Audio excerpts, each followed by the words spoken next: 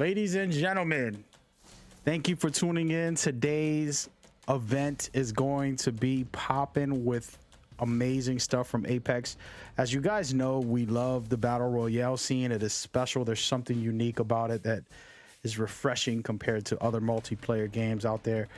And at the same time, Apex brought us something unique, and that is arenas, which is a PvP, team versus team, and we are going to bring that to you today. So tune in to courtbattleleague.com, brought to you by madgamer.com, and we have nothing but the best teams running it up today with some really great teams and a new team coming in. So we are looking good with the Elite Four jumping in for today's event, and you are going to be witnessing that as we go forward. I'm going to do a quick introduction to talk about what we have going on here in Court Battle Leagues and discuss the future. We have tons of news. I want to keep it very casual. These are just our qualifiers, so this isn't the big time stuff, but the big time stuff is coming. And for the first time, I will reveal our calendar for our majors and the championship officially. So mark your calendar. August is going to be a busy month for all these teams who can qualify and make it in to the majors. The majors is where only invites will be allowed. But before that, what you're going to watch today and the next couple weeks, everybody's welcome to join, and you are welcome to join as well. But once we're in the majors, only the top teams who have won and competed that are invited to our event will be there. So as you can see, there's going to be 2 weekends of the majors and then the championship on the 28th of August. This is your whole weekend taken up the right way. So lock in and get ready for that, because it's happening. And I'm excited to bring everybody together for this. With that in mind, I'm going to bring it over to this month's calendar. These are the last qualifiers that you will have a chance to compete in. Today we have some, tomorrow we have some, and then, Saturday, and then the 24th, 25th, and so on, as you can see in these calendars. It will be tons of stuff, and it's a lot of work. It's a lot of work. But that work comes in with great results. And we have a lot of teams, a lot of pro teams, a lot of wanting to aspire to be pro teams, people getting signed, and a whole lot of different things happening in our community. We're grateful to be able to bring this platform to you. And it is exciting because you know what we do and how we do. So without further ado, we are going to go ahead and get into this very first match. But before we get into it, I want to just discuss one thing with everybody so that you can understand what we have to offer for today. Today is a very special start. Before we get into the Battle Royale scene, you're going to be seeing arenas. Arenas is a team versus team game mode where players are starting off by purchasing different items like weapons and so on, and then they can go and try to beat each other, of course. And what happens is there's a match point system, and it's very unique to Apex because they love the match point system just like I do. So I'm going to make this series also match point, so you're going to be able to witness match point format all over the place, and we'll break that down as we play.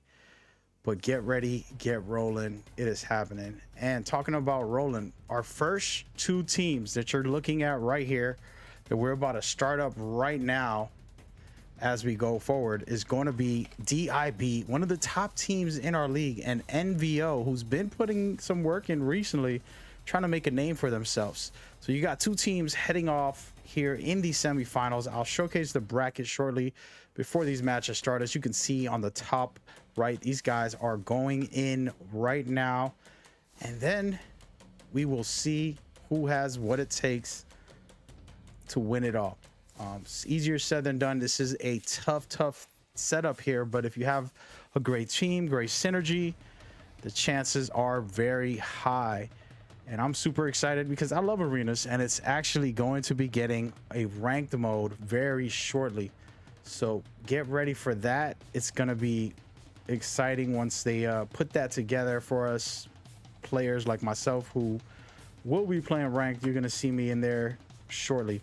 So good luck to all these teams. And speaking of good luck, I got a lucky charm with us today, a great caster who's come by multiple times and done an incredible job casting these games. And I think he's very exciting, and I hope you guys are as excited as I am to have him. We're going to introduce the one and the only Mr. Why Not. What's up, buddy?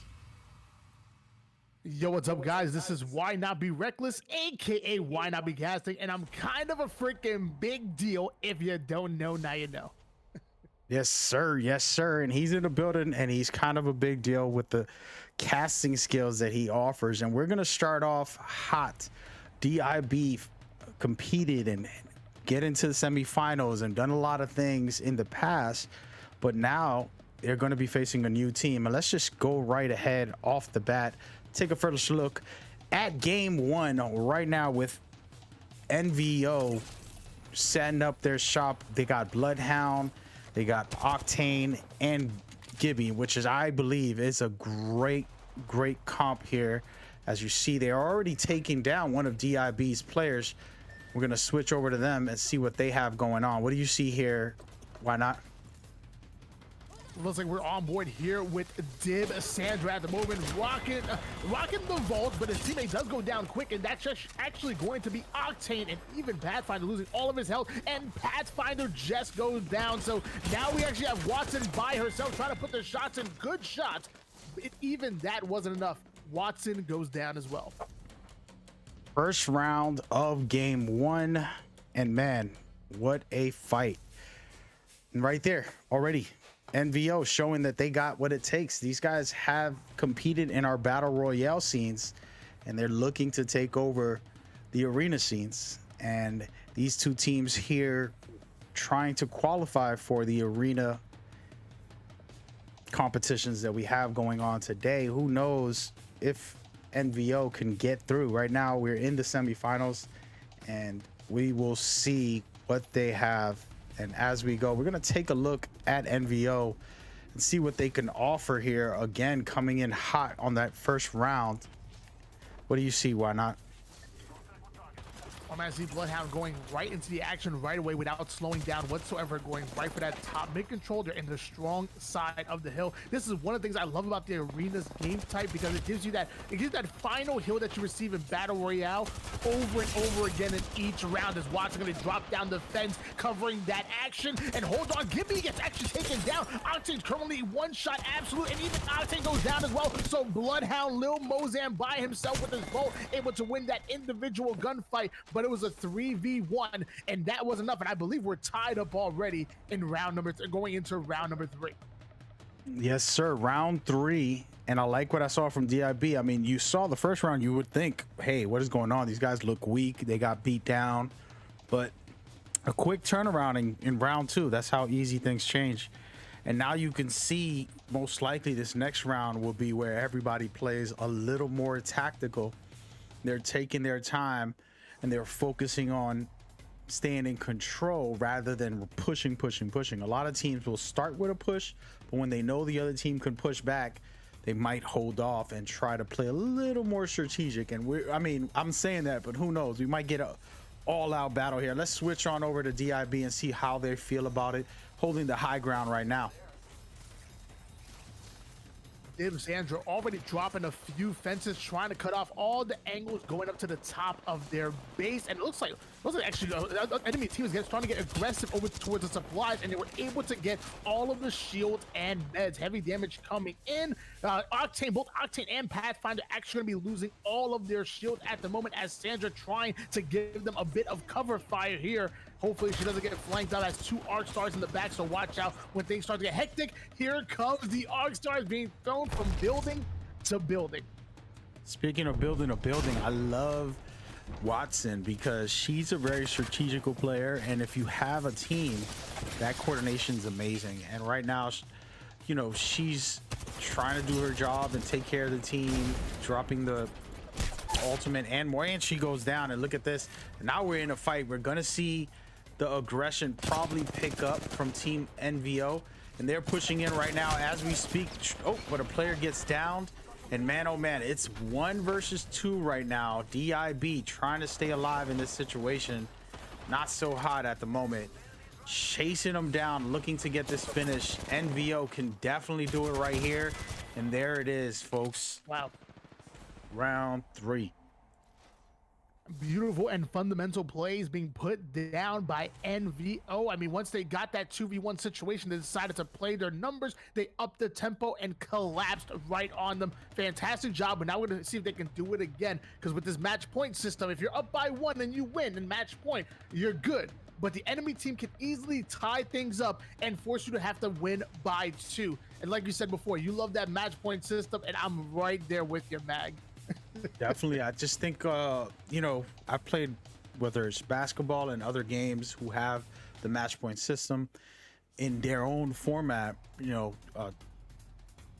so it makes it a very exciting experience when you have to win it properly, not by luck, but by actual skill, consistency. Speaking of consistency, we're seeing the nades going off here with Bloodhound trying to get himself some Arcstar action going on. And I like the Vault, my favorite weapon in the game. Very stable, reliable SMG. And right now, I like the patience here. This is a waiting game. People are trying to figure out what they need to do, trying to get an angle, trying to figure out where to push. But oh my goodness, already DIB losing a player. That is going to be tough for them because this is where NVO did it before. They might do it again and start pushing before they can heal. And it looks like that is happening as we speak. Right behind them, getting clipped, goes down. Good stuff by NVO with one last player. They're going to finish it. And look at this. Game 1 completed by NVO, already starting off strong, doing their job, getting it done for game 1. Ladies and gentlemen, to explain and break down, excuse me, how this works, it's pretty basic. NVO just won game 1, but they have to win 3 in a row, or at least be up 2 after reaching to that 3-point mark. So we just saw them go 1 and 3. If they do that with actual games, then they can win it all. So it's a early game. It's just one game, but they definitely showcasing that they have what it takes, and it's very early on. We still have much to go. It's possible that they might lose the next game and tie it up, and it can go back and forth. It can literally go 9 games per team if they keep going back and forth and someone doesn't have that 2-game advantage. So we'll see if they can capitalize on this win, or if they are looking to you know, or not that they're looking to, but if the other team can step up and get in on the action. And I'm very excited to see how this works out. I know DIB they've been top team in the Battle Royale scene. And while this is a whole different setup, what is your thoughts on comparing Battle Royale to arenas? If you're a skilled player in Battle Royale, how do you feel you'll fare in arenas? Why not? I mean, I think arena skill will be able to translate to any type of game type, including Battle Royale. I'll be honest with you, I don't believe the Battle Royale skill can translate as easily to arenas. Like, for example, like there's a lot of players who don't rely on firepower and don't rely on winning individual gunfights that can be successful in Battle Royale.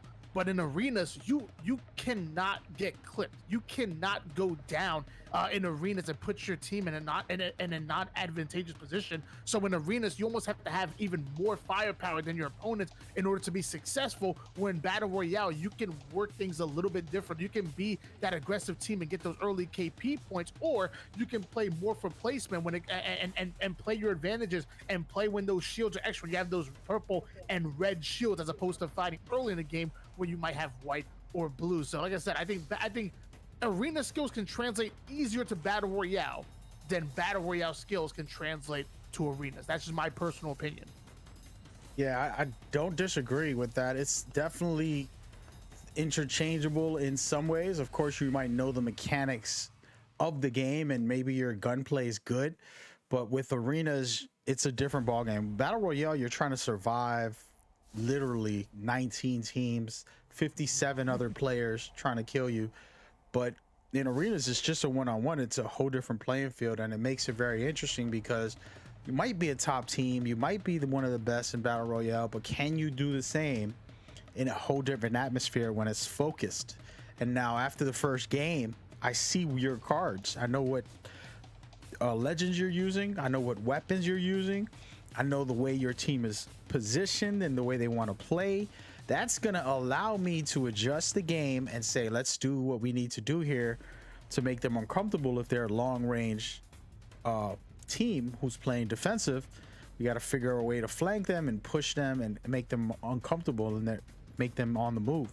And that can change the game for me. And those are the type of tactics I use personally. I always see what you're about first, and then I'll figure out from there. Just kind of like boxing. You get the first round, throw a couple jabs, see what they're trying to do. Then you make a game plan. And speaking of game plan, we're going into the game plan, aka we're going into game 2 right now. And let's see what they got. And again, NVO up 1 game to 0.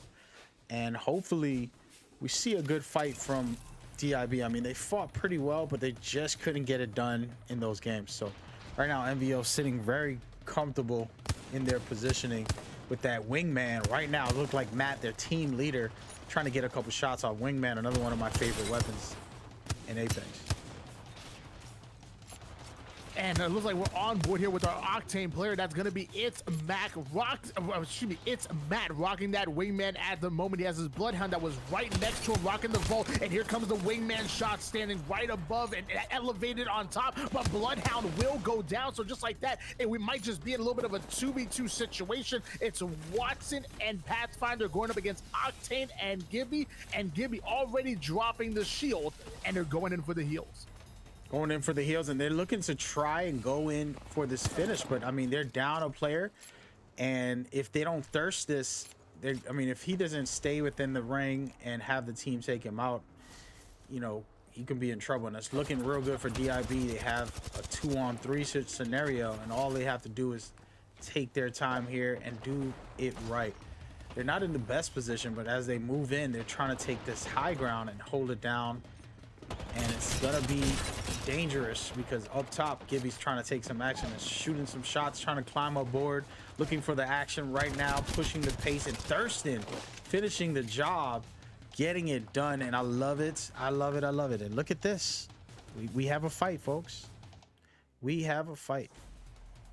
I'm going to be honest with you, Mag. I don't know how DIB were able to get that revive. It was a 2v2 situation. Then once you switched back over to DIB, they ended up picking up a beautiful revive and then forcing the 3v2 and simply playing their numbers to come out with the win in that round. Can they repeat it again? Because round 2, you know, you get a little bit more materials, you get a little bit more money that you can spend so you can upgrade those weapons, get those explosives, get those heals. Usually round 2 and 3 are a lot different than round number 1. Yeah, round 1, you're pretty much just trying to make sure you get a decent gun, and if possible, you know, maybe if you're lucky, you can buy something else, but a grenade or something at the most. But the second and third, you start picking up big time materials, being able to grab yourself some good stuff. And looking at this right now, I like this angle the DIB is trying to keep in the backside. If they hold this down over here, they can control the area, but it looked like they're getting caught up in the fight, and one player already getting taken down. And it looks like NVO is going to try to take charge of this situation. They understanding they have a player down. They're going to keep beaming. They take another player down, and it's a 1-on-3 right now. And my gosh, NVO coming back with a vengeance, taking game round 2 possibly here. And there it is. If you're that Watson player, you always got to be aware of your surroundings. Make sure that you're always in an area where if you start to get shot at, you can back down quickly behind the rock or back down into that bottom midsection.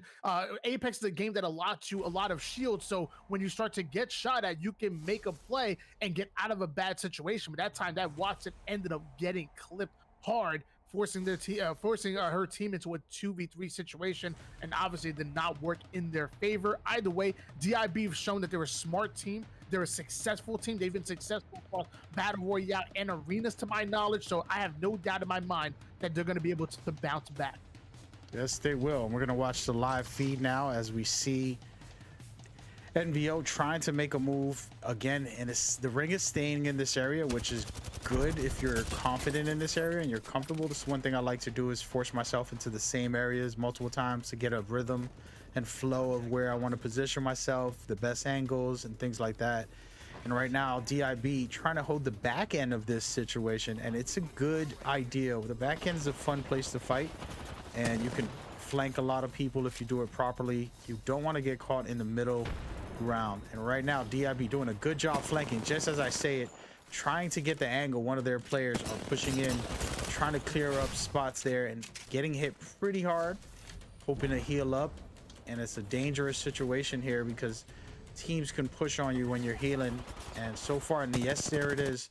DIB trying to shoot back. Ragnarok trying to get some work done, and it's looking really bad for Ragnarok, getting caught before finding a way out of it.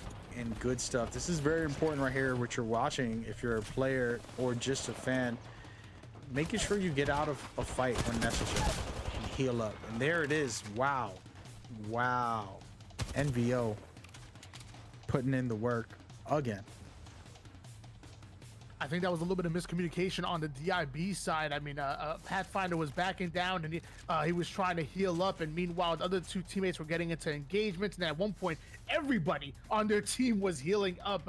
It was a little bit bad. It looks like NVO really coming out to play that one. Looks like their communication was on point. They knew exactly who they were shooting at, why they were shooting, and just hitting their shots. And this was some of the plays that Pathfinder was starting to make.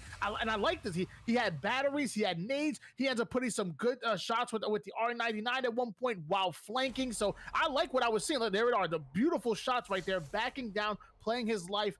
And then after that, it got a little bit dicey where maybe they just weren't on the same page. Yes, it did. And now we are in live, already in the action right now. NVO getting caught up in the situation here where they want to try to grab them the healing items. Sometimes you grab the healing items and you grab it to heal up from grabbing it because you get hurt so much. But right here, they have enough materials to stay in control, and you just want to play the position on this situation. For me, I would hold a nice area and just force the other team into me as I keep the ring. And both teams right now are playing a little more smarter, and you see this long range picking at each other, and this usually happens until somebody goes down. Great shots by the team leader, Matt, trying to heal up and trying to figure out what he needs to do right now. And man, oh man, if NVO somehow finds a way to win this game, they're going to be sitting very pretty when it comes to this match, because they are going to be 2-0, and it's going to be a tough fight for DIB if they end up losing this game also. So right now, this is a critical match, and look at this, it's a one-on-one scenario right now. Can we get a finish? Will we get closure? Beautiful shots coming in from Ragnarok right there. And looks like we're gonna switch gears back to Ragnarok, who's currently trying to heal up, putting out some more shots and ends up winning that individual gunfight. Ragnarok rocking the octane and putting in that work. And I'm noticing in the chat, Neil Sheen was asking, is this a best of 3? So just like in the arena setting, you want to try to get to match point and then win when you're on match point. So as long as you're winning by 2 past the 3rd round, you can win. So you can win 3-0, But if it ends up being tied 2-2, that third win, that third win is not going to be enough. You're going to have to win by 2. So the point is to get to match point and then win when you're on match point, not only in the game but also in the series. Yep. So think of it like this, to make it simple. Basically, these teams are fighting to get a 1-game advantage on the other team, but it has to be within 3 games or more. So once they reach 3 games, that's when they can start their push. And it's looking like they're getting very aggressive right now. DIB understanding they need to win this to be able to stay alive. And so far, so good. They clutched that last game by a skin of their hair. And right now, holding it down. I like the G7. Very, very strong weapon. One of the old school weapons that I stopped using, but I love very much when I do pull it back out and try to get some shots in, because if you hit with that thing, it is special. And let's just see what happens here with DIB. This is their moment right now to try to come back. If they can win this full game, then they'll be able to. Oh, and shots going off. Team leader Match beaming right now, doing a great job taking down one of their players, and they're pushing this, trying to finish this off, and oh my goodness, it could be done. Here it is. Wow, great stuff. And guys, we got a game in our hands. All right, this is going back and forth, and this is a good thing. This is what we want as the viewers. Let's go ahead and take a quick look at this as the next round starts off. But this is a replay, and we're seeing 2 things here. First and foremost, we're looking at DIB kind of trying to keep the teams back, but then we switched over to NVO, and they actually started to beam at the end there and just pretty much bum rush the situation. One of those really good things about understanding there's only one other team. You don't have to worry about getting third partied, and you're focusing all your attention onto one team. And speaking of focus, let's switch over to the real live action as we go. Once again, NVO right now has the chance to do their job, but DIB wants to stay in charge here, and they got to figure out something with their rotation and their setup to be able to stay alive. Pretty interesting stuff for DIB if they can stay in control. On board now with Watson at the moment, rocking that R99, which has been upgraded over to blue, but it's going to take a little bit of damage. Currently half shield at the moment, but Octane taking most of the damage, ends up losing all of his shield, and then hold on, nades are starting to fly. It looks like NVO want to up the tempo and push our DIB squad. There's the ult. There's the bombardment. Ooh. And that was perfectly done because they did take one of their players down and finished them off. Now it's going to be a 2-on-3. In this scenario, you want to take your time.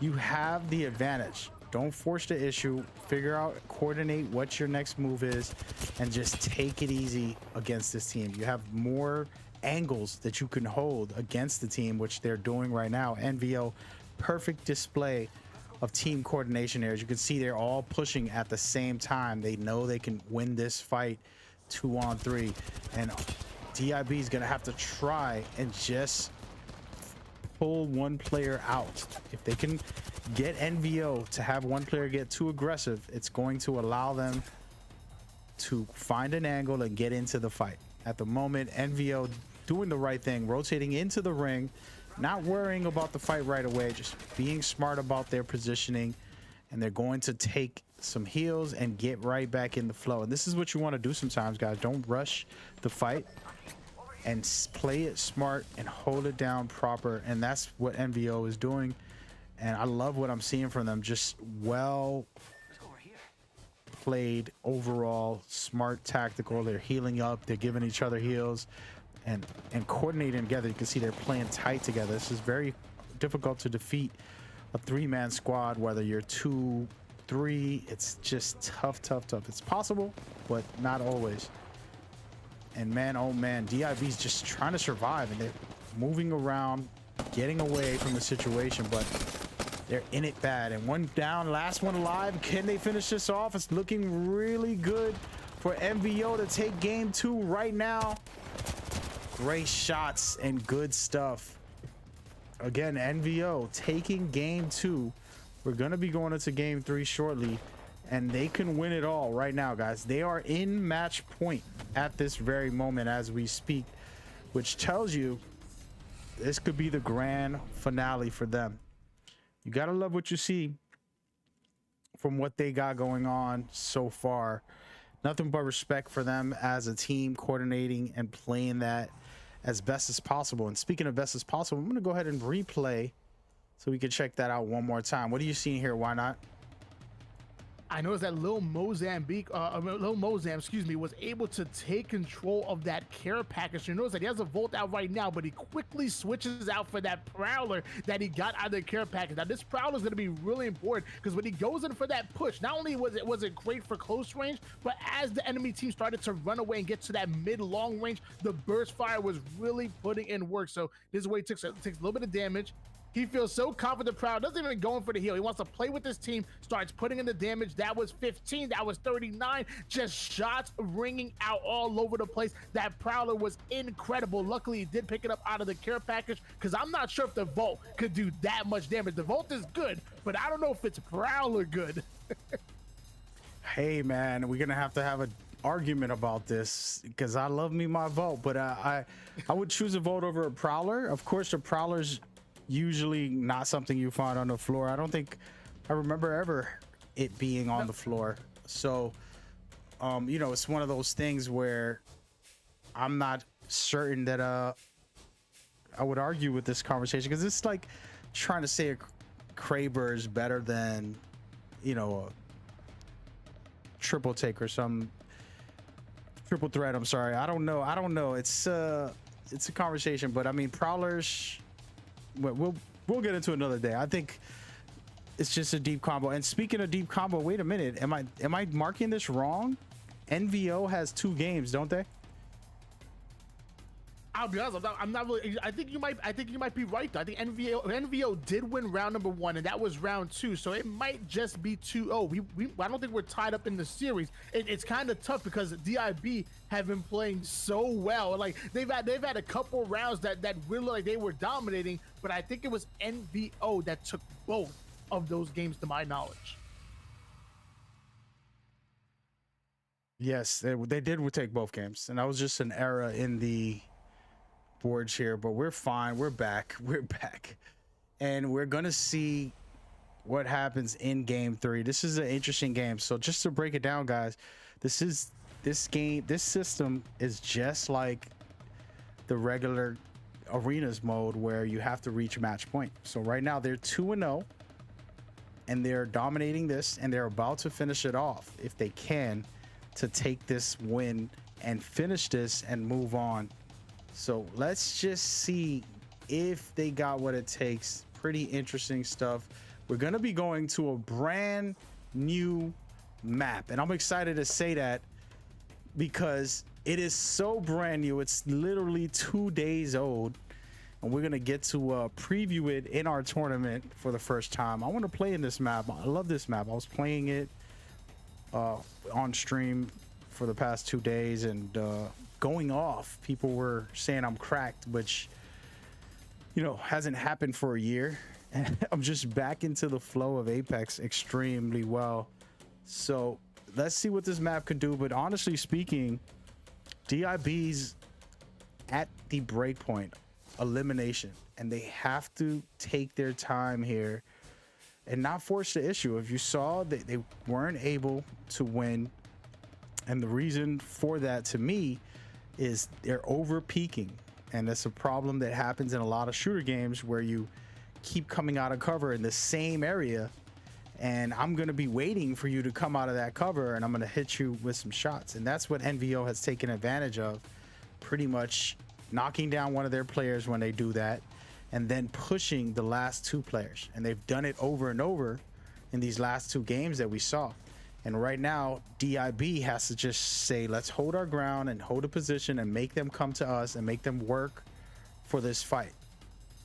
And hopefully we'll see that from them. We can have some fun. If not, the dominance performance by NVO would be amazing as well.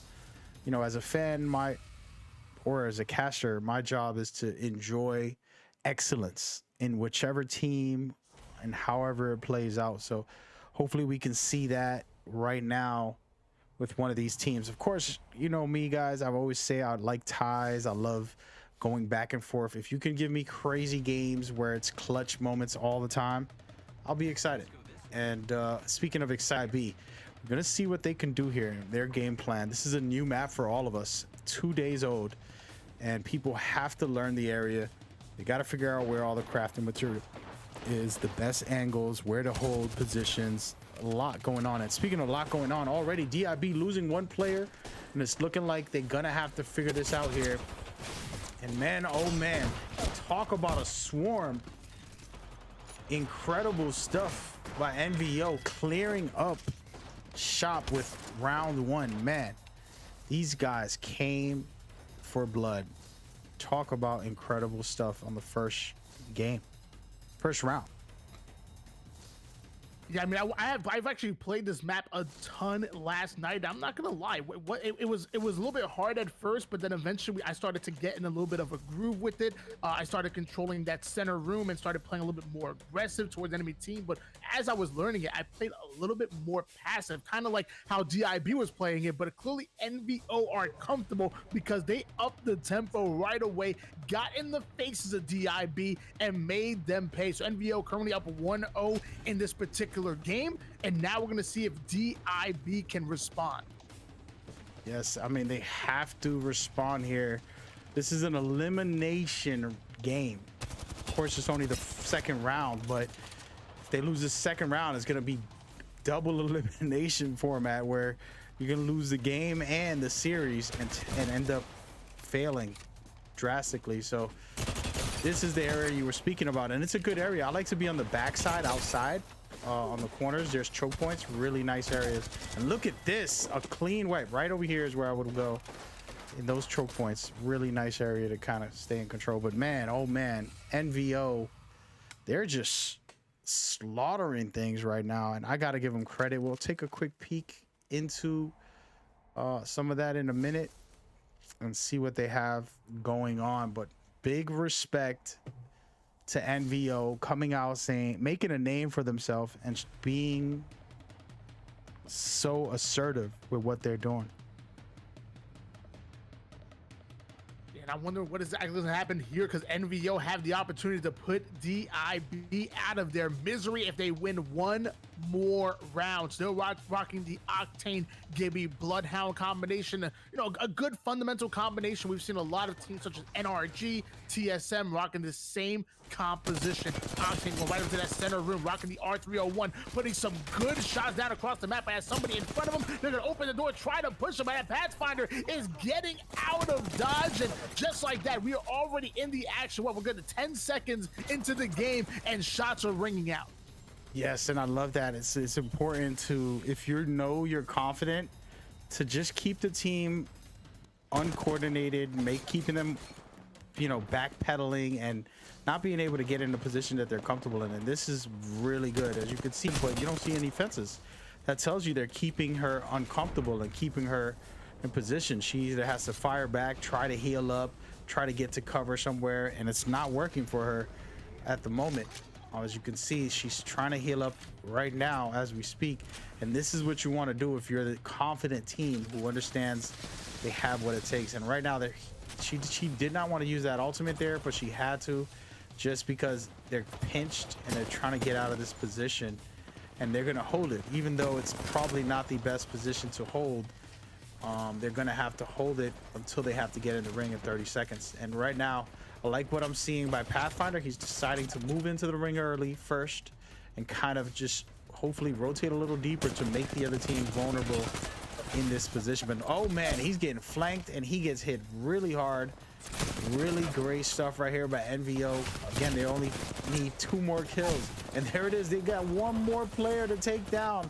And it is game, set, match. Oh my gosh. NVO coming out smoking, winning that round and entering the finals. They were just in the semifinals and they go and move into the finals. We're gonna go ahead and rotate this right into the replay and let Why Not take over here so he can tell me what he sees in this scenario.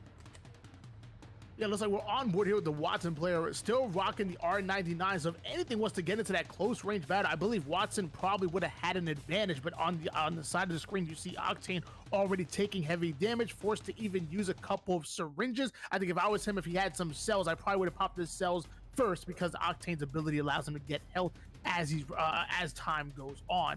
And here we go, more shots coming from the R99, but it's just not accurate from long range. So we switch gears towards Pathfinder, who does rock the R301.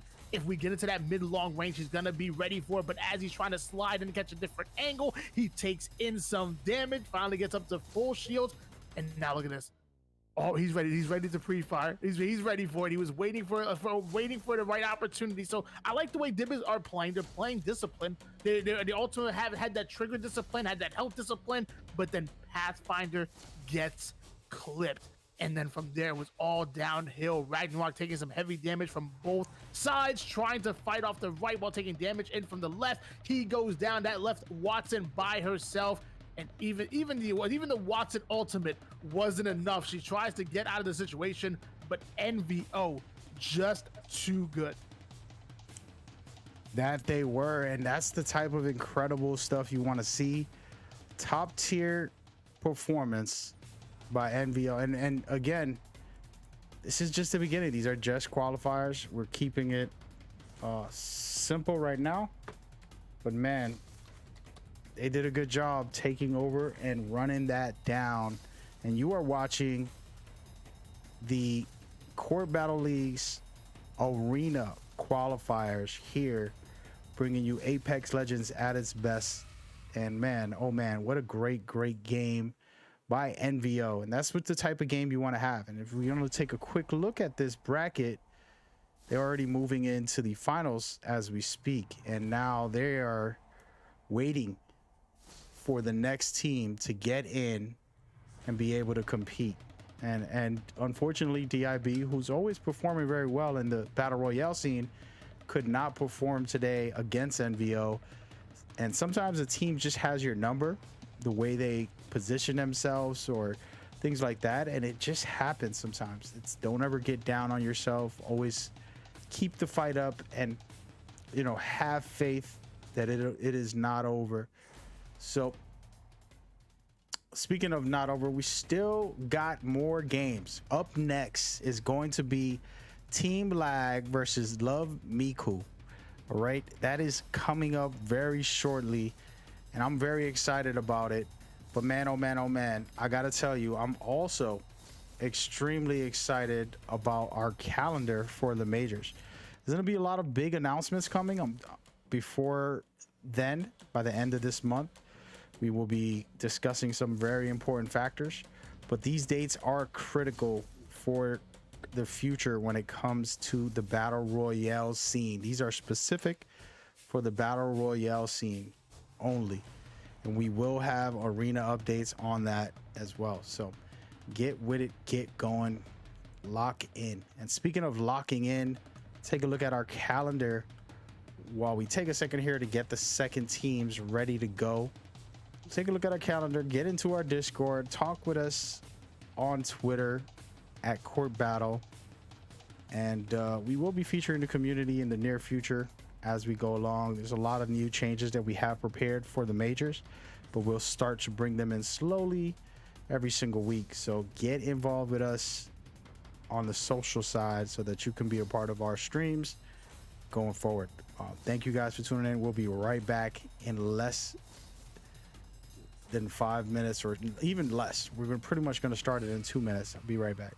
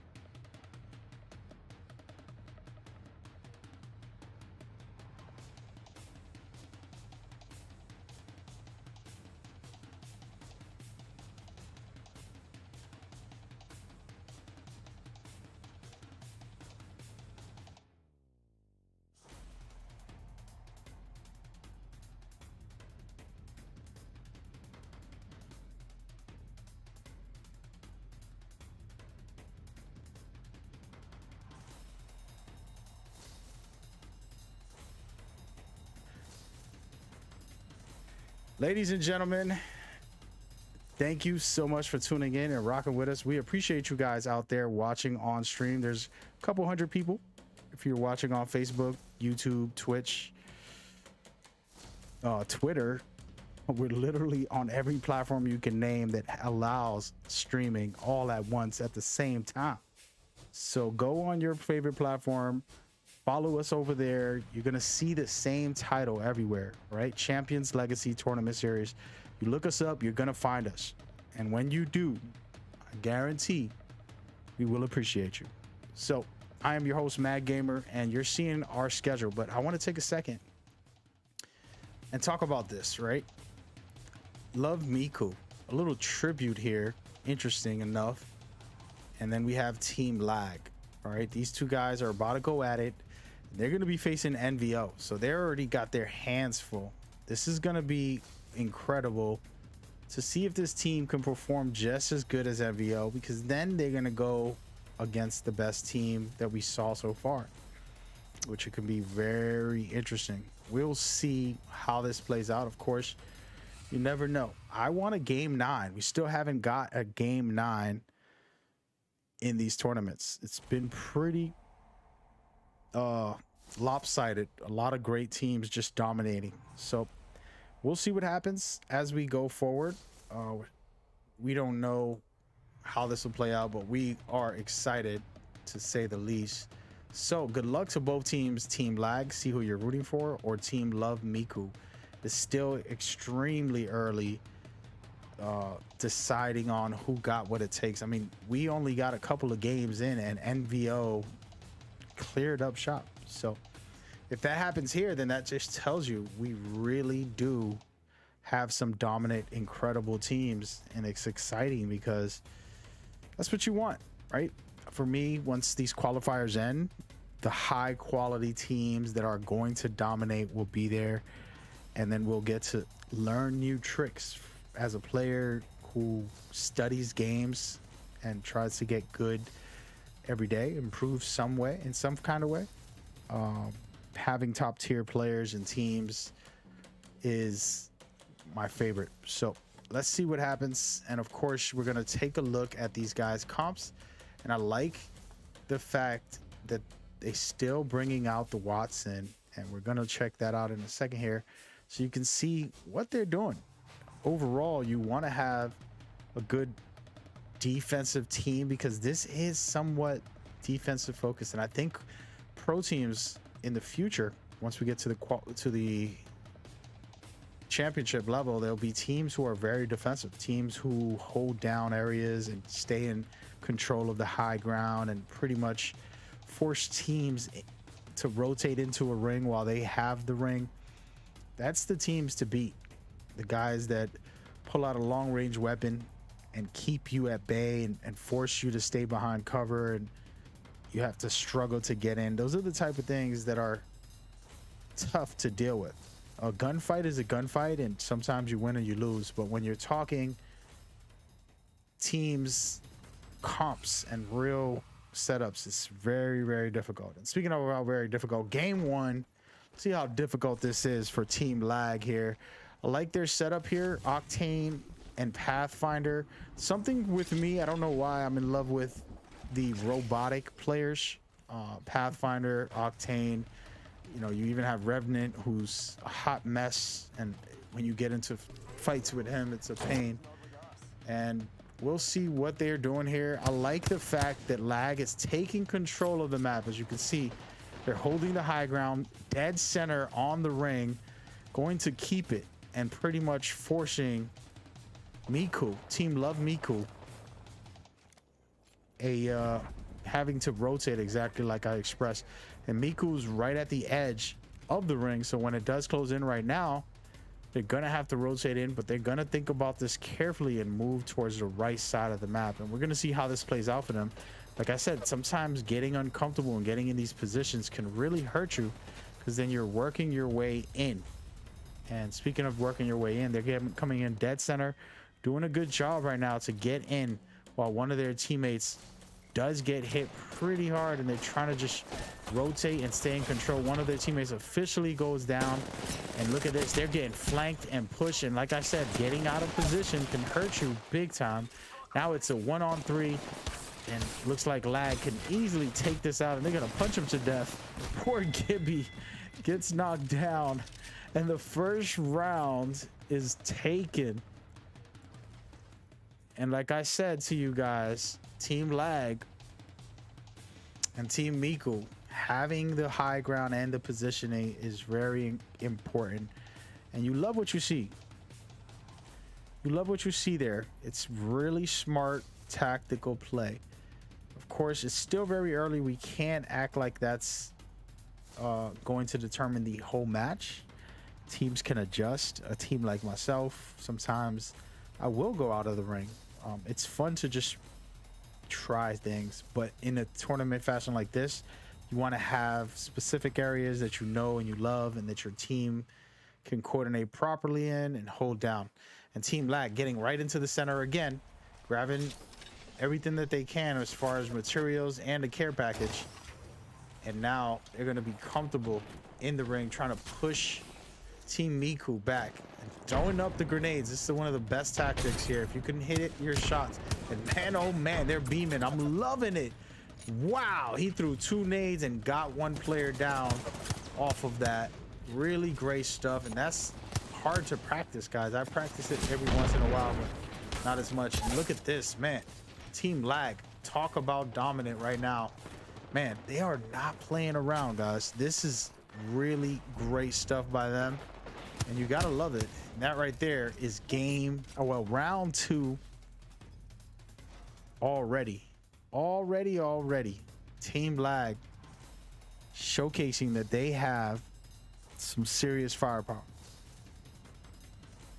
And you know, it's funny because when you mentioned those beautiful nades that were coming down from the air, I noticed not only were their Octane player doing that, but also Pathfinder as well. They were throwing those nades all at the same time. So that was beautiful communication and coordination coming out of this LAG squad, where you can communicate that it's all by frags before the round, and then wait for that right as ready moment to launch them as a team. It seems deadly. If Lag continue to do that, I mean, they're looking like a strong squad in this tournament. Yes, I try not to, while we're playing the qualifiers, I try not to talk about who's a pro team and who is a pro team. But there's definitely a bunch of guys who play professionally, who possibly won some things. And, you know, we don't have restrictions on qualifiers for who can play. As long as you enjoy the game, we want you to have fun and try to compete. And man, Lag is looking like a pro team. I won't lie to you guys. The way that they are throwing those nades, it's a very difficult thing to aim them perfectly while aiming up in the sky. So really great stuff by them, and I love it. I love what I'm seeing. This push right here, the flanking and working together to get in and make a team uncomfortable and clear out the area that the team thought they had is top tier material. And man, I wonder what they can do, because they have not won in the battle royale scene. So we'll see if they can get in on that and get some work done. And man, first game of the day, mission completed a little too fast, but that was perfectly fine with me. Great stuff by Team Lag. What more can you ask for there? Why not? Team Lag taking game number 1 in this series, and now, I mean, hey, that's only game 1. I mean, so obviously they have a chance 2-3-0 if they want to, but Love Miku can make this a series, and I think it starts with game 2. They need to make their stand here. They know how Lag is playing. They know the composition. They know the weapons. They know exactly how Lag is playing. Now we're gonna find out, can Love Miku counter what Lag is doing? Maybe they need to play a little bit slower, a little bit more defensive. Maybe they need to change their legend composition, or at a minimum, at least their weapon composition. Maybe turn this into a long range battle as opposed to allowing Lag to push up close, because that's what they seem to be doing. They're pushing up close. They're making Love Miku uncomfortable, and they're finding success while doing it. Yes, and that is a critical aspect when it comes to the games. You want to make teams uncomfortable and then play your game. Run things the way you run it. Don't adjust to them. Make them adjust to you. The greats always have their game plan, and they just execute. You know, people worry about, oh, this and that. No, the fundamentals. The top teams do the fundamentals right. Whether you're talking sports, whether you're talking esports, in general, the fundamentals will take you far. And so far, simple things like the nades, simple things like pushing together, holding the right positions, knowing when to back off, just critical. Well, it looks like we're going into Phase Runner, which is a little bit of a different map than Party Crasher. I'm not gonna lie, Party Crasher is probably my favorite map that we have in the arena circuit. I think it has the opportunity to create long range battles where you can also even play a little bit differently and play up close. There's a lot of open fields, but a lot of avenues that you can take to get closer to your opponent.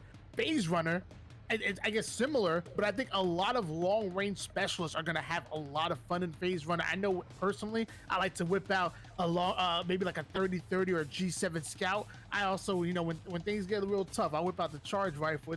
It's a cheap weapon, gets easy damage, but hey, when things get tough, I'll whip out that charge rifle and have some fun here on a map like Phase Runner. Yeah, speaking of charge rifle. There's plenty of weapons in Apex that are incredible, and I think you want to be able to pick what you feel is best for you. Even with the legends, I want to try to point this out for the community. There's been like shaming going on for Revenant players, and guess what? Revenant is not broken. Can he get a nerf? Maybe, but he's not that strong. He's not the top 5 legend in the game. Okay, and if you put him in the top 5, then you're not knowledgeable. So don't shame people who use him because he's fun. With that in mind, that's what we're here for. Video games are all about the fun. So speaking of fun, game 2, it's underway. Team Lag was killing it. We're gonna look over into Miko and see if they can do some work. On board here with Psycho, the Octane player from Love Miku, rocking the alternator. I like his round 1 decision making here. I think the alternator is cheap enough for you to get. You could combine it with either a shield battery, or you can even get a little crafty and get a cell and a frag. I think it's a good round 1 investment. Plus, the alternator can absolutely rip if you can hit your shots. It looks like they're taking some heavy damage, so they're not hitting their shots as much as they're getting hit. And Octane going to rotate all the way towards the right side of the ring here, getting closer to where the ring is actually moving. But he's currently just trying to stay alive. And that player going to come in with the Eva. They're going to put him down. But Psycho is currently one shot. He's going to go down as well, and so does Revenant. So now Horizon going to be the last player alive, fighting in a 1v2 with no shields. No shields, just trying to stay alive. Looks like Lag again doing their job, taking care of business here, and they can finish this off shortly. Doing the right thing, thirsting one of the players, trying to make sure they stay in control. And I like what I'm seeing by Team Lag right now. Just smart, tactical patience, and they're about to finish this off 1 versus 3. And there we go, ladies and gentlemen. Great stuff. Like what I'm seeing. Great stuff indeed. Lag wanted to make sure that they were going to have their numbers advantage, so they thirst the players from Love Miku that were currently down, and then they even slowed down the game to pull off the revive. So instead of a 2v1, it's like, hey, they're like, hey, look, why play a 2v1 when we can play a 3v1? They had the numbers. I love the way they played that. That's a good discipline. I would even dare I say probably a professional level move coming out of Lag. I'm liking the way this team is playing, Mag. This is a good squad. This is a good squad, and I think they might be in for tonight's Battle Royale, which is right after this, a little later. So that'll be very interesting if they can perform just as good in that specific mode. So we'll see. And let's talk about we'll see. Let's go right into the gameplay here, see what they can do, as they've been performing very well, hitting their shots with this wingman. Nothing like hitting your shots with a wingman. Amazing gun. And they're pushing. They're aggressive. They want this fight. Really solid stuff right now. Might be overconfidence, but I think they have it right now. As you can see, they're wiping. And there it is, folks. Are you kidding me? I agree with you, Mac. I think it was over aggressive coming out of LAG right there. But I mean, we can't even call it over aggressive. I mean, it was super aggressive because they ended up coming out with the win and they do it as quick as possible. And I think it even was a flawless win, meaning that none of their members end up going down. That wingman player slid right into the action, hitting all of his shots, even whipping out the Mozambique, a similar single fire weapon, hitting the shots with the Mozam. Like, my gosh, this Wraith player coming out of LAG, he's nasty. This man has the movement and hitting his shots. That is not good if you're playing against him. Definitely not, but if you're with them or you're a fan of this type of performance, you're gonna love it. And right now, the grenades will be the best place to throw right in this situation. They're gonna push it again. They really want to finish this off. Still on board here with our Wraith player coming out of LAG, but this time he's going to be taking some heavy damage, absolutely going down to one shot, forced to back down and play into the heals. The Rev ult has been dropped by Love Mizu, but two players still going to go down. Revenant going to be that final player here with the R301, putting down the shot with the wingman coming up behind it, and that's going to be it for game number 2. Lag coming out on top. Incredible stuff by Team Lag again. Performing very well, showing us that they're not fooling around. It's the type of stuff you want to see consistently, and I'm loving it. Great calls from our guy. Why not, guys? And now we're gonna take a look at that replay for a second here. Check out how game 2 finished off, and man, these games are going so fast when it comes to these guys. Might be finished in an hour, guys. This will be the quickest arena event we've had so far. Just check it out. So the round ends in 60 seconds or less here, guys. That's how fast this bad boy was. They're pushing the pace, trying to find an angle, and they decide, hey, let's just get aggressive with these guys. We have this. We're confident we can beat them. And you worry here because how does the other team feel about this? They're down 2-0. Are they going to, just wing it, or are they going to start coordinating, adjusting, figuring out something different that they can do to be able to control this situation? As you can see here, the shots, even with a Mozambique, supposedly the best shotgun in the game, rumored. But we're seeing great stuff right here by Team Lag. Just ridiculously done. Great performances, and credit to them. They go up 2-0 right now, and that means they're at match point and they're able to win this and take this themselves into the finals. Great job by Lag, and as you said, going into match point, and they must be looking confident because, I mean, even though Love Miku seemed like a solid squad, this Lag team is looking absolutely incredible. And even round after round, I think Love Miku, despite making some plays, Lag never felt like they were out of it. So there's a good chance this might end up being a 3-0 and they'll be moving into their finals. But either way, different kind of map, a new map at that. So maybe this is the point where Love Miku, maybe this is the exact moment that Love Miku's been waiting for to assert their dominance in a map that maybe Lag might just be unfamiliar with, and maybe they have put in more hours in. Very possible. We don't know. We got to see what can happen here. Again, the adjustments are necessary. Sometimes you might need to change a legend if you're a good enough player. Maybe change your weapons to try to focus on close combat. As you can tell, they're very aggressive. I would put on something heavy duty with a big clip, something that can really do some damage and be able to take down multiple players, because most likely they'll take out one of my guys from the way they perform, and then you go from there. Of course, if you're very skilled, you can pull out a wingman where you're going to hit your shots and knock people down. But sometimes, again, no shaming here, pull out a Spitfire if you feel like it's going to be 1-on-3. And that's what I do sometimes when I'm solo queuing in arenas and I see that the first round the randoms I'm with aren't as good.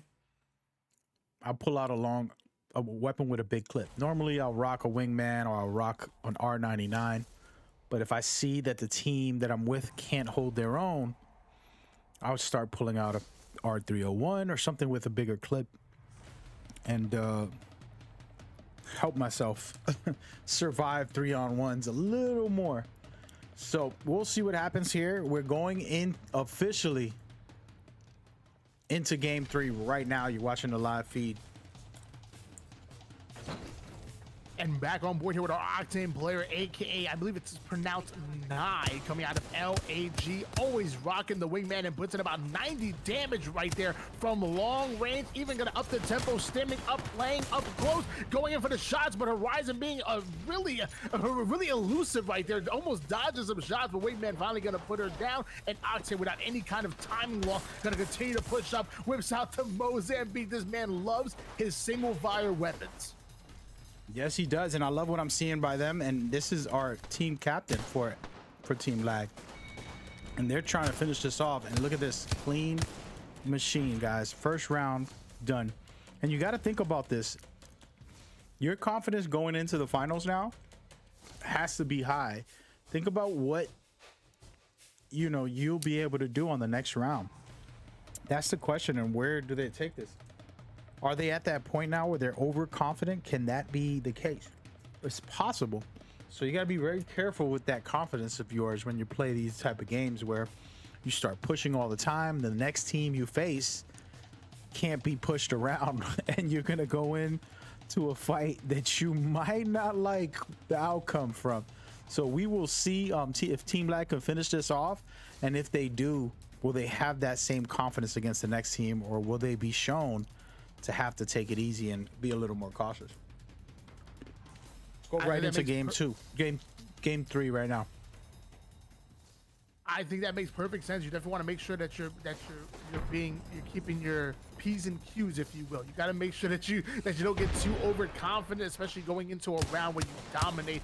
Back on board with Octane once again, upping the tempo. I think that Wraith ended up queuing out, and shots are starting to ring out here. Octane gonna be losing all of his shields, but still getting aggressive in between two different players, and goes down to one shot. Somehow he is still alive. Still alive and looking real good because the whole team is alive, and they are cleaning up shop real quickly here. I'm liking what I'm seeing by them, and at the moment, losing round 2. Man, oh man, tough night for Miku. They're trying to just stay alive, and we're gonna pay attention to them on this next round.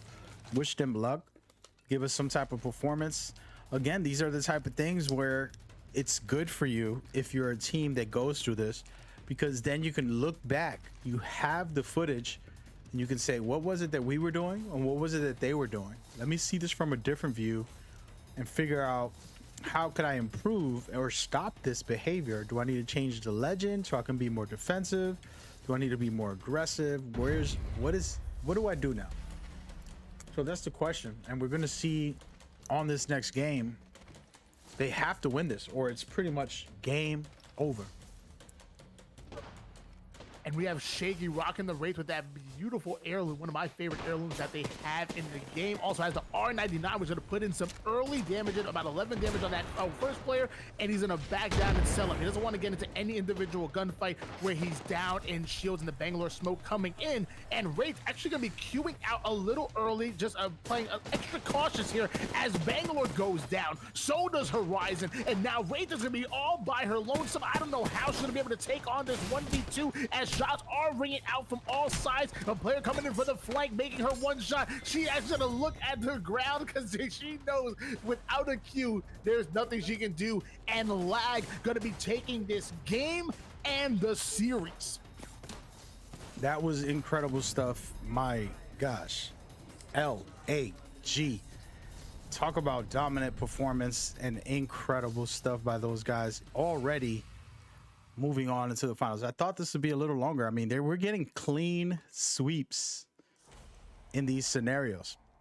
And I'm okay with that because all that means is we're moving on to the finals, and this is going to be the big banger coming up shortly. So man, oh man, get ready, get going. We're going to be right back with the bracket update and the next matchup, which is going to be the finals. NVO, which you saw first, and then versus Team Lag, happening next. Stay tuned right here.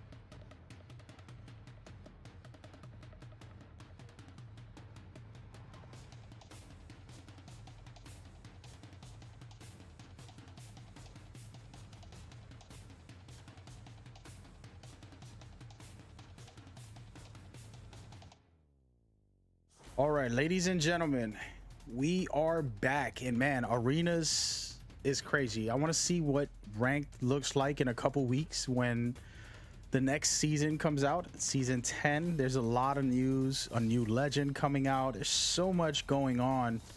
It's a long list of information that when it does come out, we'll definitely have you guys updated. But for now, the update is Team Lag is not lagging, that's for sure. They are dominating in a special way, but it's funny because the team that they're about to face also is a killer team. They performed very well, and they showcased to us that they have what it takes also. So we're going to be able to enjoy this finals right now, and then of course we're going to go into our actual battle royale, which is the real main course of this whole events that we host. This is somewhat like an appetizer for you guys to enjoy, but the main course is the battle royale, which we'll get into very shortly. But we want you to stay tuned, rock with us, get excited. I'm gonna go ahead and pull out this bracket so that you can see where we're at right now for today's arena tournament. If you look at our bracket shortly here in the finals, on the right side of your screen, you're looking at NVO versus Team Lag. And as a matter of fact, this is an interactive page on our website. You can click on the teams and click on everything. For the majors, we're going to have a lot of great detail, but if you go to our website, you can see the matchup and so much more.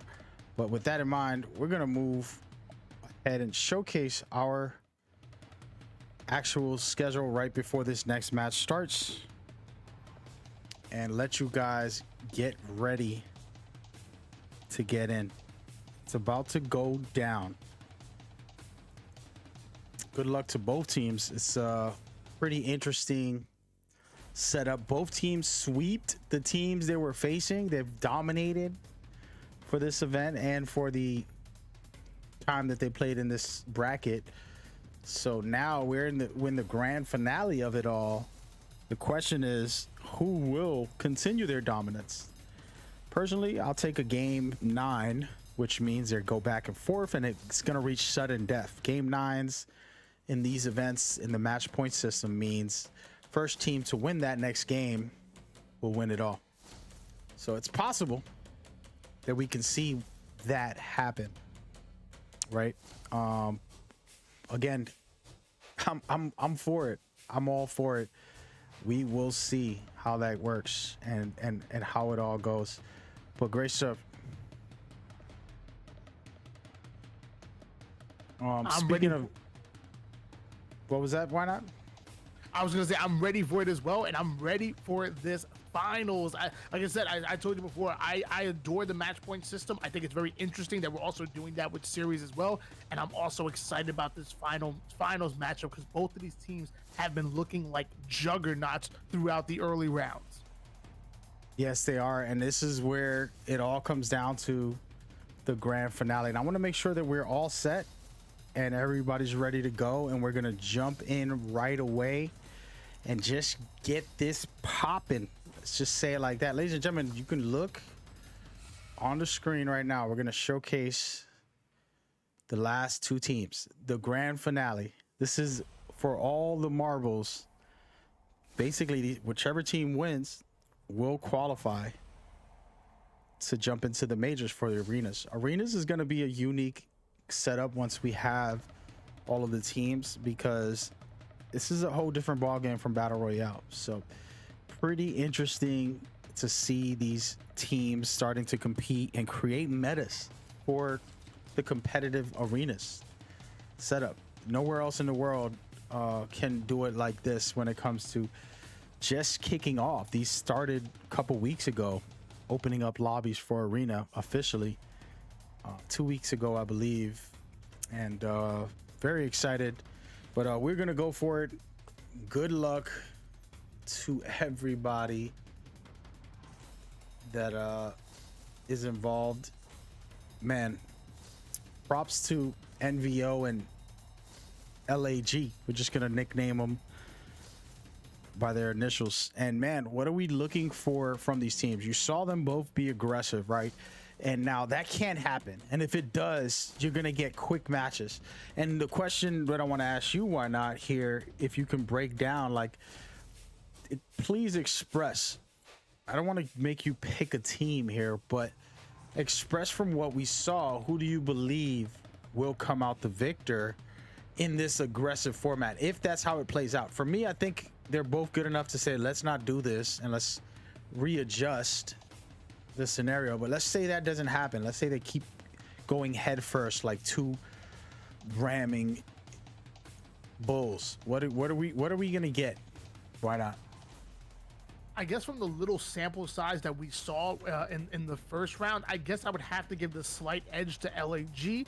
LAG just simply 3-0'd their opponents, where NVO, they were having a little bit troubles at times with DIB, but it's kind of hard to tell just by that because DIB just could have been a better squad than LAG's opponent. So, I mean, just by the dominance, I would have to say LAG. I love the way that they were playing. They're hyper aggressive. They get in the face of their opponents. And also, as you talked about those nades they were throwing high up in the air, dropping down on their opponent and doing it together as a team. It seems like they're very well coordinated and they communicate well. But I've seen NVO before. I will never, ever, ever count them out. Yeah, for sure. So let's see how this works out. In my point of view, when it comes to the teams, the first game is gonna tell me everything. Okay, see how aggressive and confident you're gonna be when another team plays the same. And actually, right now, Team Lag is on the back end of the circle. and they're gonna have to rotate into it on the second round, so they might have some trouble. I want to take a look at NVO, who's also at the other end but on the high ground. So now this is important here, because if you're on the high ground and you can take a player out, they're in trouble. If you go down while you're in the high ground, you're not that in trouble. You have enough, you know, comfortability to not get beamed and be able to heal up and take your time. So we will see how this plays out for both teams. The second round is going to be the deciding factor. I like lag here. They're pushing it from both sides, people. And man, oh man, loving what I'm seeing by Team Lag, pushing it from both sides, trying to flank here, doing a good job trying to get in position. Now, it's very difficult to get up top there, but by the second round, if Team Lag decides to stay where they're at, they're going to keep NVO and on their toes, because the ring will close on NVO shortly here, and it's going to be very interesting on how this all plays out once the ring does close. And man, oh man, Lag is sitting comfortable, and they are going to be flanking this position and trying to take over. And oh my goodness, let's see what happens here right now. The fight continues. Great stuff by Team Lag. So far so good, leaving only one player left. Can they finish it? And he's trying to stay alive and doing the right thing here, just holding back, healing up. But it's looking like Lag is gonna go ahead and get aggressive for this situation, try to finish the job as we speak. Good shots from the wingman, and there it is. Team Lag showcasing they got what it takes, man. Lag coming out on top in round number 1. I was surprised that they actually decided to slow things down when they had the 3v1 situation, but either way, they were able to put down the first 2 players as quickly as possible and then simply play their numbers to overpower the enemy team, being NVO. Either way, that was only round number 1. You don't have enough materials to buy everything that you want to buy as a player. You want to get your favorite weapons, you want to get those upgrades, and maybe even get some resources to help you heal, or to chuck some explosives at opponents. And round number 1 just doesn't doesn't allot you as much materials to do that. Now round number 2, you got a little bit more materials. Now let's see what both of these teams are going to end up doing. Yes, sir. And we're going right into round 2, and now they feel each other out. They got a feel of how they fight, and this is going to decide how things will play out. And we're getting a little bit of a different ring here. The ring is going to be closing out on these high ground areas, which makes it a little more difficult for teams who like to hold the high ground and pop shots down low, long range wise. So NVO is going to have to get aggressive in this scenario and try to figure things out. I like Lag being confident and actually trying to flank also right above them. So it's looking like there's gonna be some good fights happening here already. Lag super confident in their play right now, looking like they want to try to take, and they actually have somebody pinned down in this building by himself with his teammates on the outside looking in. Here it is right here. The fight continues as the ring closes. It's about to get real. Right now they're going to try to take this fight, and they are taking it. Great stuff there. Lag losing a player, but doing pretty good. It's a 2-on-2 right now. It's looking like NVO is about to try to stay in control, healing their player, taking out one of their players. And this is good for NVO. They lost that first round, but it's never over. Really good stuff. NVO able to pull off the revive, and now we're looking at a 3v1 scenario. Octane gonna be by himself, and that was gonna be 9. He goes down. Yes, sir. And we get another surprise hit here. This is what I want to see. Back to back, back and forth. And we're just going to keep it rolling until we reach sudden death. Round 9. Come on, baby. Give me one round 9 game, guys. Let's do this. I'm just rooting for more excitement and interesting stuff. So far, so good. I'm liking what I'm seeing from Team NVO. They got punched in the mouth on the first round. They didn't like how that felt. They came back, started swinging, didn't let themselves get bullied, and now we got a 1-1 scenario, and it's round 3 in game 1.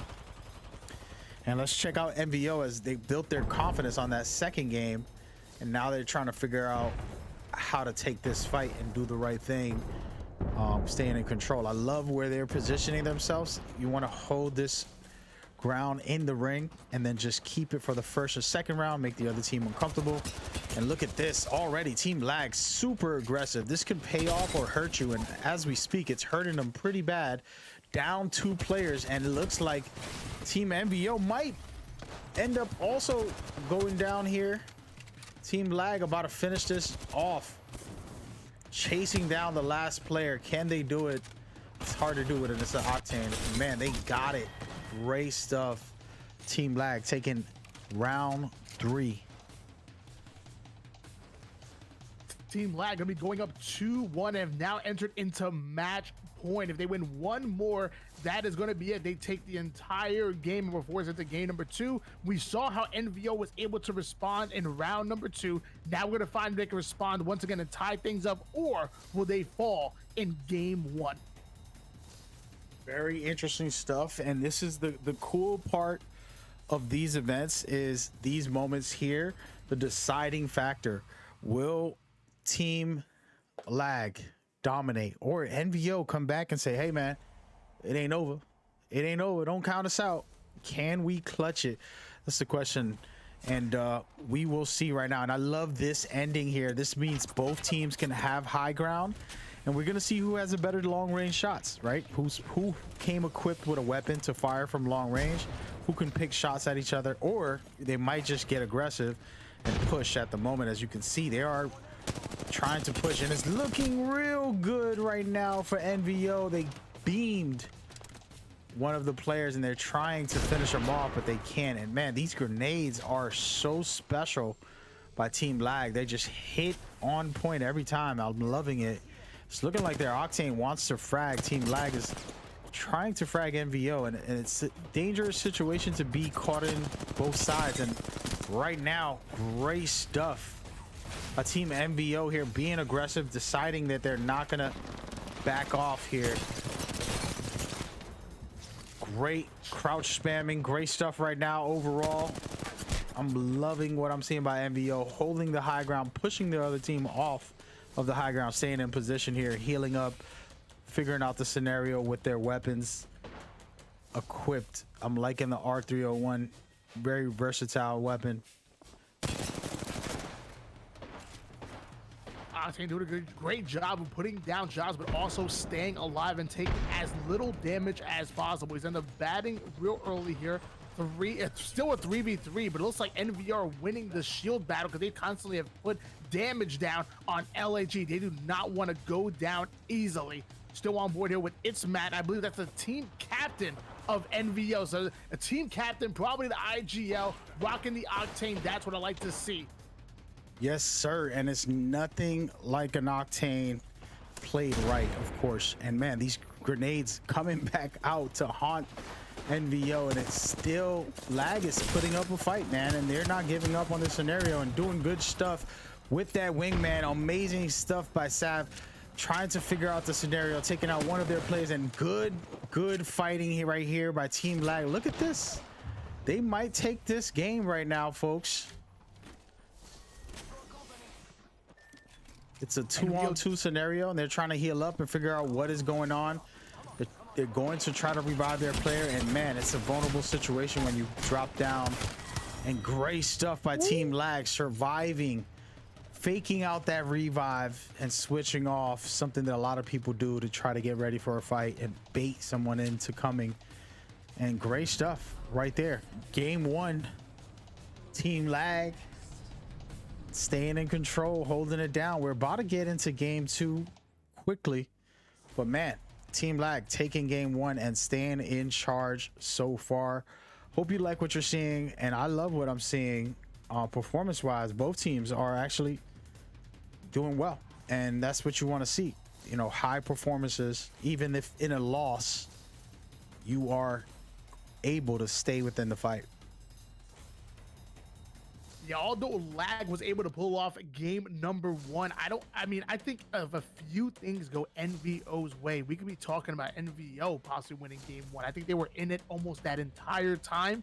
But man, LAG looking phenomenal. I mean, I was talking about them in the first round as well, like how great they were looking against, I believe it was Love Miku, but they're looking just as good going into the finals. Now, if you know, say if you're on the team LAG, you already won game number 1. I think it was in a 3-1 fashion. I mean, what are you telling your team to make sure that they're locked in, that they're loaded, and make sure they're ready to take not only this next game but also the entire series? I think you got to work on your patience. What I saw when Lag was losing and they had situations, it was more impatient moments where you're picking shots, you're trying to make the other team uncomfortable and possibly take down one of their players. And they've done that over and over throughout these games that we've seen from them. But there are times where they just got over aggressive unnecessarily, and that's where NVO capitalized and they got their rounds that they won. But it wasn't enough, of course. But that little small slither of hope can make a team change their mentality and then end up having more confidence against you.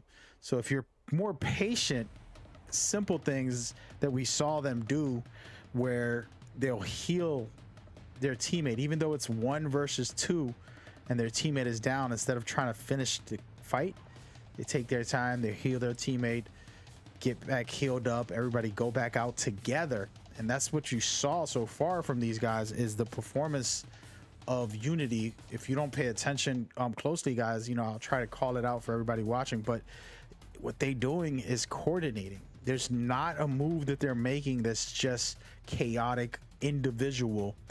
What I like about what I'm seeing from them is that they are coordinated, and if they lose that patience behind coordination, then it's a problem. You saw one of their players try to flank a couple times, and they're doing the right thing. When he's flanking, the other 2 are pushing in from the other side.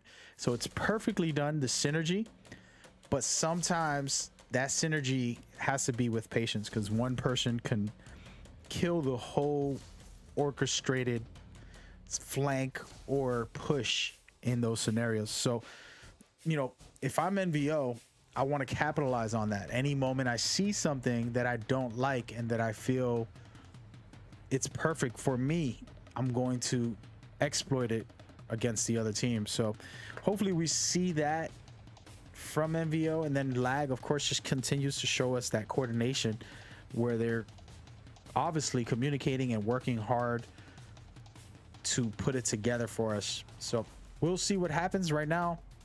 I mean, we're literally going into game 2 of the finals for today, and we'll see what they can do going forward.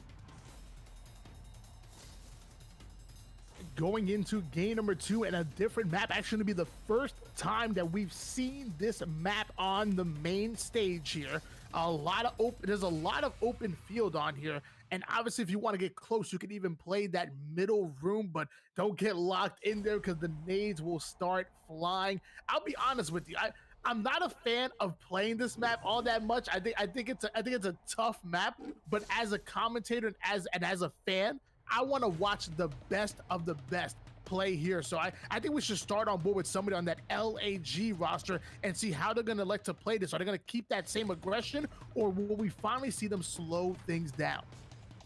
Yes, and it's key. The key component about this ring here is your specific playstyle. I like the outer skirts if you're a long range player. Inside the center here is good for the guys with a shotgun or something like a wingman that can hit decent range, you know. And this is where right now you're seeing Lag super aggressive, and NVO, some of the players are inside, and that's where, you know, the change. And oh my goodness, great shots here by NVO, taking down one of the players from LAG. And man, oh man, it's a fight now, guys. Being able to do this will give you that confidence for the rest of the game, and like, you know what, we got this. And it's looking good for NVO to start off strong, but it's just the beginning here. And don't sleep on LAG. They do have some really great players, so it's still possible for them to catch back up here and win this. It's going to be a 2-on-3. Can LAG continue to perform the way they have, or will NVO say, nope, we're in the finals for a reason, let's get it? And man, oh man, it's turned into a 2-on-2 already. And great stuff so far right here. Look at this. It's a 1-on-2 somehow. Team Lag coming back, possibly winning this all. But look at this wingman shots, baby. Oh my goodness, so close, and good stuff by NVO. Finding a way to get it, but man, Lag was making me a believer. If they would have pulled that off, wouldn't it be something? It really would have. I mean, NVO obviously starting off hot, but Lag was able to stabilize and equalize the situation a little bit. Either way, NVO clutching up, forcing that 1v1, and Gibby coming out the victor in that individual pivotal battle. Either way, this, I said it before, do not count NVO out. I have LAG as the favorites, but not by much. NVO are going to be right into it all game and all series long. Yes, sir. And speaking about all series long, we're going to round 2 with NLO. Look at this. I'm changing names now. NVO got me all hyped up because they're starting off hot. Winning that first round is going to hopefully give them this confidence that they deserve because they perform very well. And look at this, waiting for the team to push, trying to hit them with the grenade and taking their time, rotating out from the outside. Just great grenade usages, sometimes blocking off teams from getting to you so you can flank and push. And great scenario here so far by Team Lag. Man, I love this team. I love watching this team right now, and they're doing a good job so far. And we're gonna watch their Wraith player Farmer try to get some shots in. This hip firing is looking real good, and they're healing up, trying to stay in control. They lose a player.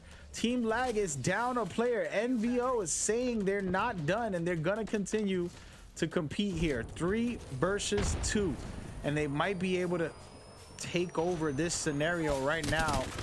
And man, oh man, NVO going down. Now it's a 2-on-1 scenario. Can Team Lag survive this fight? They have a Wraith, and no, they can't.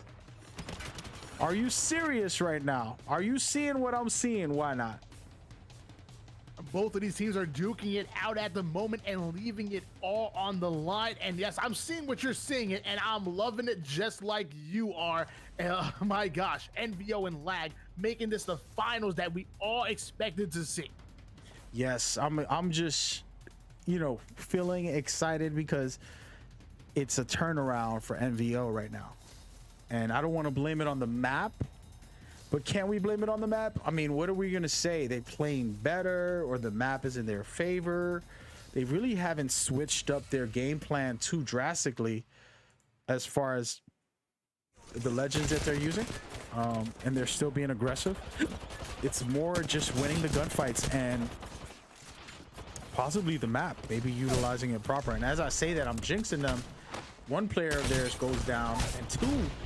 And here it is. It's a 2-on-2 scenario right now.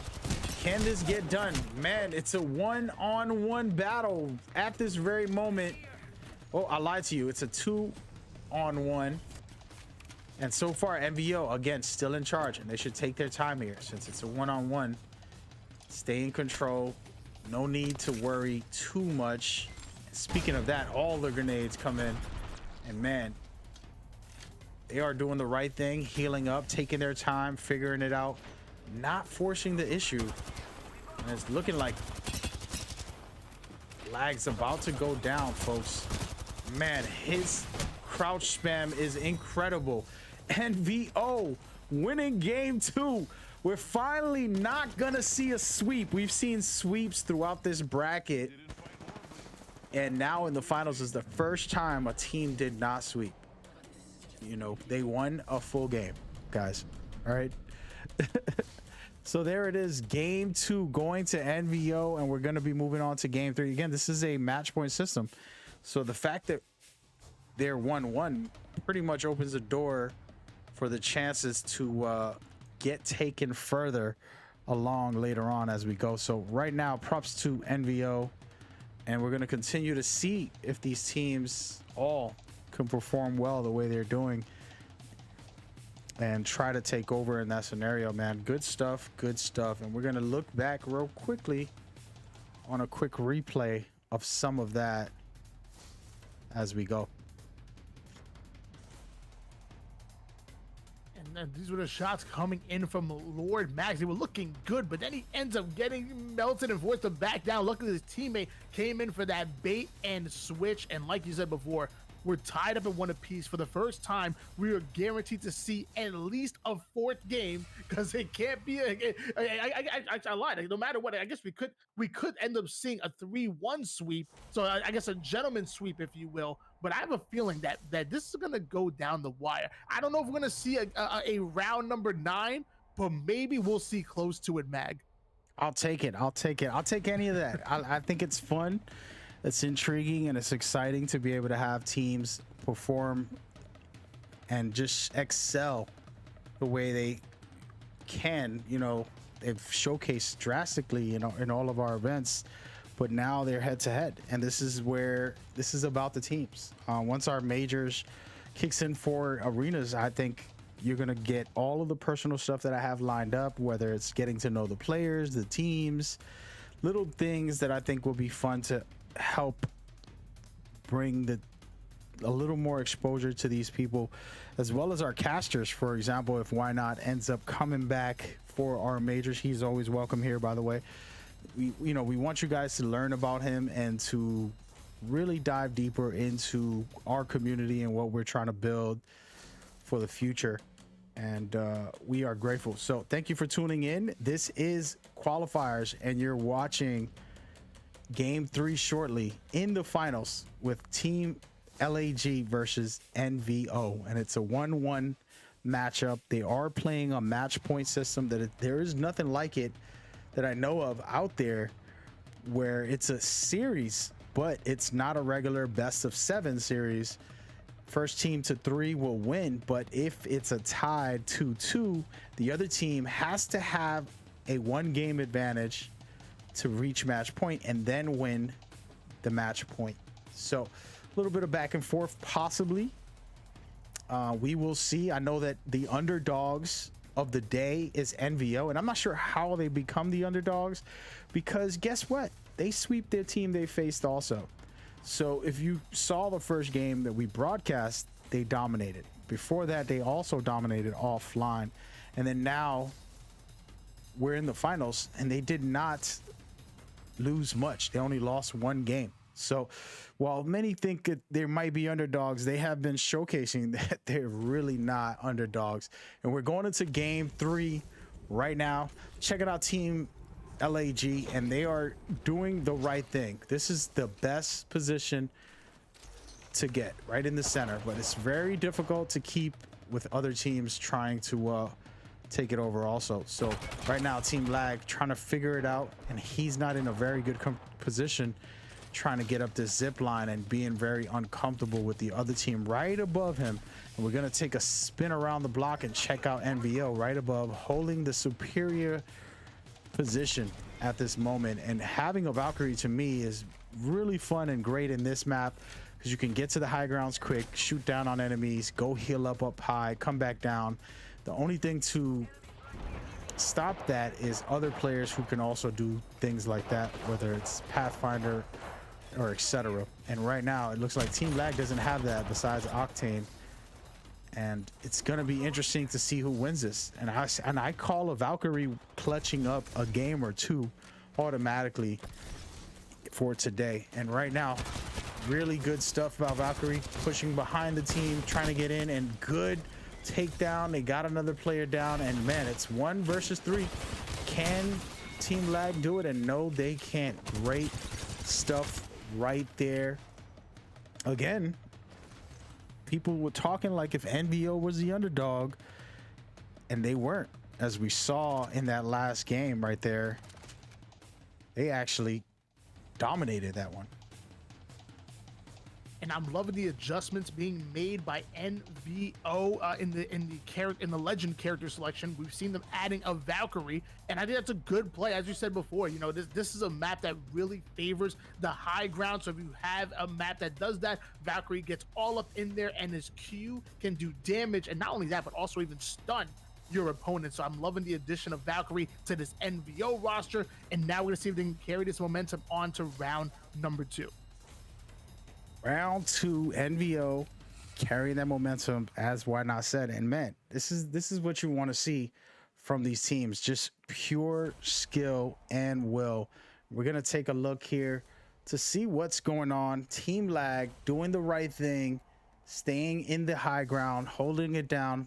They lost that last round, and I think they realized they need to get into better position, and they already lose another player. And this map here might be a map that they're not really comfortable in, and it could be the deciding factor in the series here, because if Team NVO can find a way, look at these shots, great stuff. And it's looking like one last player, the team captain, has to try to survive this scenario, and no, he doesn't. Man, are you serious right now? Beautiful bounce back by this team here, and I love how fast these rounds are going. Like, I mean, these guys are really content with playing as aggressive as possible, getting into each other's faces and making each other pay, and it's making for great viewers. You know, as a commentator, I love casting over it, but as a viewer, I love watching this even more.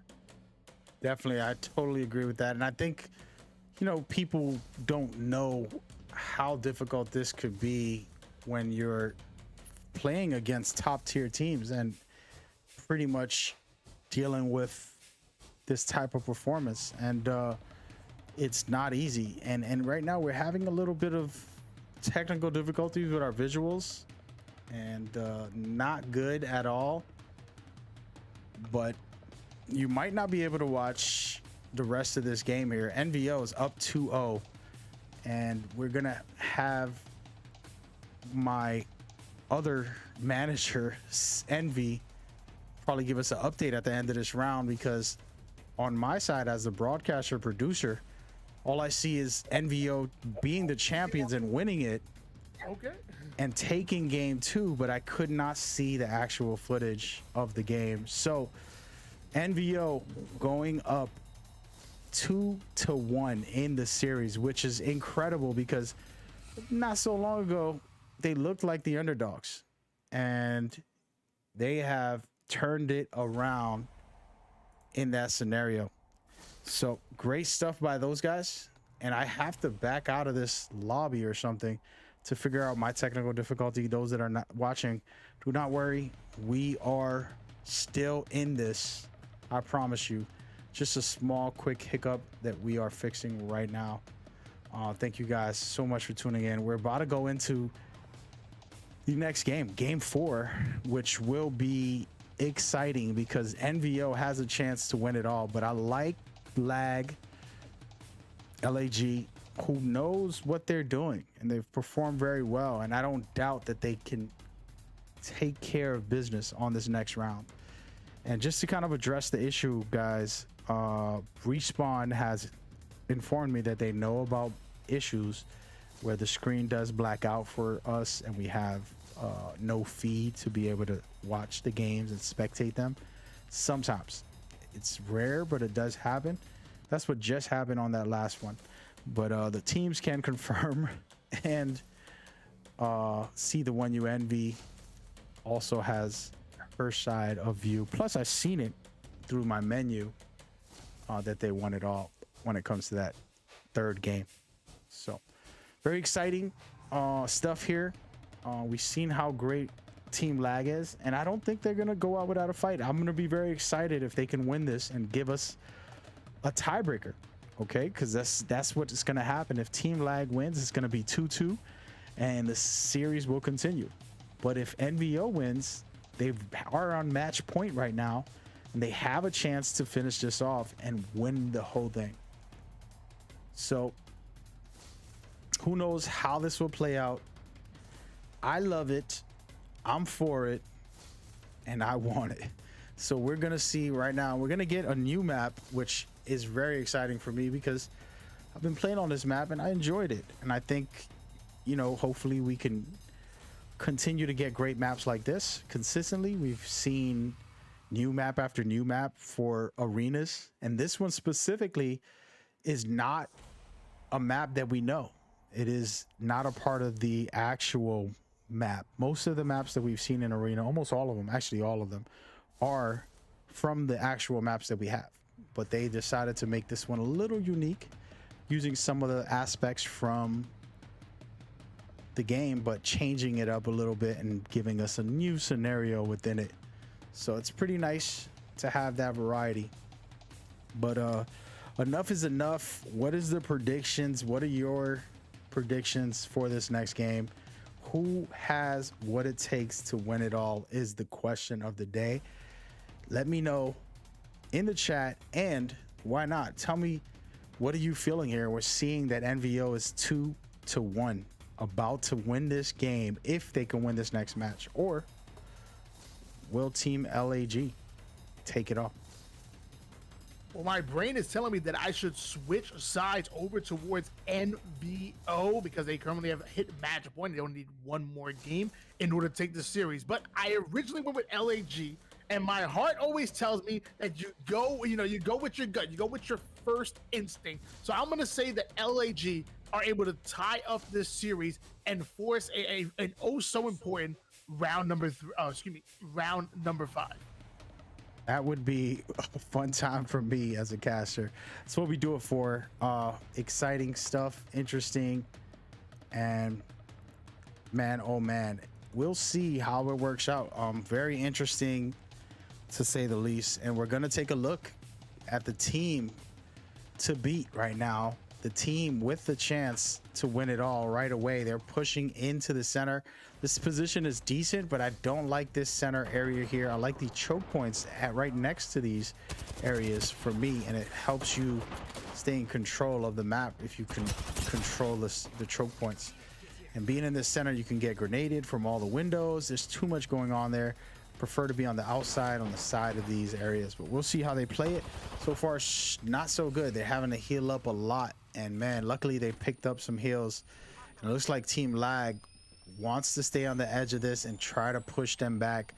I like Farmer here because he's actually being aggressive. He wants to flank. He wants to push this team, and he can do so right now and really take control of the situation. If he opens that door, he's waiting for the right time for his teammates to make a move, and he's gonna have to flank his way around and try to just play it safe and smart, which is the right thing to do a lot of times, more times than not.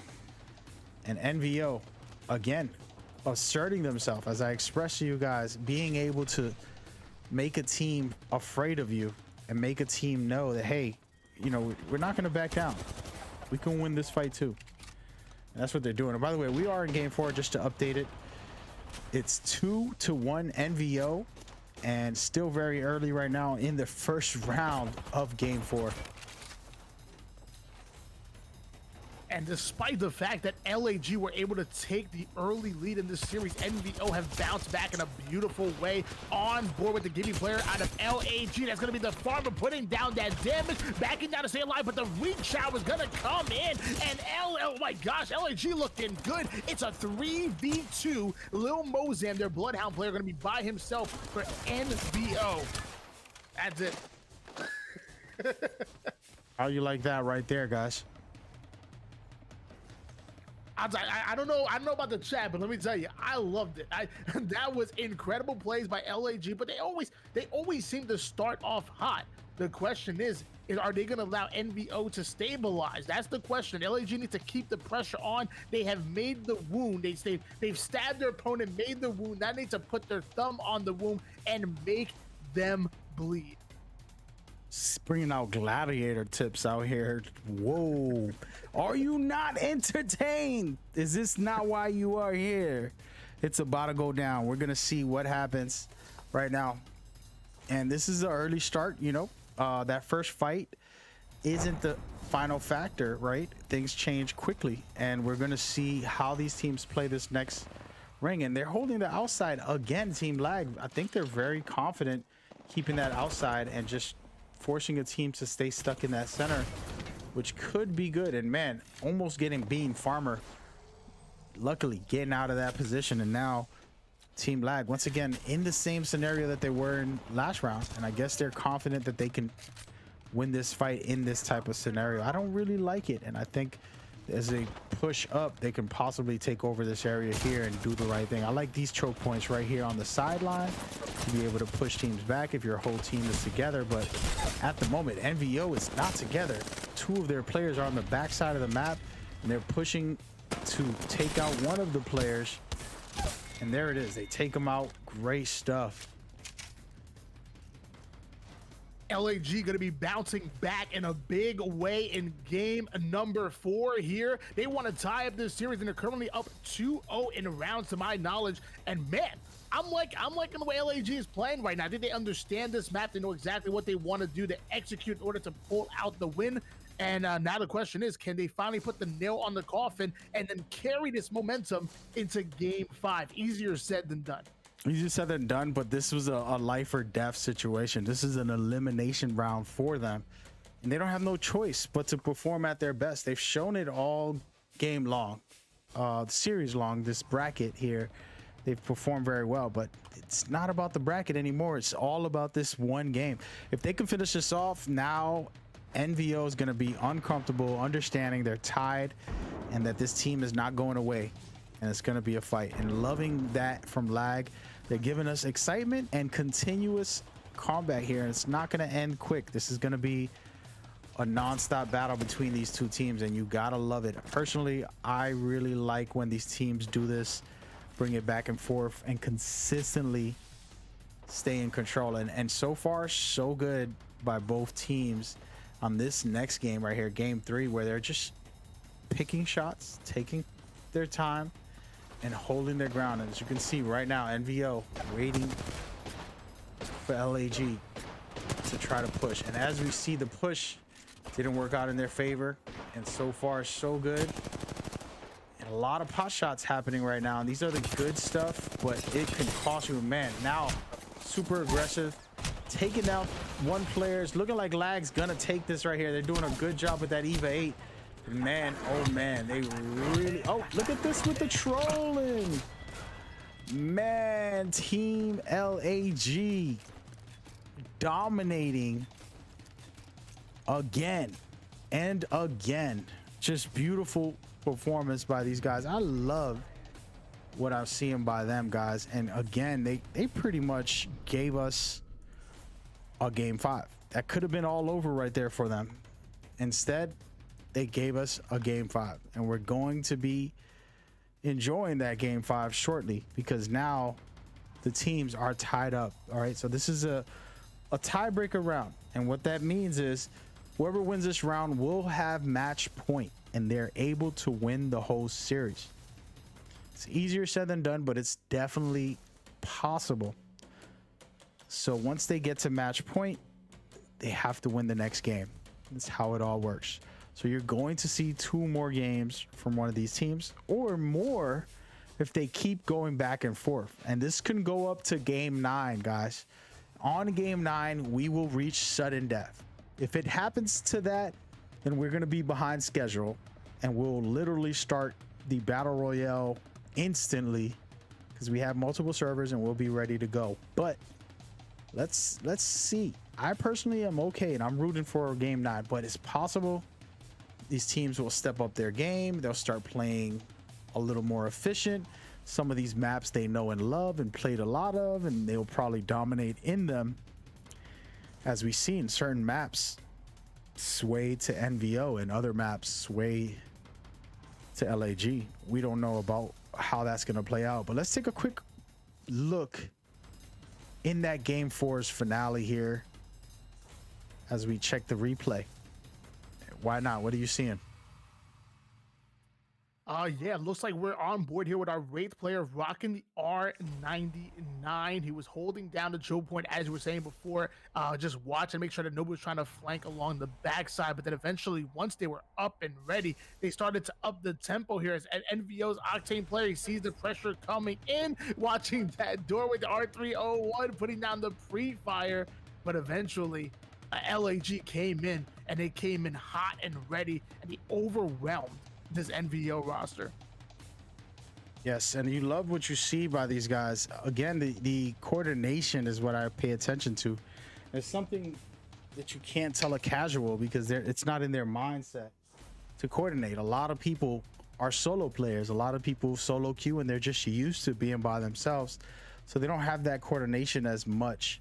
And these pro teams practice together so much, they don't like to solo queue. They don't like to do that aspect. They want to stay focused on being a great team, so they'll coordinate together more often. They'll work with people and pretty much dominate arenas because of that.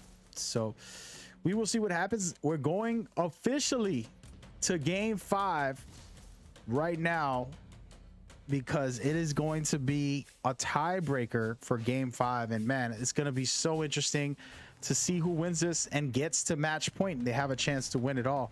And here we go.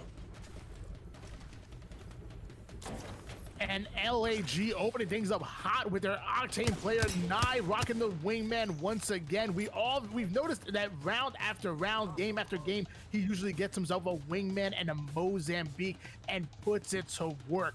LAG versus NVO, we got Nye, Savatar, the farmer guy going up against It's Matt, Lord Mags, and Lil Mozam. Yes, yes, yes. And I love it in this round right here. We saw what happened last time these guys faced in this round. They've already been in this map, so they know what each other will do. And it's still the exact same game plan, but I like what MVO is doing here. If you're noticing, 2 in the back trying to suppress the teams while 1 is in the front holding off the other player. So there's a couple of gunfights happening at the same time, and it's looking real solid for now by MVO just holding this position.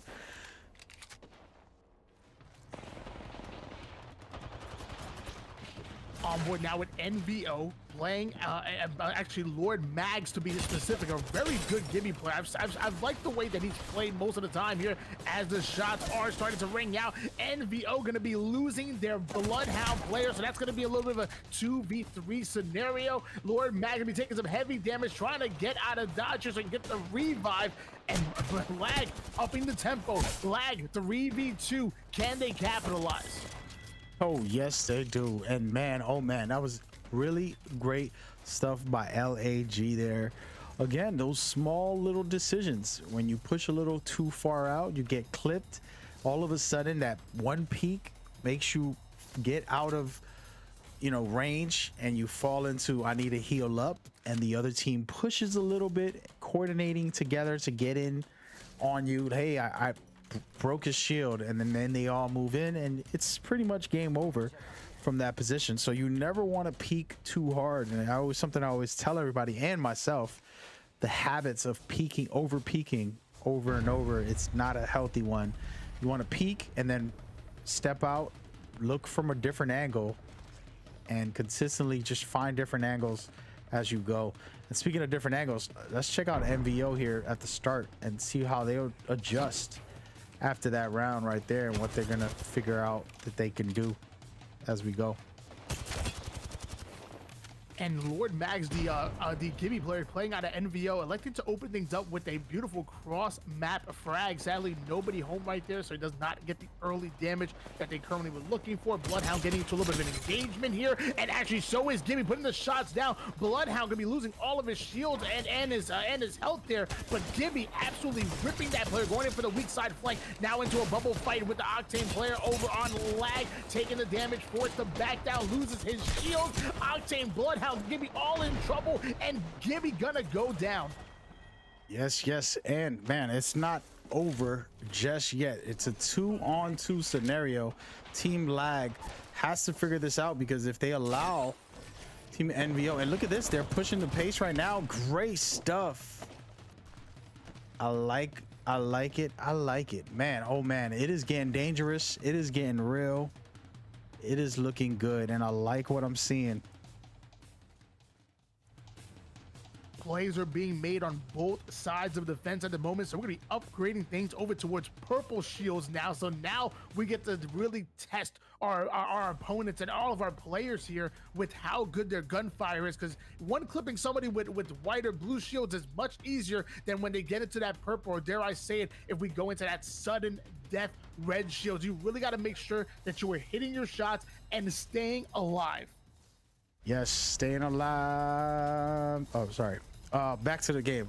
Yeah, so right now, purple shields are out, and it's a good, actually, setup too, because sometimes you want to switch your gun knowing that it's going to be a purple shield, pop off with something a little stronger. You can start off the first round and not have to have a massive gun. You know, you could pick something that costs less with more grenades and just kind of win the first round and go from there, save up your money. And teams do that a lot. So we'll see how this is played out here. Team LAG in control of this back area once again, and they're just so good at positioning and coordination. You just pay attention to how they coordinate. Imagine the communication, and we will be having in-game communication in the future. Not today, but man, just see this coordination. Watch when they'll push together. Those are the things that I get excited for. Just the real professional style of play from those guys is always exciting.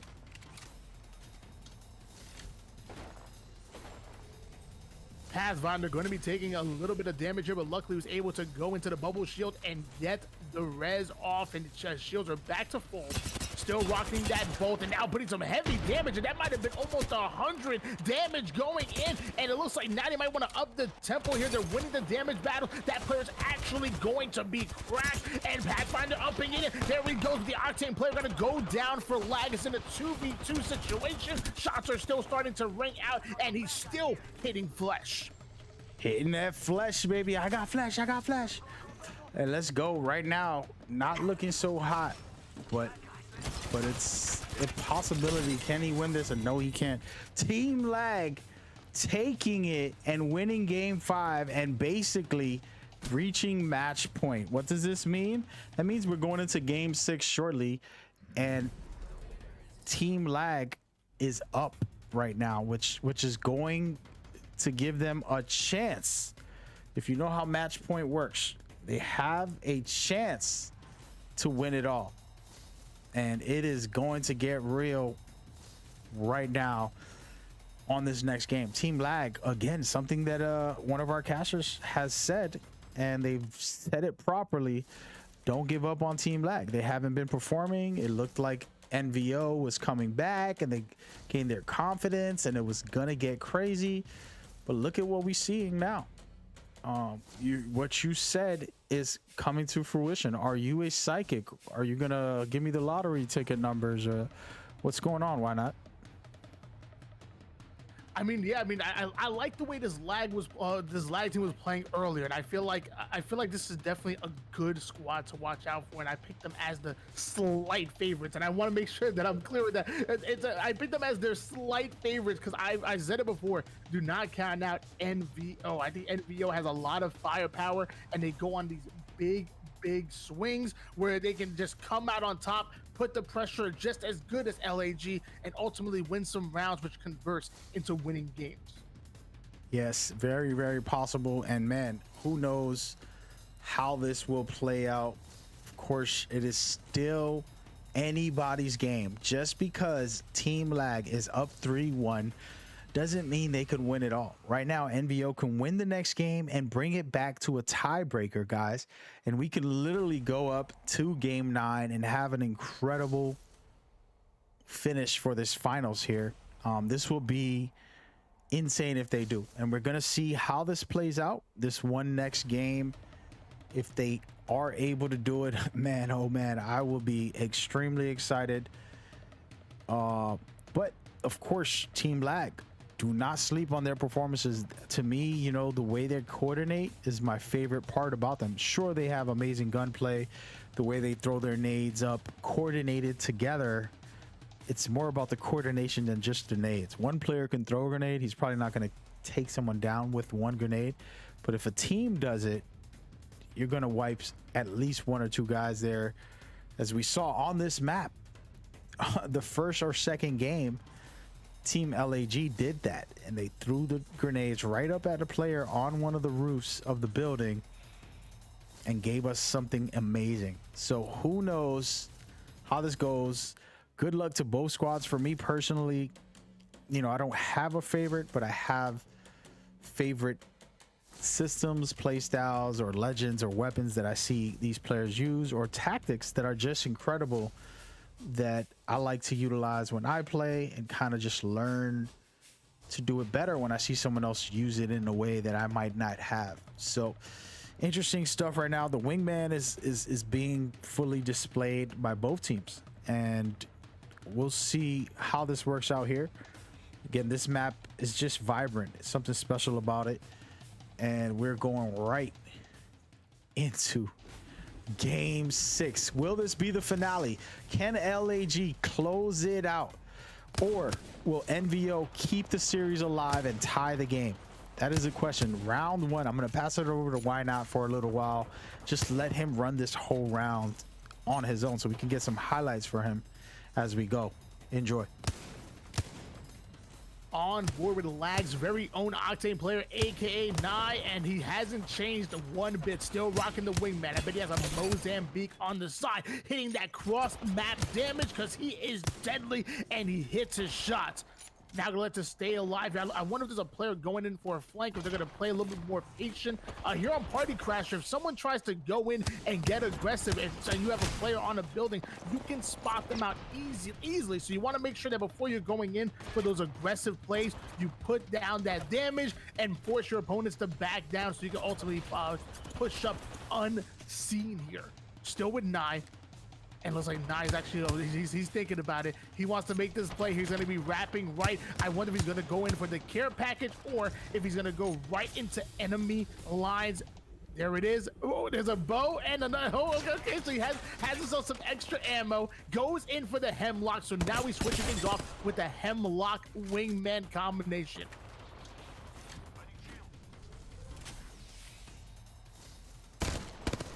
Deciding to go in for some early shields. Still utilizing that hemlock to put in some damage, but he's gonna lose all of his shield at the moment. Forced to utilize some syringes, and I don't know. And actually, he doesn't have any more cells or batteries, so he's gonna be forced to play out the remainder of this round with no shields, unless one of his teammates can drop him a little bit more. He ends up cracking the player up on top with that 29 damage and hitting some flesh, and both players on the box.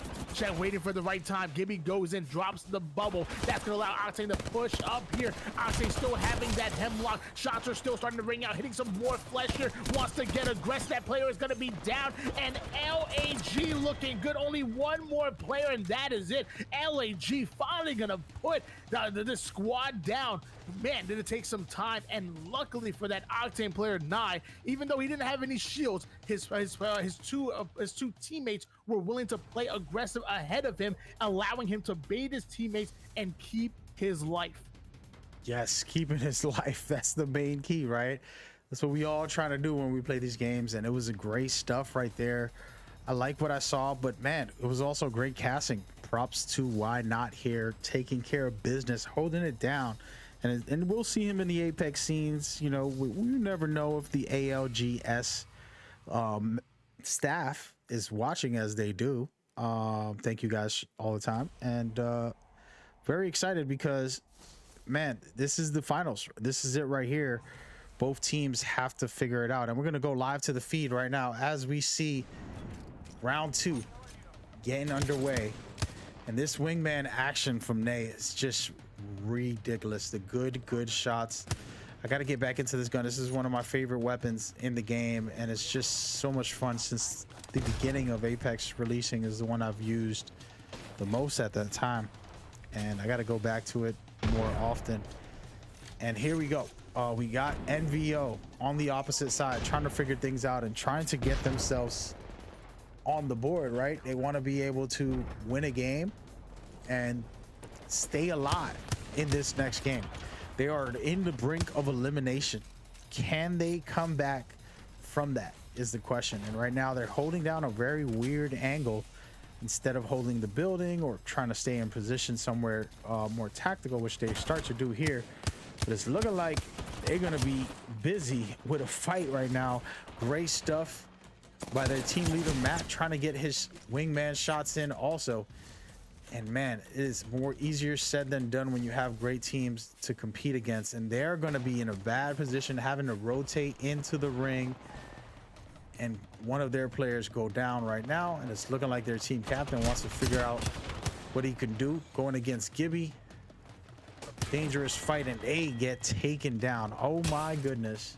Can you believe what we saw right there? Team Lag up 2 rounds, which means this next game could be the grand finale, folks. If Team Lag wins this next game, they're already in match point, and they are 2-0 at this moment. That means it is game over, and they win the finals, and they are qualified for our majors. Wow. Let's see what happens.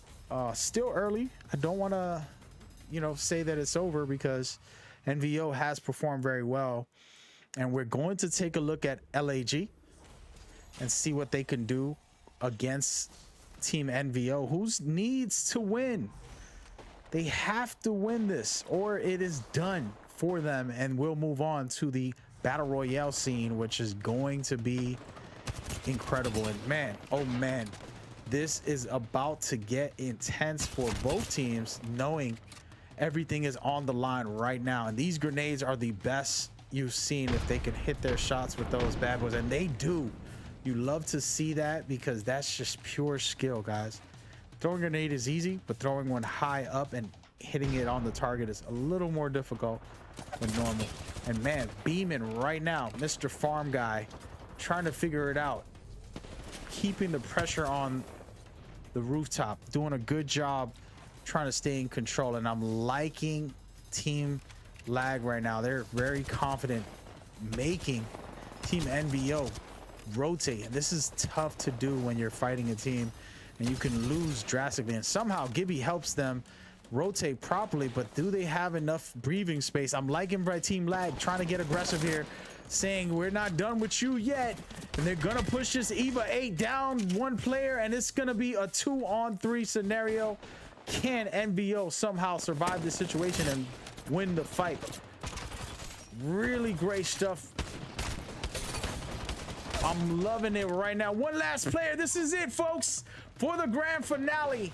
And there it is. Team Lag winning and moving on into the majors, officially qualifying.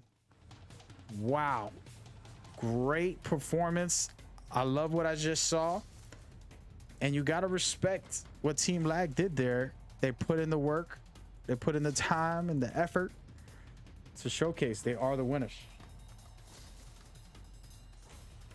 Great. Let me tell you, Lag deserved that win. I feel like, again, from the first round, they looked damn good. And NVO, let me tell you, NVO put up quite a fight, and NVO definitely gave Lag a run for their money. Lag ended up winning that game number 1. NVO put back-to-back games on the board to take the lead, but then after that, Lag woke up and they were ready for this, and they took the challenge and ended up becoming your arena's winners.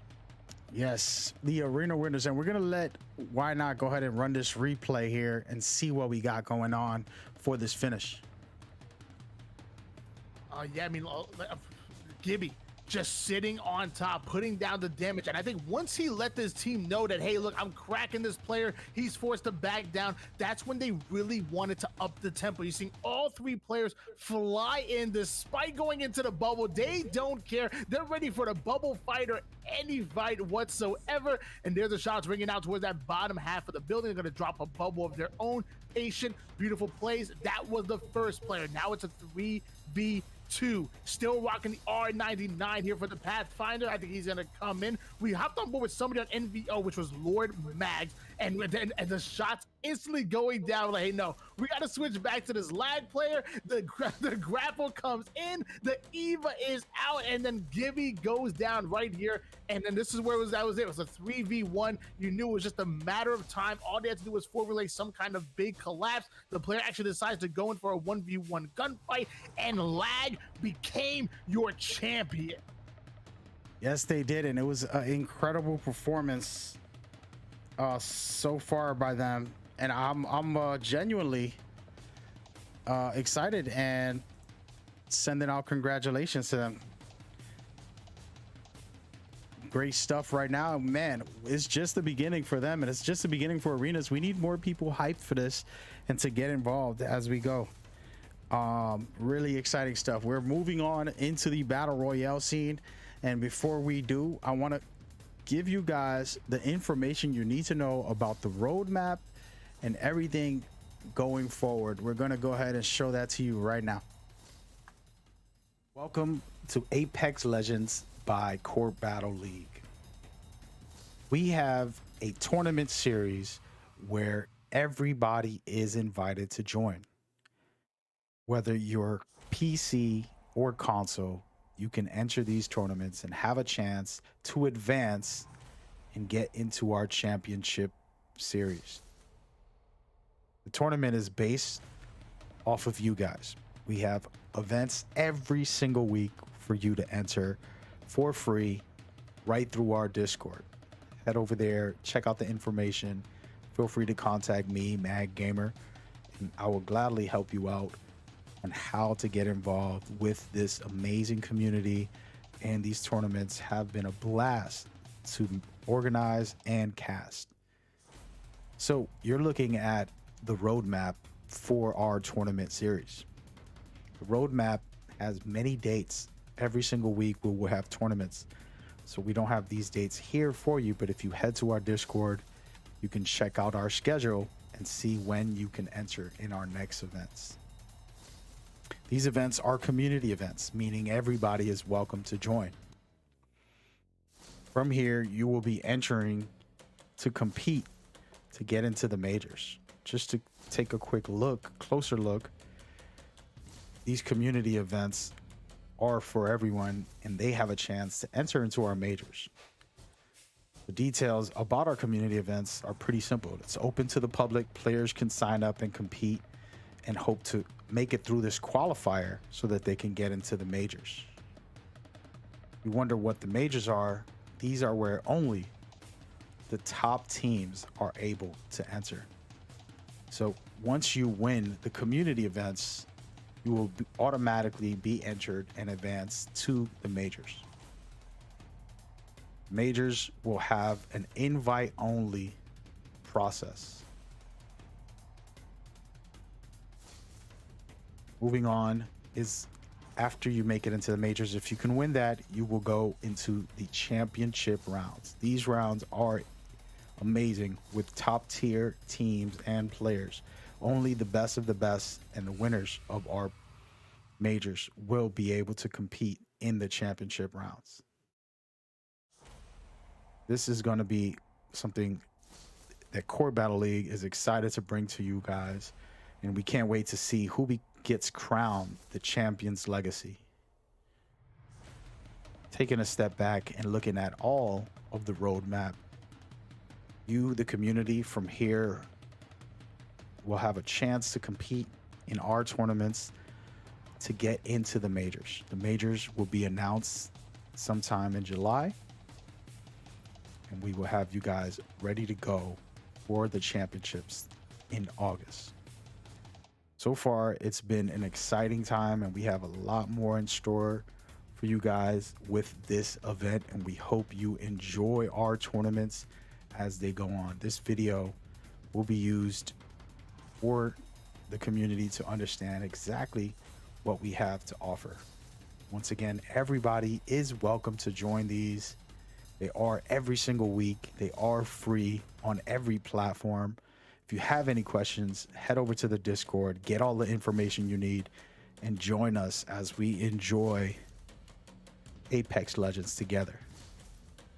As your commissioner and your caster, this is Mad Gamer thanking you, and we hope you enjoy.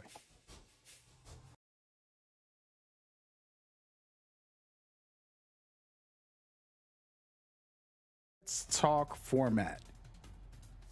Apex Legends Champions Legacy Tournament Series has a very unique format. It is called Match Point, a system that Respawn themselves created for their tournaments. We decided to take that format and add some extra twists to bring more excitement for the community. I'm going to break it down into details to help you understand exactly what to expect. 20 teams will enter into our private lobbies to play Battle Royale. Teams will be facing each other to reach and score 50 points. Once they reach 50 points, that threshold makes them eligible for a chance to win the next game. The way they get to 50 is through placement points and elimination points. Placement points are as follows, as you see on the screen. First place gets 12, second gets 9, third place gets 7, etc., etc. Elimination points are where we add multipliers. The first round, each kill will be 1 point. On the second round, it'll go up to 2. In the third round, it'll go up to 3. As you can tell, each round will boost the number of points you get per elimination, adding more excitement. When a team does reach 50, when they reach the threshold for match point, they are eligible to win the whole game. But the only way they can win is if they place first place after reaching 50. So your team wants to get high placement and as many kills as possible to make it there. The exciting part is, as the rounds progress, kills are worth more points, and they will give other teams chances to catch up if they can perform well. It can only be one winner in this tournament. This isn't a highest score match. This is who can reach 50 and then become first place winners of the next match after reaching 50. This is the format, and we hope you guys enjoy today's tournament.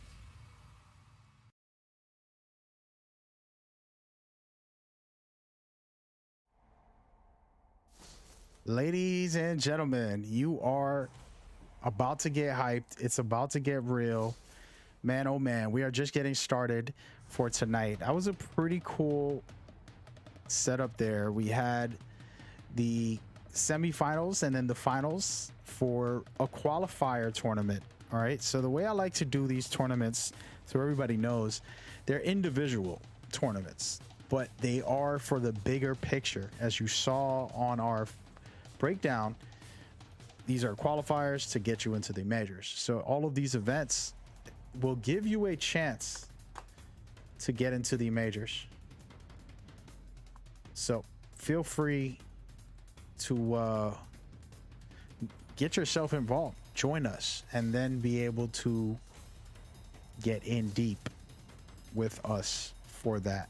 So everybody's welcome. It's all about the fun and enjoyment of doing these. Again, I like playing Apex, but hosting them as well, because I've been hosting events and things like that for years, and it's something I'm into personally.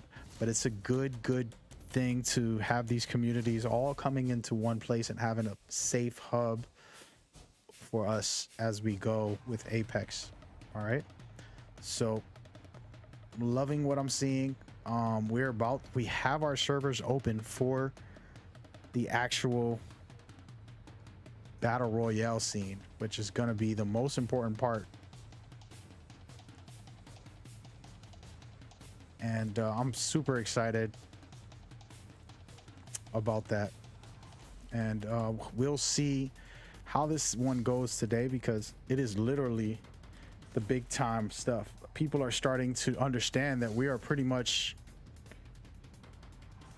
at the pinnacle of everything we have going on. We're getting into our majors next month on August. You're looking at the map right now.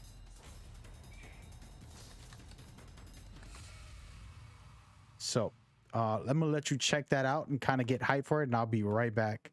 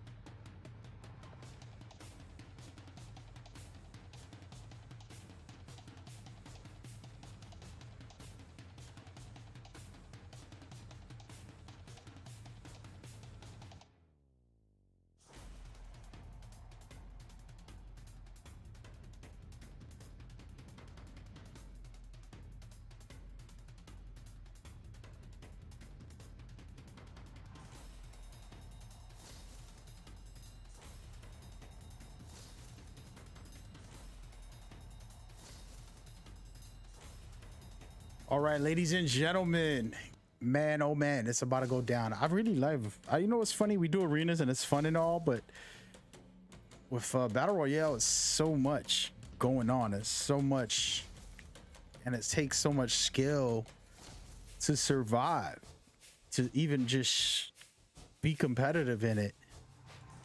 It's not an easy thing to do.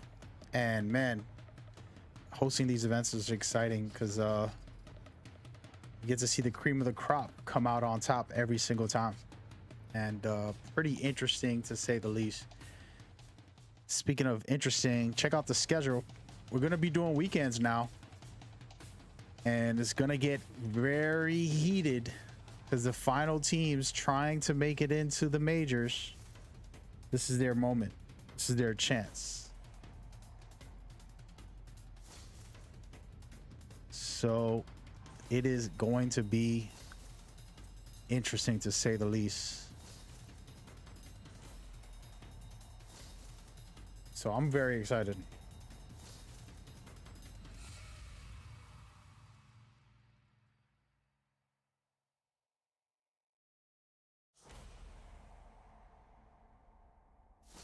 Super excited. So I hope you guys are excited and enjoying the broadcast so far.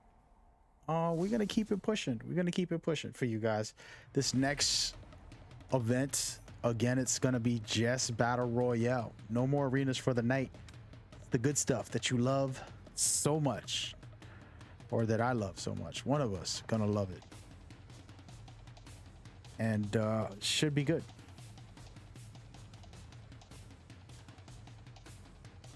And super excited about what we can do as a community as we go forward. We appreciate everybody coming on board. You know, the commentary you're watching today is for the viewers specifically, and for the players to enjoy after the games and things like that. Specific issues in game for these tournaments are meant for the players to deal with on Discord specifically, so we want to keep that in line. But if anybody wants to see our leaderboards, the leaderboards should be active, and I'm going to check to make sure that they're active. And actually I just activated them now, and you can go into the leaderboards and see for yourself what is going on when it comes to the leaderboards. Okay, so get in there right now, hashtag leaderboards, I'm sorry, exclamation leaderboards, and you're going to be able to check out the leaderboard information necessary for today's event. We're going to have a lot of teams, and see the one you envy carrying me with big shoulders, doing a great job carrying me when it comes to doing the leaderboards for me as I do the commentary and manage these teams and try to run some things. She is the backbone for making sure the leaderboard and scores are done properly. Want to make sure that the teams are organized and well place as being as professional as possible, putting their names, staying on the right slots.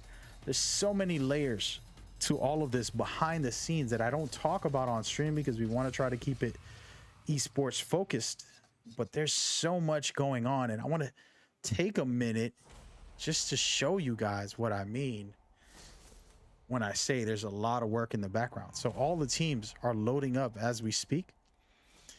And as they load up, we make sure they need to make sure that they're in the right slots, that they have their names, and that they do not quit the match, because their scores can be invalid if they leave during the match. So just a little showcase for you guys, which I don't like to do very often, but we're going to do it today. And I want to just say hello to everybody watching.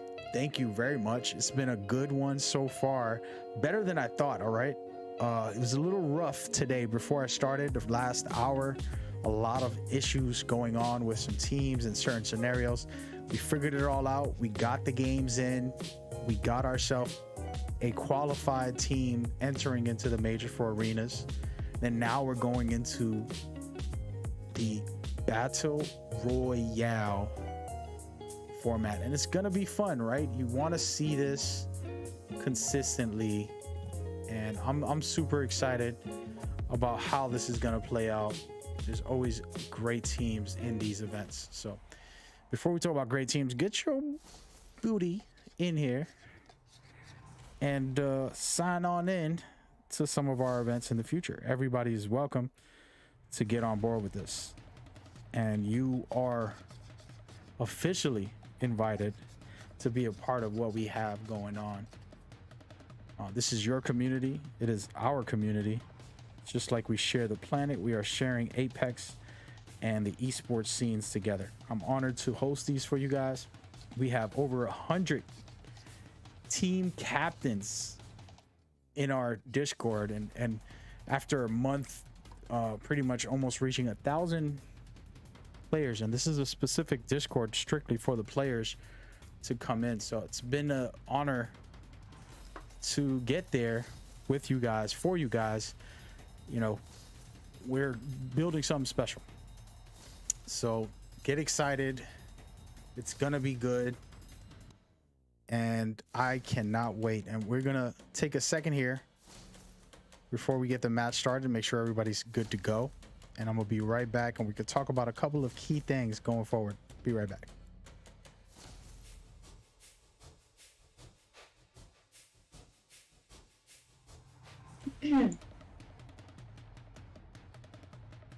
Hey, bro.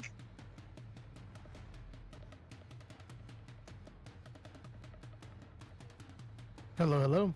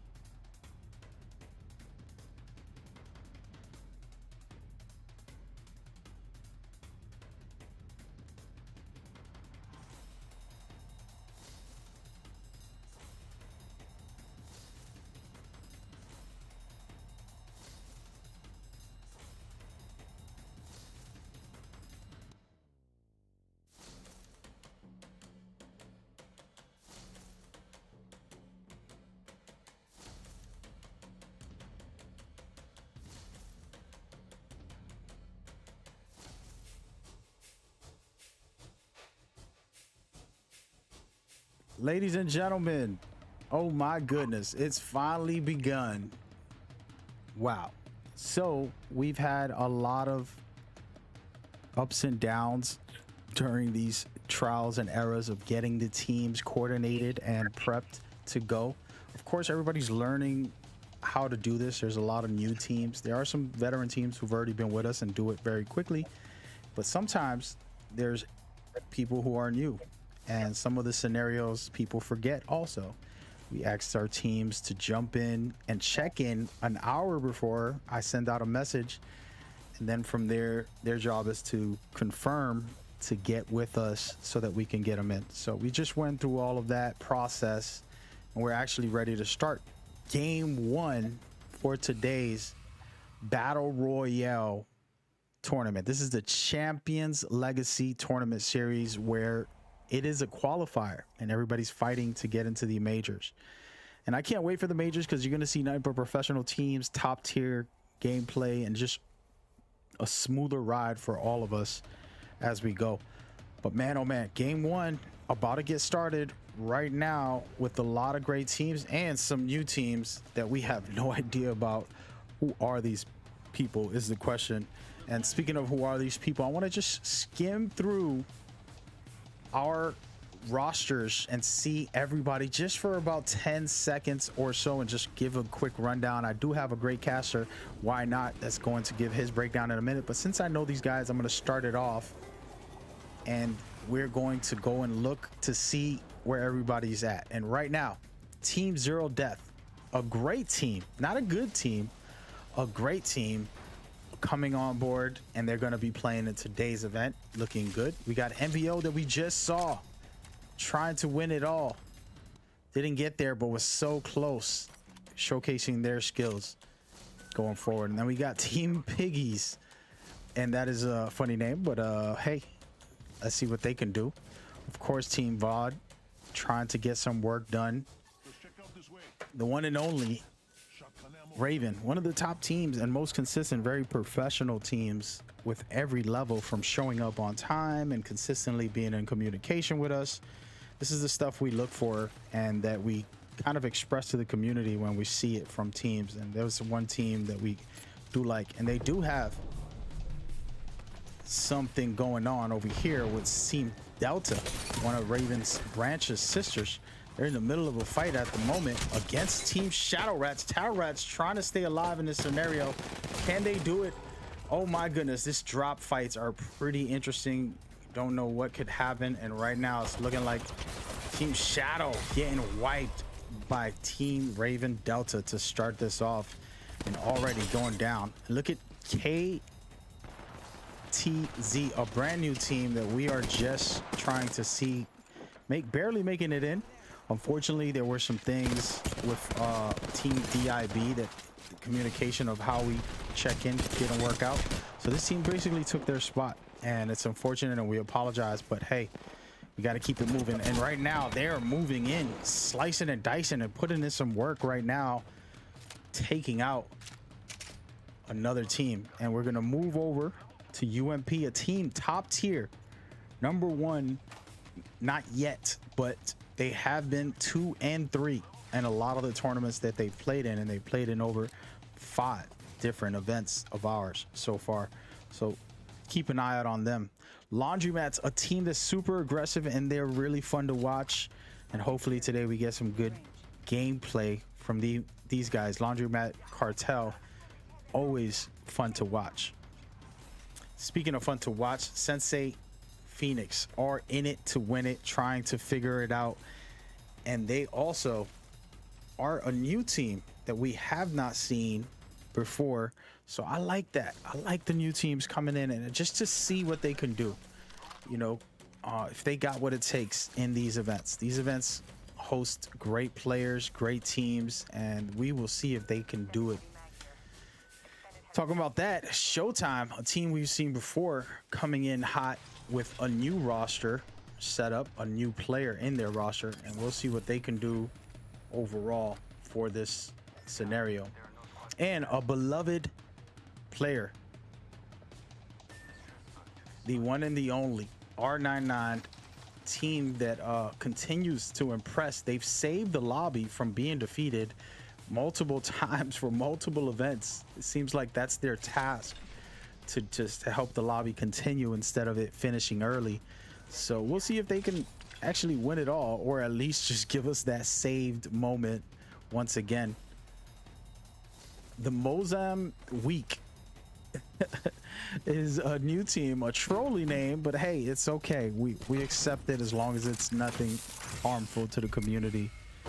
Another new team, and a team we really adore, that we've seen perform amazingly. Of course, not winning it all yet, but being second or third, fourth place consecutively in some of the events that they've been in. Minty Maniacs, always with some fun gameplay, super tactical but very aggressive.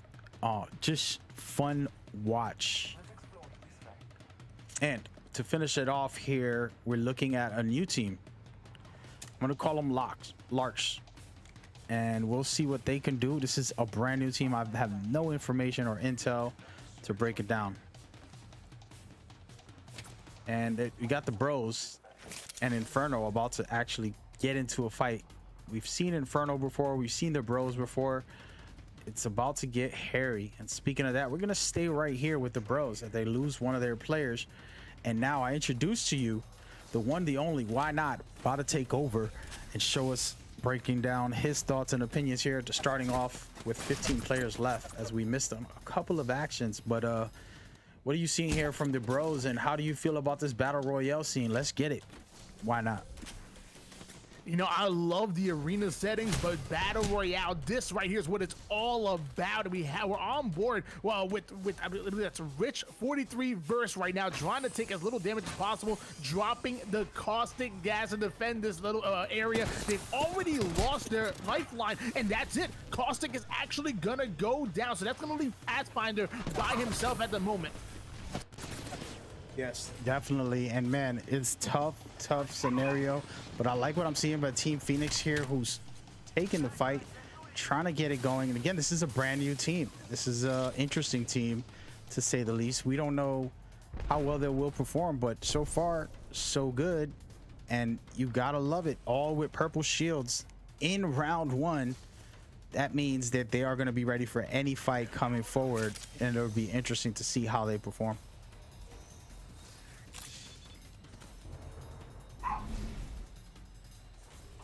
Gonna be switching gears over towards Minty Maniacs. We've seen like a second place a few times, but they're still looking for that big win.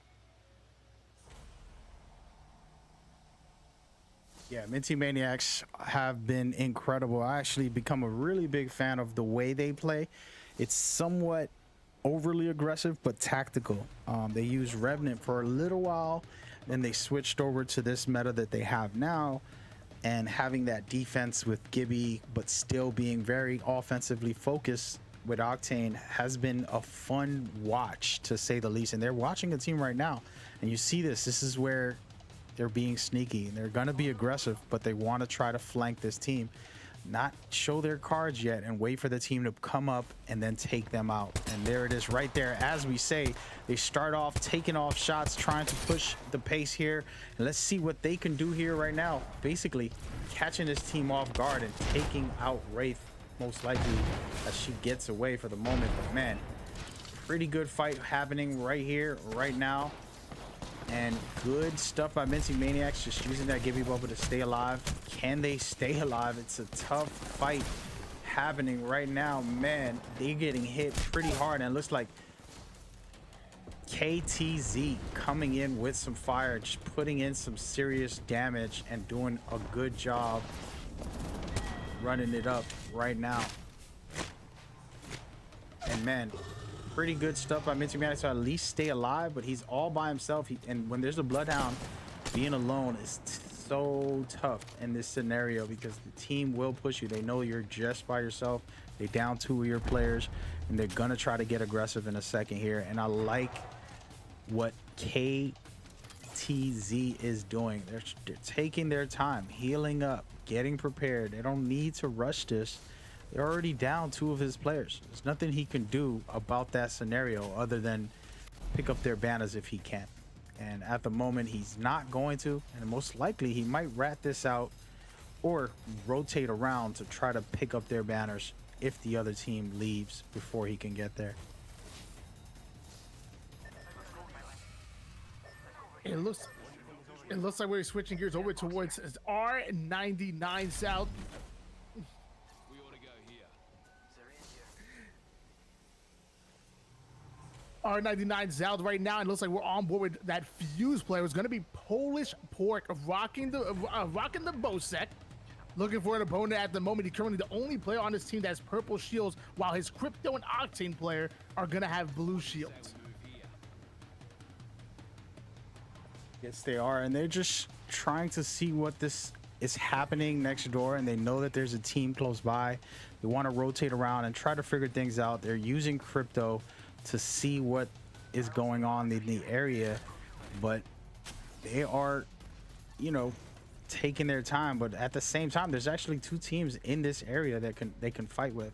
It's looking like Inferno will be fighting against Alpha, and this is going to be an interesting fight. Alpha, one of the top teams who's been professional for us, showcasing that they are on time, on point in every level, communication wise and overall, creating their own esports organization, creating teams within themselves.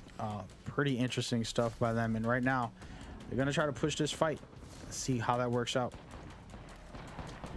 Sweet Blue is actually going to be the Octane player playing for RV and Alpha at the moment. His jump pad is ready, but his Bloodhound player is going to go down, and there goes the jump pad. He hasn't been detected by that Crypto drone, but it looks like he's trying to get out of dodge. That's a fight that he is not ready to take. Definitely not, and it's fine sometimes doing exactly what we see here, stepping away, trying to heal up, figure out the situation, and just get a grip of all of it. And that's what they're doing right now, and it's a smart move. This is how you want to play. You don't want to just go crazy. You want to be as tactical as you can, smart, and play the position as best as possible. And we're looking to see, it's looking like one of the hot teams that keeps rotating two fights consistently here.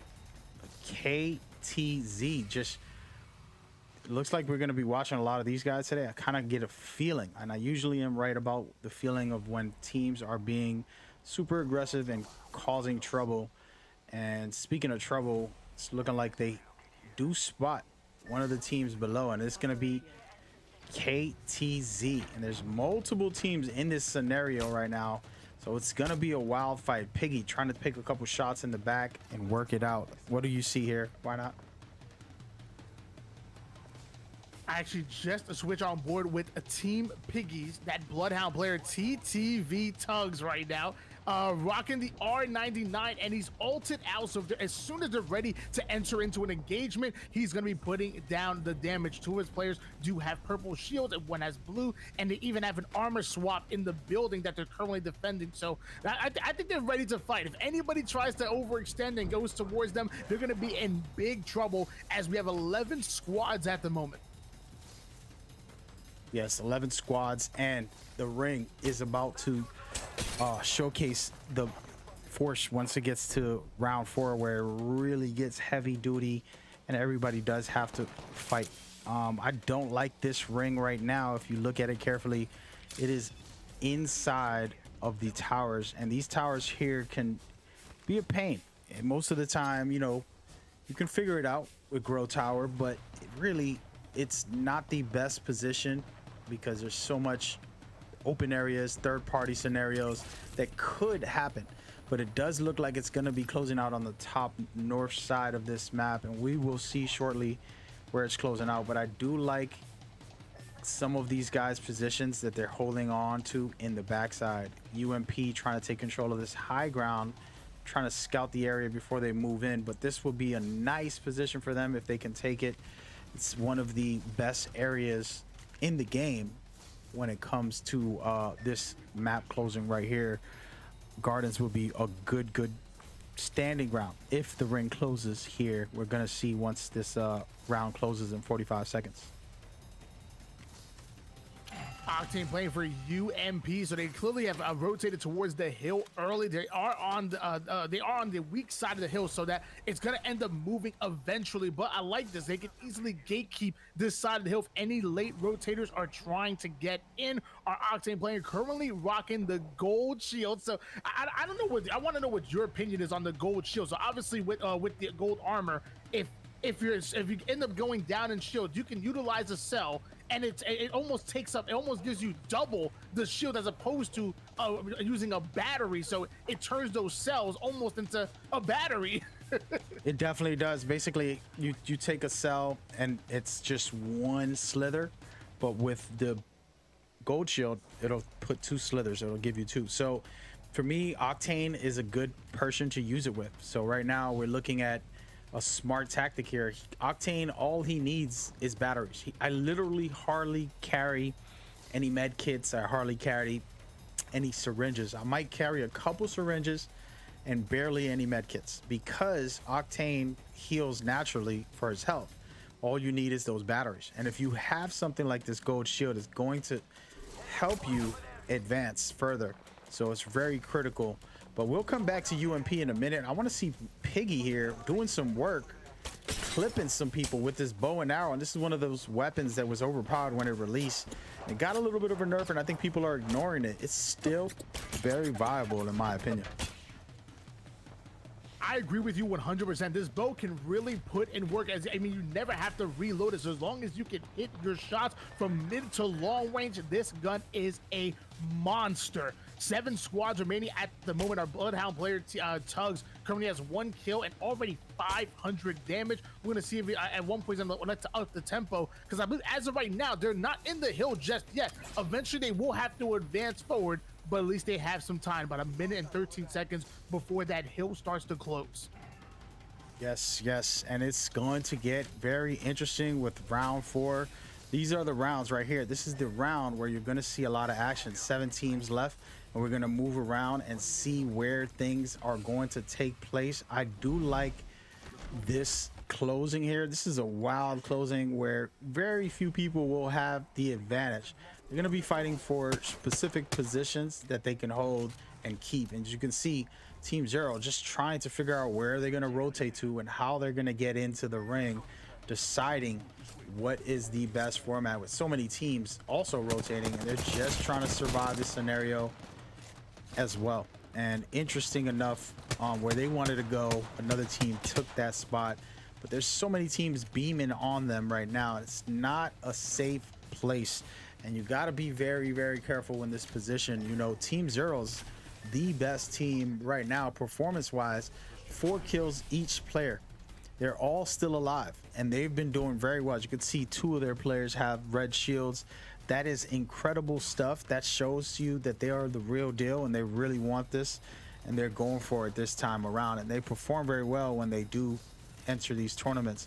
And we'll see what they can do here. And again, it's a tough ring, a very tough ring. And I'll be interested to see how it plays out for them specifically, because they, again, the kill leaders here already with 12 kills to start this match off. So really good stuff, and they use the card just to rotate fast and get into a new position. But I wonder who's close by, and it looks like Minty Maniacs is right next door to them trying to rat it out. Smart tactic, but he's gonna have to get in, and it's gonna be a dangerous slithery slope. And he gets scanned, and now he is going to have to run for his life and just survive and hope to get better placement as he goes. And it's gonna be the grand finale for Minty Maniacs. Great stuff by Zero. Another kill, adding to their 12. Now they have 13 plus placement here in 4th place so far, and they might have a chance to win it all. One of the stronger teams, as you see UMP on the outside of this ring coming up, and they are not in favor because they have to rotate into the ring, as well as Team Lark still alive and haven't really got a lot of work done, but they are alive, ready to go, and trying to stay in the placement round with 4th place at the moment. Again, Zero top tier material. I like where Team Piggy's at, but I don't know how they're going to rotate into this ring right now. It's a very awkward situation that they're in.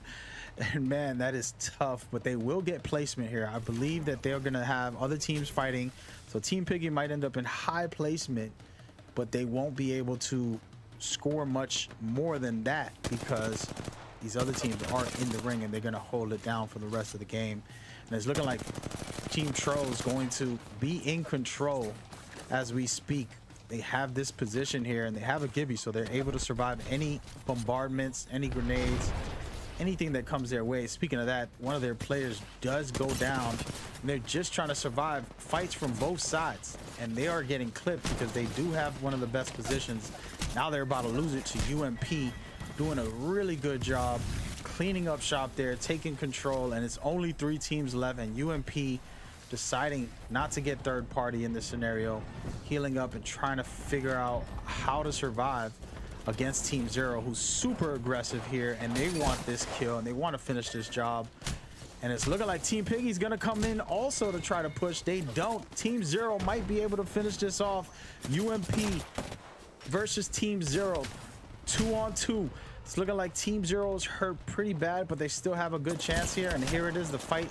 And last one left. It's looking like UMP taking the win.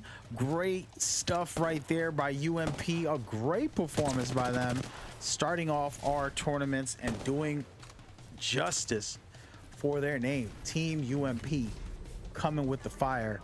And they have 4 kills and #1 overall, which means 12 extra points. That is tremendous. So let's take a replay and let Why Not go ahead and talk to us about what he sees here.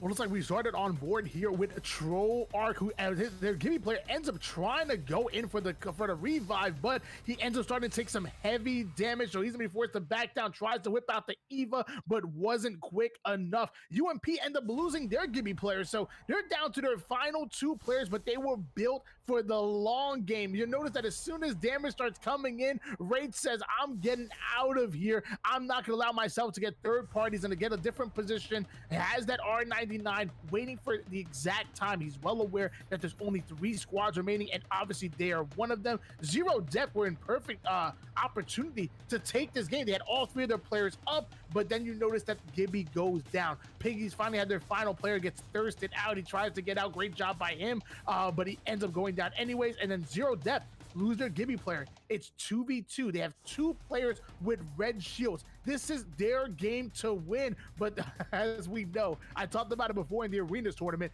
that Prowler freaking rips.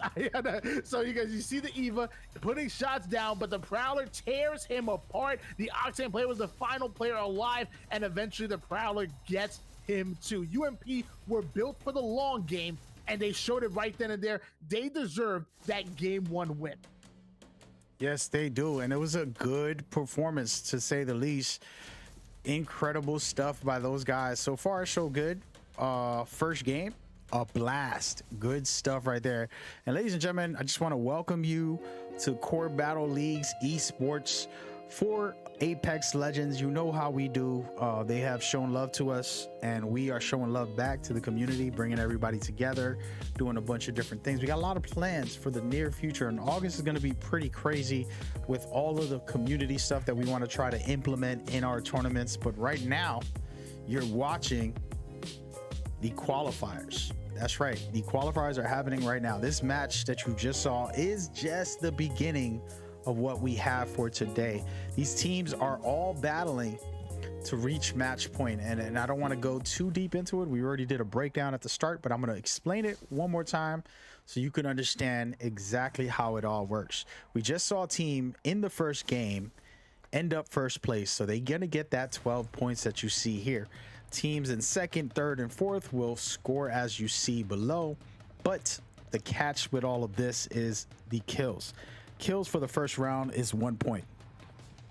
Kills for the second round is 2 points. Kills for the third is 3 points. And it keeps going throughout the tournament until one team or more teams than one reach the match point quota. Once they reach that, they are on the threshold of match point and they're eligible to win it all. But they have to place first overall in order to do so. And honestly speaking, it's harder than you think. You might think, hey, you know, if I'm a good team, I'm going to win this. But I promise you, it is not that easy, because all of these amazing teams are trying to do the same thing, and they're coming for blood, and they're trying to win it all. So don't believe the hype. Understand that it will be very difficult. So pretty interesting stuff, and I believe we do have our scores up, and I want to showcase that to you guys shortly here. I believe they are correct. I want to double check in a second, but I'm going to let you guys see them right now. Right off the bat, 27 points from Team Zero Death. Killing it. They got a bunch of kills. That's a pretty high number for the first game. I wonder how many kills and things did they get on that first game for them to score that high. Incredible stuff. And again, it's just the beginning. We are still pretty early on. These teams are all trying to reach 50. Once they reach 50, it's not over. It's just the beginning. We are going to get to see what happens next. Okay, so from there, they have to win the whole game. So you get to see some interesting dynamics when you play these, and should be really good. And I believe we're pretty much ready to go for the next game, and we're about to get started shortly here. Hope you guys are enjoying the way I am enjoying this event so far. Looking pretty good overall, and it's exciting stuff to say the least. I'm going to check in to make sure all the teams are in and that we're good to go for the next game. As we see UMP in second place with 20. That's a lot, guys. Anything above in double digits on the first round is a lot of points. And man, oh man, some of these teams are already halfway, and then a couple of them are very close. And remember, the next round, there's a multiplier that is going to change the game drastically. So pretty interesting stuff. And get ready. We'll be right back in 2 seconds to start up the next match.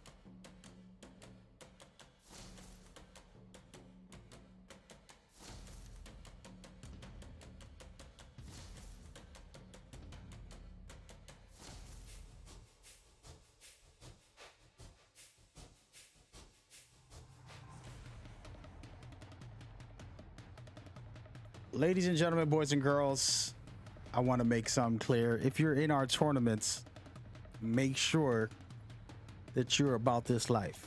A lot of great teams come in and they really about this life and they really care. And I really care because I put my heart and soul into this, literally my time, not just during the streams. This is a lot of work behind the scenes. See the One You Envy comes on board to help during the events. Then I spend all week long managing the teams, organizing this, getting all that ready, graphics, the website, social media, all of these things. So it means a lot to me when the teams come in and they care. Right now, we're going to be letting DIB jump on board right now and get in on these matches. Unfortunately, it might take a second, but we're doing this for the right cause and trying to make the right move for everybody. So bear with us. At least you get to see the scoreboards, right? Or you want to see my pretty face, or maybe you want to see why not, or see the One You Envy is a beautiful female.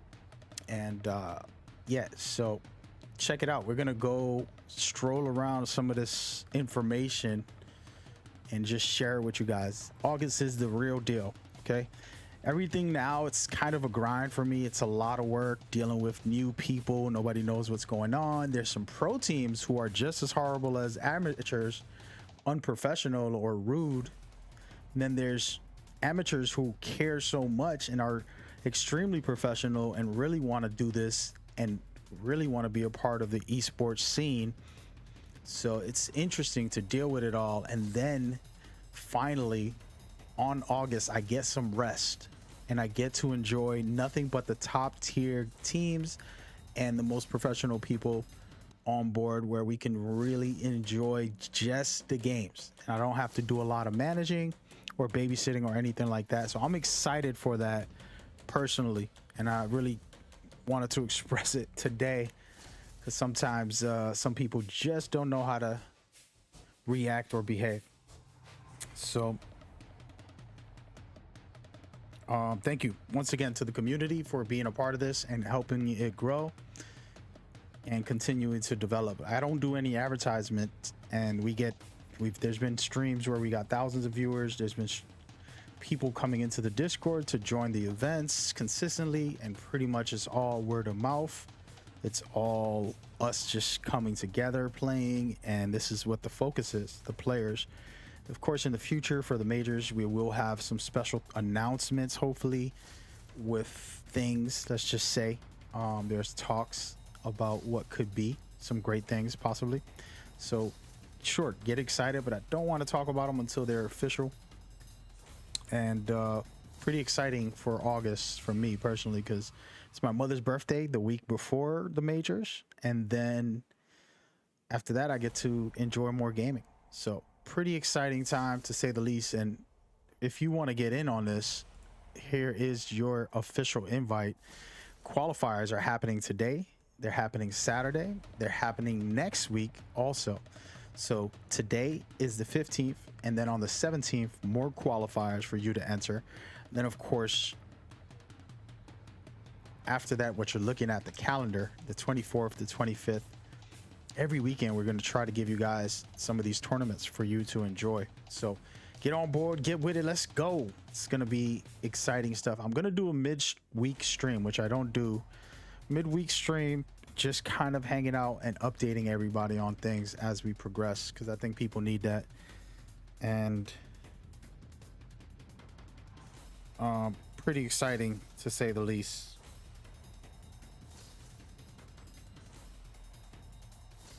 And I'm very, very, very, very blessed to do so. And DIB's hitting me up. The team leader, there's 2 DIBs. We're only going to allow 1 team from DIB to enter, and then we will start this next match. But there's a lot going on in the scenes, guys, and it's a little overwhelming. Some of the stuff, there were some sponsors that I wasn't comfortable with. I want to keep it gaming focused. You know, we'll see in the near future how all that goes. But thank you guys so much for the love and support, and we're going to keep it pushing as we go, as you know. And once again, just a simple breakdown real quick. We're not going to go over it too much, As you see here, the format is get to 50. All right, easier said than done, but how do you get to 50 to reach match point? Well, placement points and kills get multiplied every round. So it starts off with 1 on the first round, 2 on the second round, and so on. And once a team reaches 50, they have to win it all.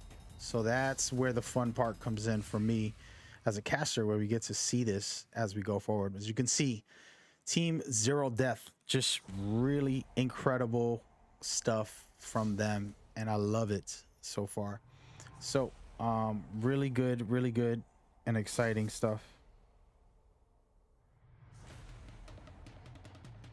Thank you guys so much for being on board and rocking with us as we go. So stick around, gonna keep it right here, and then we're going to open this up to game 2 shortly.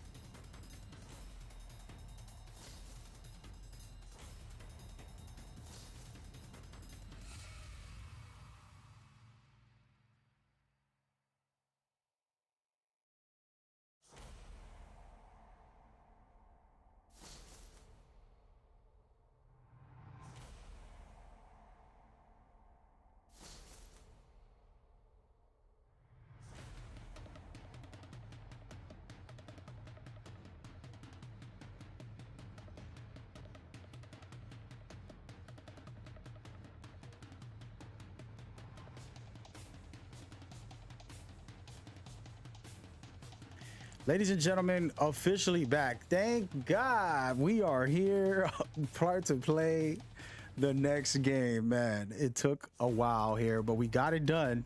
It's like a victory. It's like winning a battle royale. I just felt like I won a battle royale just by getting it started, guys. This is a lot of work babysitting, all right? But we got it done. We're here managing the team, making sure everything's run properly. Again, there was an error in the beginning, and we can't control this the way teams behave themselves. These are qualifiers. Anybody can enter. So sometimes there's hiccups and scenarios where we just got to deal with bad situations and make the best predicaments. And earlier, See the One You Envy made the right position to want DIB in the event. And I made an error that I'll man up in public and say it was another team that was already in the slot. We don't want to just take people who are not on point. People got to be assertive. And while I'm saying the right thing, the decision wasn't proper. And we got DIB right back in it. And now we get to see them. We're going to be rooting for them today to see if they can take care of business in this Battle Royale scene as we go. No way. And we'll see how this plays out when it comes to these teams. Of course, you guys, it's easier said than done trying to win these matches and trying to take care of business as we go forward. We're going to see what everybody has. And ladies and gentlemen, right into the action. There's no more talking, man. There's no more talking. Oh, no. No more talking for the rest of the day, guys. We are here. We are live. Game 2 going down right now for you to enjoy. I hope you enjoy as much as I enjoy. And man, it's looking good. Looking good. Let's take a quick look around the world. We got DNA, a team that we haven't even spoke about much on that last event. They dropped hot and got dropped off, but they are in it, trying to figure it out as they go. You got Raven, another great team. These two teams are been pretty professional in their tender of coming to these events and trying to qualify. So loving what they do, rooting for them as a team to perform well. Then of course the legendary DIB.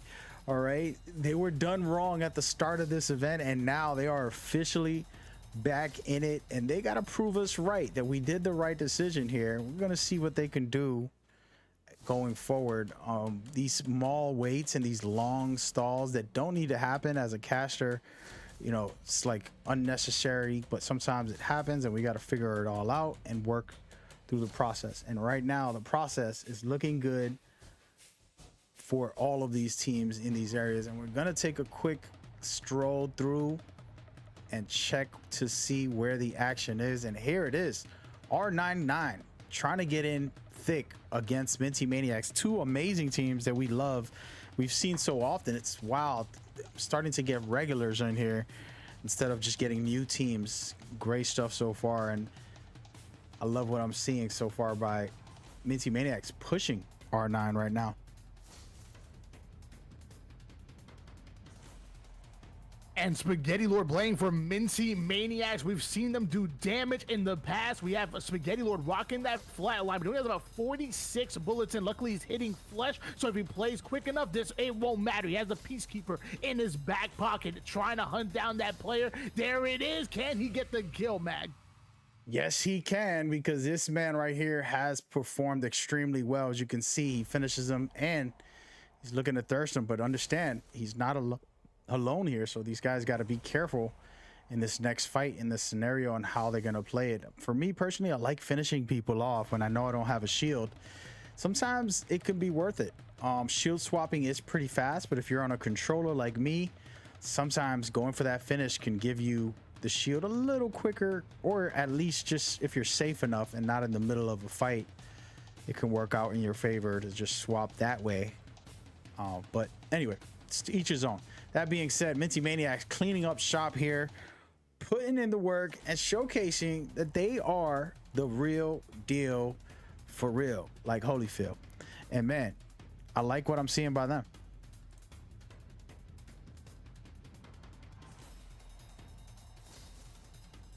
Each player on Minty Maniacs currently having a kill at the moment, so they got some good KP, but now the question is, can they combine it with that placement points? Because, I mean, kills are nice. Kills, you know, having 3 kills is decent, but if you can combine that with a top 3 finish, you will really be looking good as our Gibby player electing to actually share some of his heavy ammo with one of his teammates, and they have all of the elevation that they need to gain the information that they need. So as soon as they spot a player maybe out of you know, overextended, out of focus, they might want to collapse on them as they keep their height advantage during any other situation. Yes, it's an interesting scenario because sometimes, you know, you want to be safe and smart about what you're doing, and when it comes to Apex, you know, you're sitting here in a battle royale scene where anything could happen at any moment. So never get too comfortable. Always be ready for the action and always be ready for a fight. You know, it's a shooter first, but surviving is just as important. So we'll see what happens with Minty Maniacs. We are going to switch on over and catch up with, right now, Team Tros looking to pick a fight, and they're going up against Delta. Team Raven. Delta's trying to stay alive, and it's a 1-on-3 scenario. Not looking good for Team Delta, and they're gonna back up off this. Might be the right thing. They have one of their teammates' banners, and if he can get out of this scenario, revive that player, they can still be in the fight for the long haul. It can work out for them, but I'm sure that they are probably gonna be getting somewhat chased, and they need to just book it and see if they can survive. And it looks like that's exactly what RVN was trying to do. They were trying to get out of dodge. NVO getting into a little bit of an engagement here. That's going to be the captain. It's Matt. Rocking that Octane, has the jump pad ready. His teammate Lord Matt's going to get himself some purple shields here. I'm sure eventually Bloodhound's going to upgrade with 19 squads remaining. They're going to have to upgrade these shields really soon. And Delta still here, staying alive. He looks like he wants to make a play towards that Octane banner, so this way when he recovers, he's actually recovered both of his teammates as opposed to just his Wraith. Yeah, he's stepping out. He wanted it, but there's 3 teams in here right now: DIB, NVO, and you know, they're wiping other players out the picture. You just saw them wipe out another team, and now they're gonna have to fight each other. So pretty interesting enough here, and you want to stay alive and stay inside during the bombardments that's about to happen over here. But man, you gotta love it because all of these teams are right next door to each other looking for the fight. Trove is next door, DIB, NVO, all right in the thick of it, and possibly about to have a nice little party of bullets. And that's gonna be good because I know your co-admin Envy. I already know who she obviously wants NVO to win. I mean, obviously there's some kind of collusion there somewhere. As we're on board with our Caustic player rocking the Spitfire. And you know, we talked about before, like some of these weapons and legends that aren't really much liked in the community. The Spitfire definitely being one of them. This kind of seen a couple of nerfs. And even throughout the nerfs, it's still a killing machine. You put down damage with it, and with its high capacity for ammo, it can just rain down shots. I'm not gonna lie, when things get tough and I need to get a win, I need to start winning my gunfights, I grab me a Spitfire ASAP. Yeah, the Spitfire, like I said, if I'm solo and I have a bad situation that I know I have to kill 3 players, a Spitfire can save my life because I can take out 2 players with 1 clip or 3 easily with the Spitfire, and then on top of it I can just suppress them to make them feel like, hey, there's a lot of fire, I gotta back off, and then that gives me a moment to run away, heal up, and just gives me a chance to kind of push them back. And I actually use the Spitfire at times in a long range manner also, so sometimes I'll just pop off with that thing and try to make it into a more focused fire for long range, just to suppress teams and cause a little bit of chaos with that. Speaking of chaos right now, Delta trying to stay alive. They're still alive, but they have that 1 player, so there's nothing going on with DIB. I thought they were going to fight NVO or Trove, and they pretty much have been holding this ground, and it's a good ground because it's in the ring, so props to them. And look at this as I switch over. There's over 5 death boxes for UMP, looking like they might take this game with the incredible gameplay and setup that they have so far. Man, good stuff right there. UMP having 20 points on that last game and then coming in hot for this scenario right now. So they definitely 100% have a chance to make a move right now. UMP currently sitting at 4 kills throughout all of their players at the moment. Octane currently has his jump pad right now, and pretty much everybody on their team have their ult ready, so if they get into a gunfight, I'm sure they'll be comfortable doing so, and Octane is ready to push. I believe it's going to be the IGL leader of the team, so he's going to try to push first, give the information, and when it's clear, everybody going in together. 15 squads remaining at the moment, so we have a whole lot of Apex to be played here in game number 2.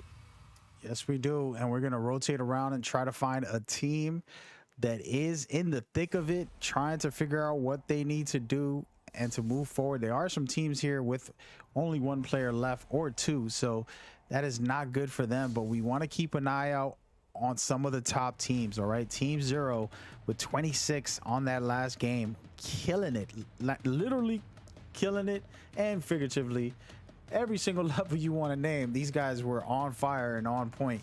And now they're coming back trying to get vengeance. They're trying to figure this scenario out, and I think they will, as long as they play it safe and smart here on this setup overall, just being a lot more careful with how they're playing on this round, because they know they're close to the finale and being able to win it all shortly. So a couple more games for them. And you see NVO, who could have been in a third party fight, they end up surviving it, but they're caught now. I'm gonna let my boy Why Not take over for a little while here.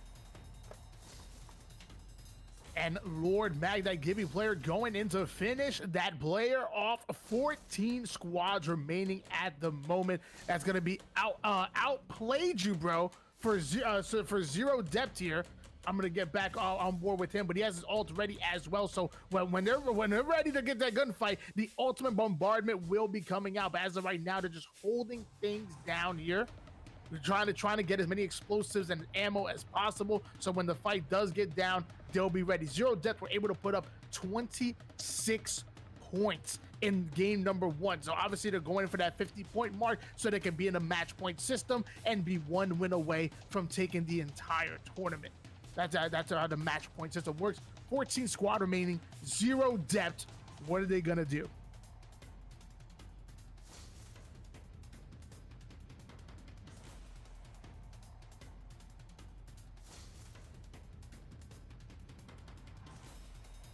Looks like pings are going down for our 0 depth squad, so the information is coming in. But as of right now, they're comfortable. They are perfectly comfortable with slowing the game down, allowing the game to come to them, and they defend this position. I mean, literally, they're not moving whatsoever. Outplayed you, bro. Has ultimate bombardment. His squad in Octane also has the jump pad, and even their Bloodhound player has the Beast of the Hunt ready to go in at any given time on the skill feed here. Dib Ragnarok able to get a down on the feed, and it looks like Gibby electing to share some of his shields. Yes, he is, and it's got to be a careful scenario here for Zero, but we're gonna see the 14 teams left behind here. I like some of this situation that you're seeing, because the map is about to get very lovely. Once again, after round 3, it's where everything starts to close in, and all the rotations and are you in the ring yet starts to really ring a bell for every single team. And right now, some teams sitting very comfortable in the ring, doing the right thing and trying to stay focused. And of course, we're gonna pan through and try to find where we're gonna see the problems brewing. And I like some of these guys' thoughts of positions and being able to just stay in control. And at the moment right now, there's a lot of teams rotating into the ring, but not having the best scenarios. And we're looking at Team Inferno trying to figure it out right now. They're in the middle of a fight with a bombarded dropping deep and heavy on their head. Can they survive it? Looks like they might, but it's still early here on this fight that they're about to have. Deciding to get out of there. Let's see what happens here. They actually don't take the rotation. They feel uncomfortable with it and deciding to just push into safe ground cover in the buildings, like what I'm seeing here. And Team Inferno at the moment, Octane player currently still rocking that gold shield. Also has a flat line. I'm a big fan of the flat line. Let me tell you, it has a little kick to it. You obviously have to control the recoil a bit, but if you can master it, it will put down damage. It has a large enough clip where you can really fight 1, 2, sometimes even 3 players with this weapon. And don't forget about how accurate it is when you're hip firing. This is probably one of the more accurate guns that we have at hip fire. So if you want to get up close and personal, that flat line will put in work. As long as you're willing to control that recoil, I think going to be doing well, as it looks like he's staring down his opponent from across the way. Yes, he is, and these are the fights that you want to win, because if you hold this down, you're good for the 4th round, and you'll possibly start scoring points in placement, because right now it's only 14. Not a lot of points there, but once you start hitting that upper 10 and higher, you can score some placement points, plus the kills will start racking up, because you're automatically going to have to get into these fights and really push the pace. So we'll see how this works out for them. I'm very interested in all of it when it comes to teams like this right here that are new to us, but they are not new to the scene. We'll see what they can do going forward. And speaking of what they can do, check out Team Zero just hanging out, enjoying themselves, having a drink or two, making sure that they get placement on this round. And they're taking their time. Last round they had the most kills, and this round they're taking their time and still getting some good kills, still doing some work, but playing it smart and trying to stay in position. So I like that from Team Zero. But right now, I don't really like their positioning for this rotation. The round's going to close in a little over 60 seconds, and they got to get in somewhere safe and smart where it's not going to cost them. And let's go ahead and see what they can do here, because they do have 26 points on top of whatever they're getting for this round. If they can do some work, which they're actually going to push this team perfectly right into the building, swarming that team. Loving what I'm seeing right there. That was great coordination, and that's what I'm talking about right there. Great teamwork, downing two of their players, trying to finish this off, and they do. And man, oh man, it was a close call, but they got it done. And you gotta love what you're seeing from these guys. Overall, just beautiful performance, and they've done this before. The question is, can they finish this off? Can they really win this tournament? That's what we're gonna see, if they have what it takes. And of course, there's other teams like NVO that's saying, nope, not today, not tomorrow. It's our house. And all of these teams in here are viable. There's a lot of good teams that I know, over 10 plus of them, that are really high performers. So we'll see how it works out, and as we go. And this is one of the things that I love about battle royales, is that, as these squads are playing quite slow at the moment, but as that circle begins to get smaller going into round number 5, the action will be forced to get kicked up a notch, and eventually we'll be down to about maybe 4 or 5 squads very soon, because that round is the round 4 ring is closing up, and we are indeed moving into round number 5. Yes, round number 5, the scenario where if you're not in the ring, you're in trouble. Pretty much this is the way I look at round 5. It can get very hairy. It's one of those tossing a coin up and hoping for the best scenarios, because as you rotate, there's probably a team who's going to gate you, and then you're going to be in the thick of the fight. As we see right now, Piggy, 2 players only, they're rotating into the ring and already getting shot up. And as I say it, a little bit of a caster's jinx, but they are getting bombarded right here, being gated, and that's the proper way to play, to be able to just push a team. And man, great shots right now by Tug, doing a good job with that G7, and just smart play here. And he's probably not going to get pushed right away, because that's a vulnerable place for other teams to come out to. So he'll be able to just fall back and pick off some shots and kind of figure out how he's going to rotate. Now, can he get his teammate up is the question. I don't think they're going to allow that. They might headshot him here during the process, but look at this. Somehow he gets it. Good stuff by him right there, and it's still super early. But we will see what happens with these guys when we come back. We're going to rotate over to Team Raven, who are about to fight it out, and there's so many things going on. And we're going to switch on over to UMP, who just got into a fight. They're trying to survive this scenario. The team is going to push them in a second here, and they're gonna have to try to heal up and figure it out as they go. I like what I'm seeing by UMP, second place with 20 points. They're trying to stay alive in this scenario and fight it through.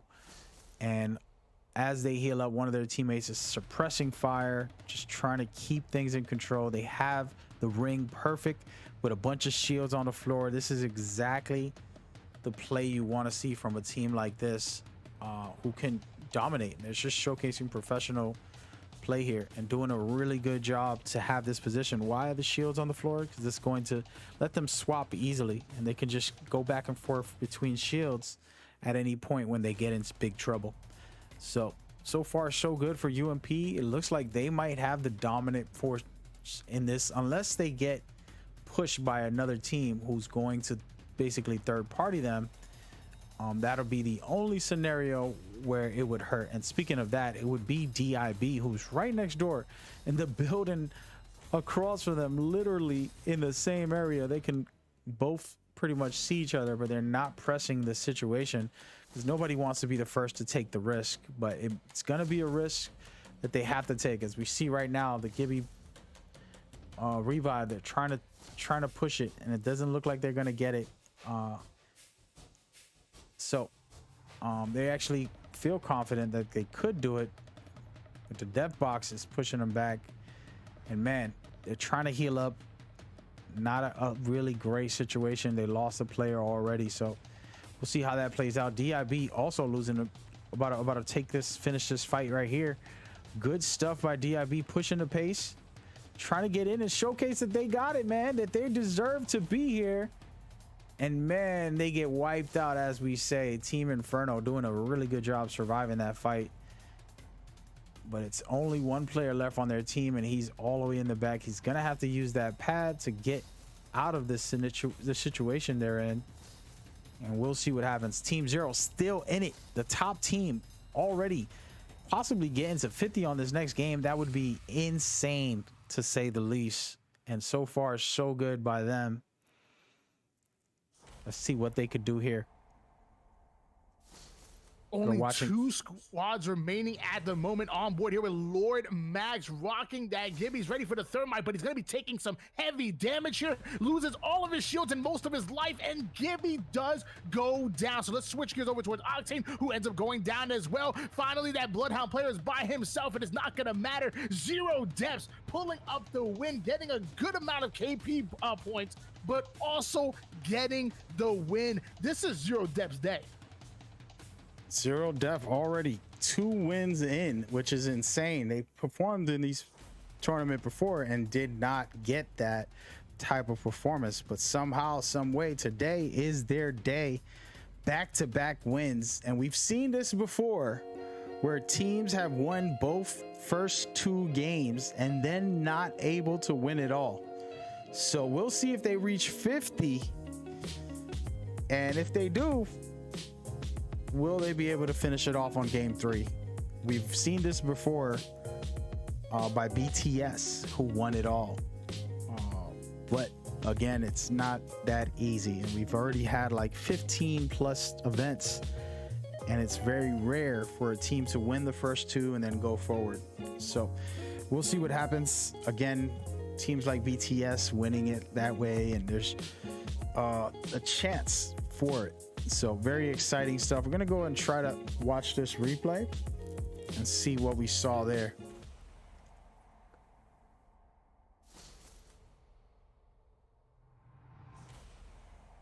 And this was the moment where Team Inferno, they were in, I mean, they got out alive, but barely. They only had one more player remaining. That was their actual Gibby player. So this is when we switched over towards Zero Depth. I mean, Zero Depth had 2 players rocking the red shield, so it's crazy to me that they're built to play for the long game, but when push comes to shove, they can win their fights. NVO had a Lord Mags. This is a player that I actually enjoyed watching throughout the arenas tournaments and the battle royale alike. I think he's a good patient player, and obviously he knows how to shoot his gunny as the shots do come down. He eventually be forced to back down, but I want to say it was I believe it was their Octane player who was the first player. No, I'm sorry, it was the Gibby player. It was Lord Mag, the first person to go down. He takes the damage, drops an excellent bubble, shields, and has his teammates there, but it didn't matter. He goes down. The second player was Octane, and then that left Bloodhound by himself in a 1v3 situation, and that's not good math. Zero Depths take that game. They already had 26 points after game 1, and they've asserted their dominance here in game 2. Congratulations to Zero Depth. Zero Def. I call them Def because that's what they've been causing in these lobbies, and we had a really good time so far seeing excellence, guys. I know a lot of people get mad about dominant sports teams winning multiple championships, and they're like, I don't want to see them win no more. And there's this weird thing that people have with success, like if it's a problem. But the great people, the winners in the world, applaud and rejoice in greatness. We love excellence. And as a caster, as a viewer, as a fan, any excellence that I see that I'm into when it comes to like basketball, any sports that I love, for example, video games, it's incredible. And right now we're seeing incredible work by Team Zero, being able to stay in control and hold it down and run it up big time. So that's what you want to see from these guys. And they've done it as best as any teams can do it in our events. Okay. You saw that they were a little bit patient at the start. They weren't pushing the pace right at the beginning, but they got it done. They made it happen and they figured it out. And that's the type of stuff you want to see in these events. And man, it's just the beginning, right? We're just getting started. There's so much more to talk about.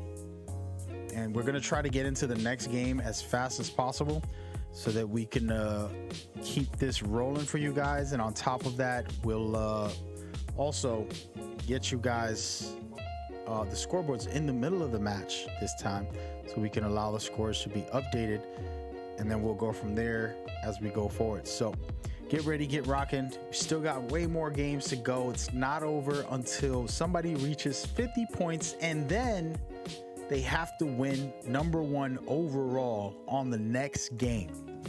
So it's a tough task to ask, but it's possible. So we're going to take a quick look, and you're going to see right here. This is the format. This is how they're scoring points, and this is how they're working it out. And first place gets 12, etc., etc. And then after that, you're going to get the kills. First round is 1 point for kill. Second round is 2 points. And third round is 3. And it keeps going that way for all of the eliminations that you do. And this basically amps up the gameplay, and it's also the strategies of this overall. So really good stuff. I love it. I love it. I love it.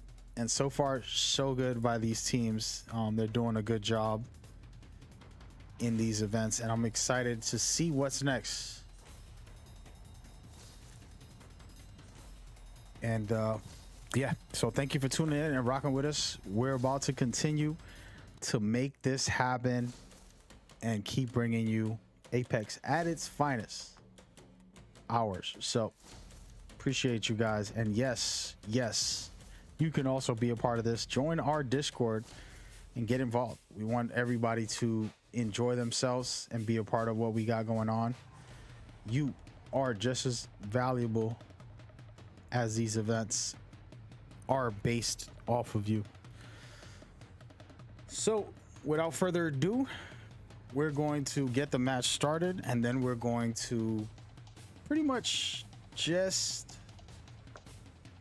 show you the scores and get you started once everything is ready as we go forward. But get excited, because game 3, there might be somebody who has scored above 50, and I'm pretty sure you guys all know the name. I mean, who doesn't? I mean, let's talk about it. You know, a team who scored 26 on the first game, winning the second game, and there was a multiplier. Who could have done that? And we're going to take a live look at the scoreboards. They're probably still being updated. I think they're pretty accurate for the most part. And here it is, the scoreboards right now. Team Zero Death have a chance to win it all, because they've reached the 50-point mark to reach match point. And now all they got to do is be #1 overall. They already did it 2 times in a row.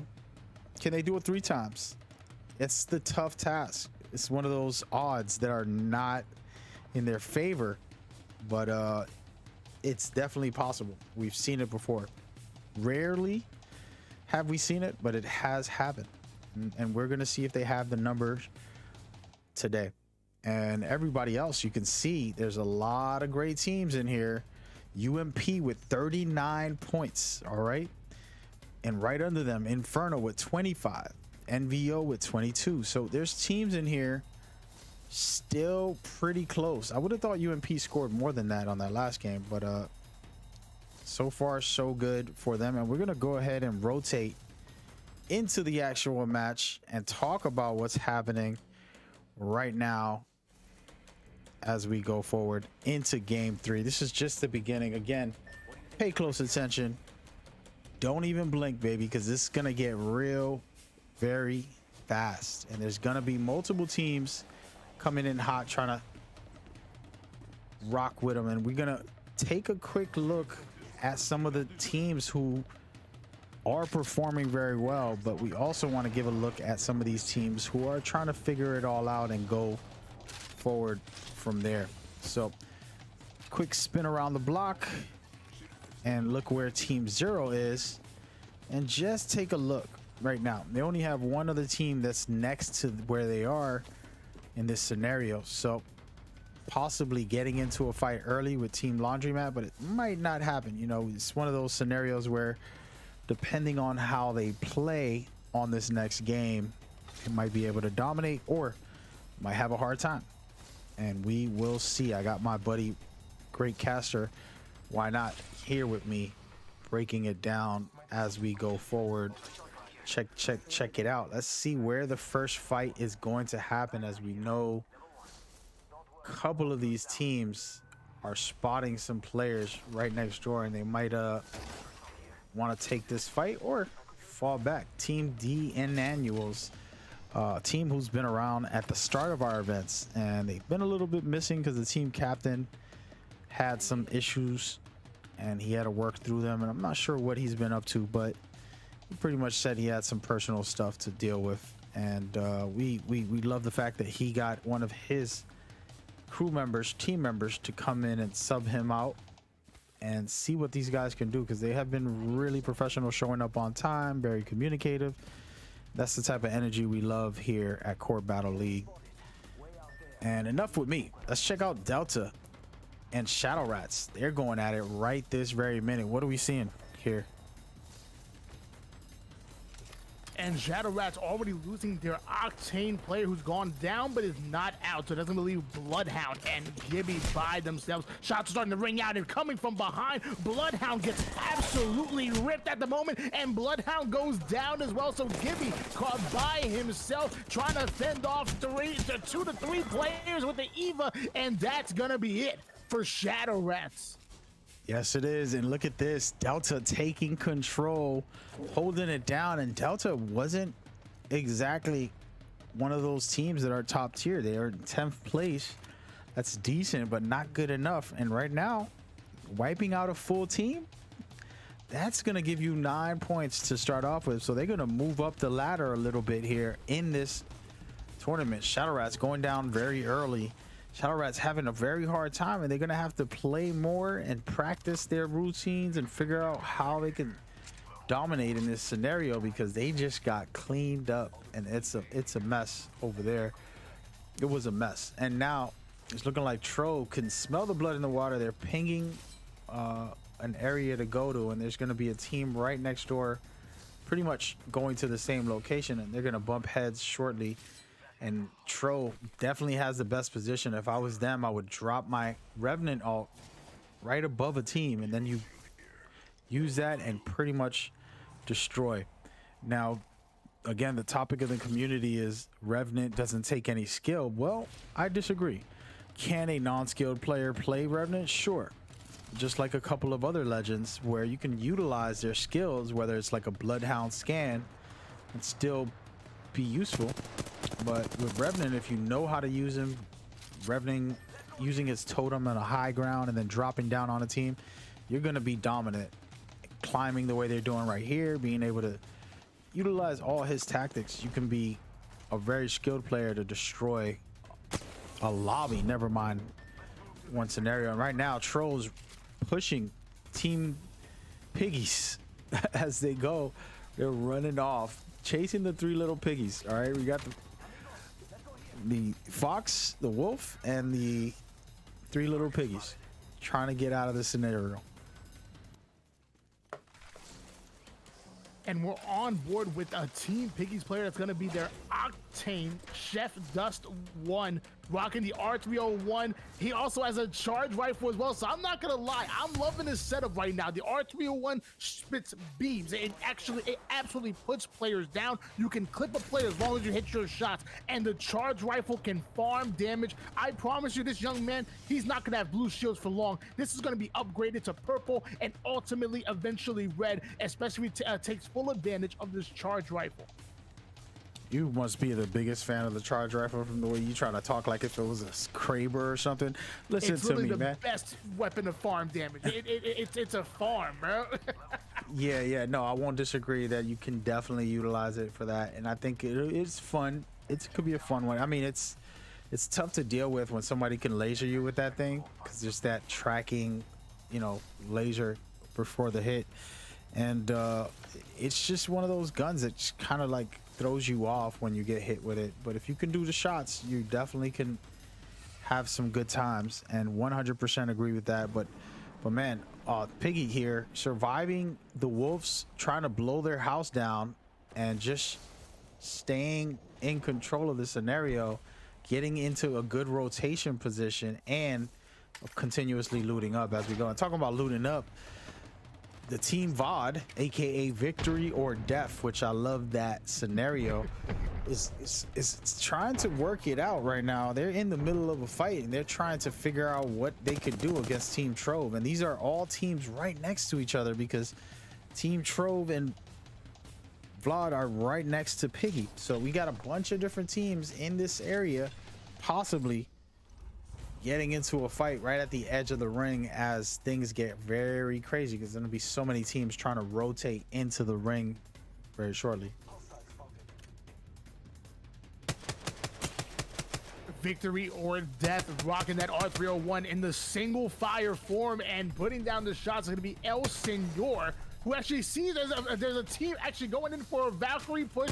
Maybe they're gonna try to get some cheap damage on them. Ends up hitting a few shots. I like that play. Victory or Death are looking good to make a nice little run. They have two players currently on purple shields, and even their lifeline has blue shields at the moment. 15 squads remaining. Can they make the run to top 5?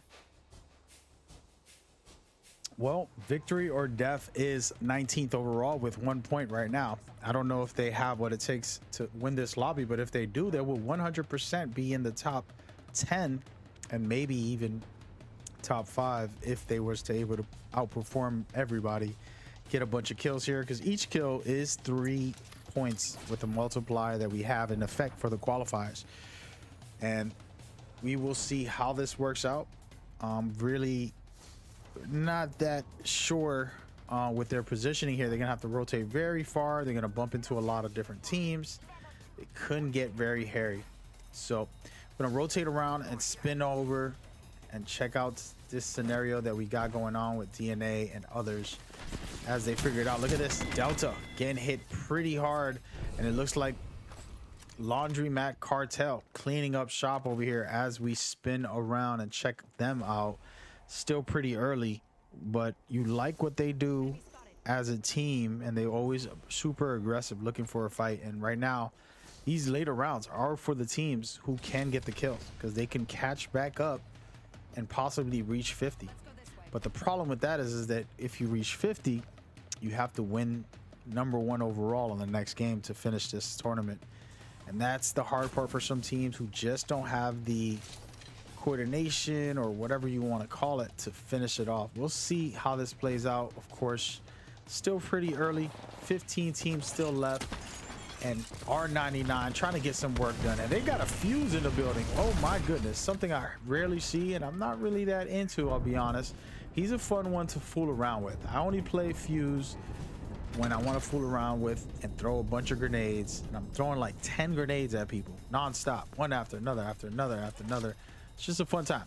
But man, they got him in here as a comp player for R99, who's always performing very well. Another one of our regular teams who've come by and really put in some shows at times, saving the lobby plenty times. So really interested with these guys and what they can do. They're just holding it down and keeping control with NVO right next door, smelling blood, but they don't want to take that fight.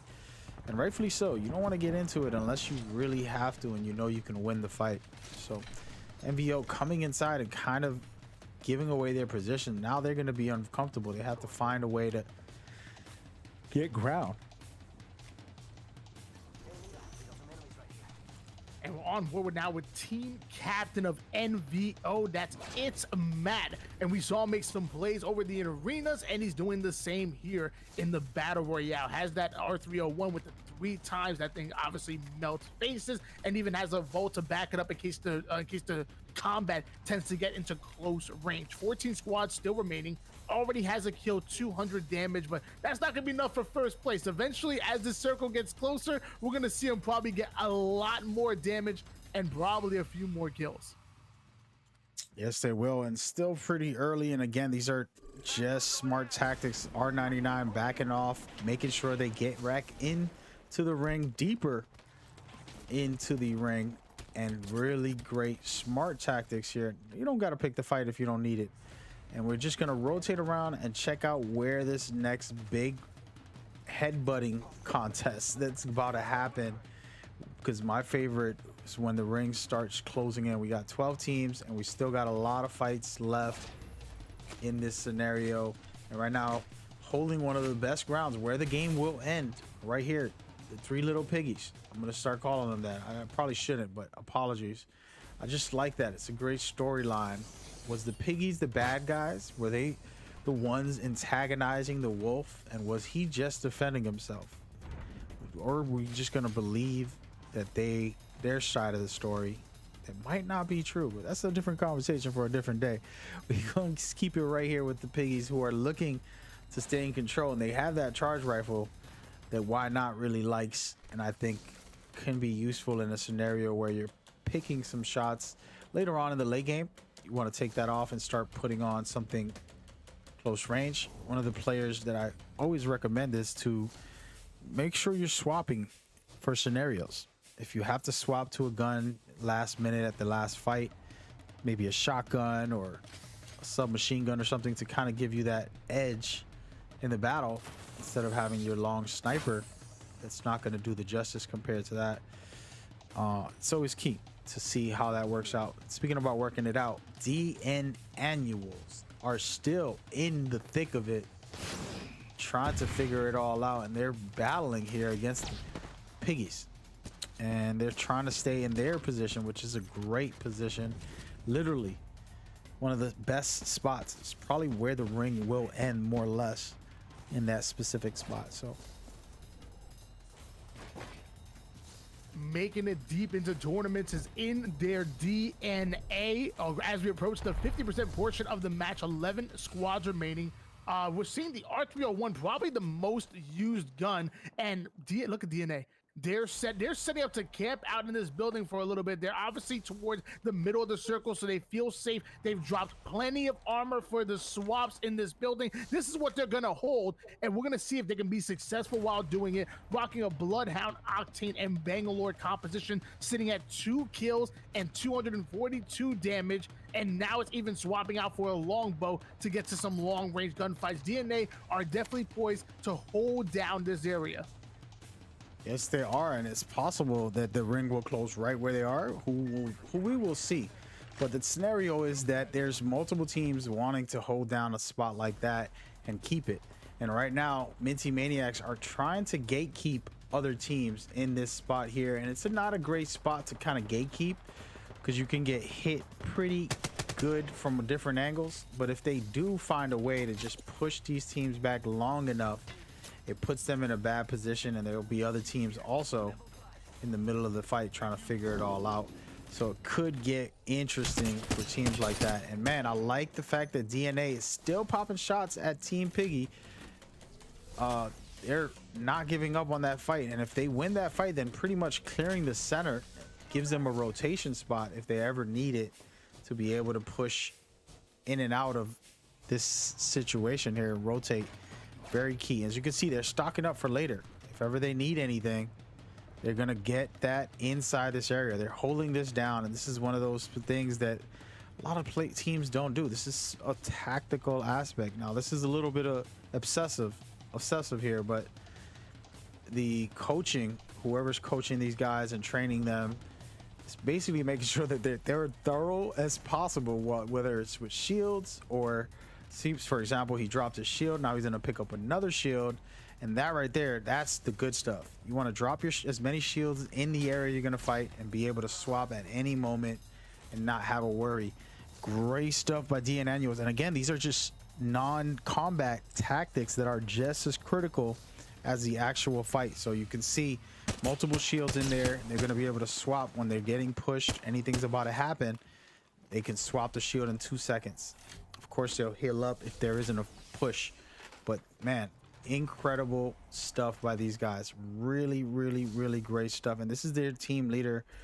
He's the one who signed up, taking the place of their team captain, original captain. And they're doing good right now. And they're about to get pushed. And this is where the scenario gets real. If they can keep this position in this fight and swap shields when necessary, they'll be fine. But man, they're getting hit pretty hard by Minty Maniacs. And as you know, Minty Maniacs are super aggressive. They're coming in hot, trying to take the fight. Look, like what I'm seeing right now. Great stuff by Team Minty Maniacs. About to clear up shop right now. Oh man, great stuff by DNA. Somehow surviving that scenario and not looking good for them. DIB trying to come back and score some points and get this win here. And they're taking advantage of all the good stuff that's in here. Able to shield swap and more in this scenario really comfortably, but it's only one player left. They help try to clear this spot up here. DIB elected to play ultra aggressive, utilizing that Revenant ult, but sadly it was not good enough because 2 of their players end up going down and eliminated. One of them even has their respawn timed out. Currently 6 squads remaining at the moment, and we're going to switch gears over towards Team Piggy. Their Octane player just got himself a Prowler, one of my favorite guns in the game. It obviously drops during the care package, but when it does, it is deadly. I'm so happy to see this Prowler get some play, and it's also going to be combined with some red shields for Team Piggies. Yes, and Team Pig, again, a team who's still alive, running it up, doing what they have to do. We love to see that. And speaking about running it up, R99, always an aggressive in the action team. Fighting with DIB, man, these guys got history, man. I mean, they've been playing in these tournaments for over a month now, every week. And these guys all know each other a little bit. So there's more than 6, 7, maybe 10 teams who played consistently on and off on these events from all of the events that we've held, and they've had to battle each other. So pretty interesting to see them going at it right now. I love to see that regular style and getting familiar with these teams myself. So pretty cool. And look at Inferno coming in hot. I'm really liking Inferno, man. They're a sleeper. We haven't talked about them much, but they got 25 points in the last game.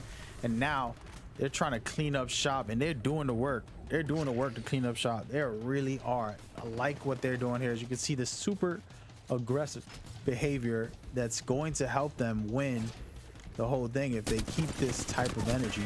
They already have 7 kills and counting as they continue to push the pace and try to figure out what's going on.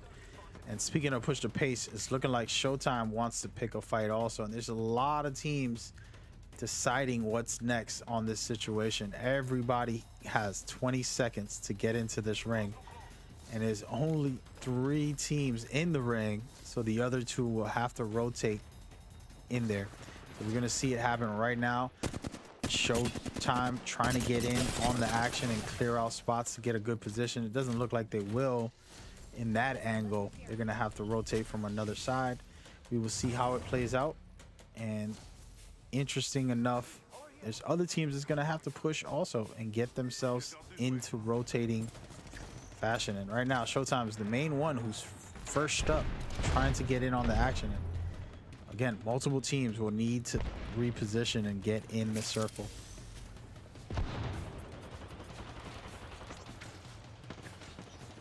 Gibby utilizing this med kit to get back up to shields, but still taking some nades, ends up getting stunned and loses some of his shield, and Bloodhound goes down for Showtime. So does the raid player, and that's gonna be it. It is no longer Showtime because they have been eliminated. 3 squads remaining.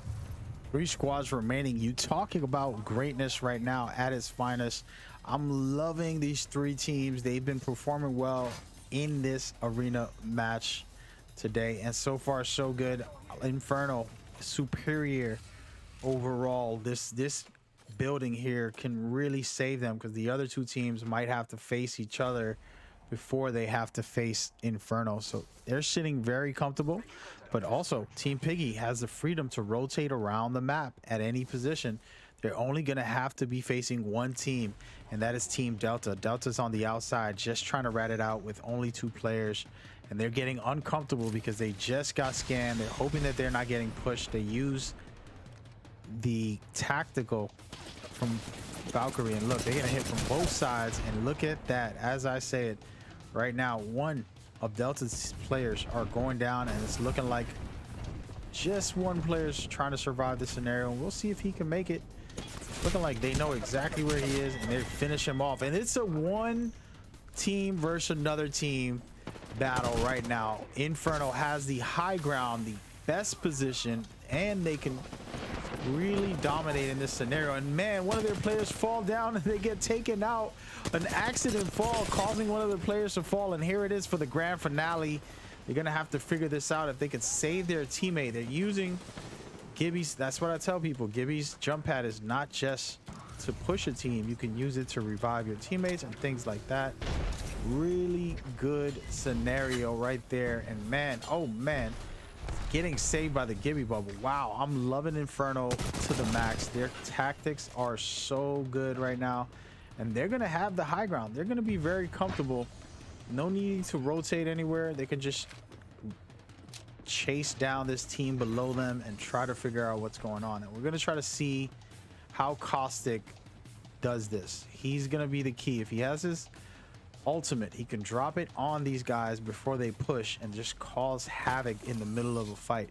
We'll see if that's the case, if he can do so. And if he doesn't, then it's going to be a tough fight to get up top somewhere and stay in the ring while this scenario plays out. And as we speak, the bombardment drops, and it's looking like the fight begins right now. Tough stuff. I'm loving Inferno. They're about to finish this off. Ladies and gentlemen, talk about greatness right here. Team Inferno performing 3rd place, and now they're gonna move up possibly to 1st or 2nd with that performance. Great stuff by Team Inferno. Top tier stuff by these guys right now.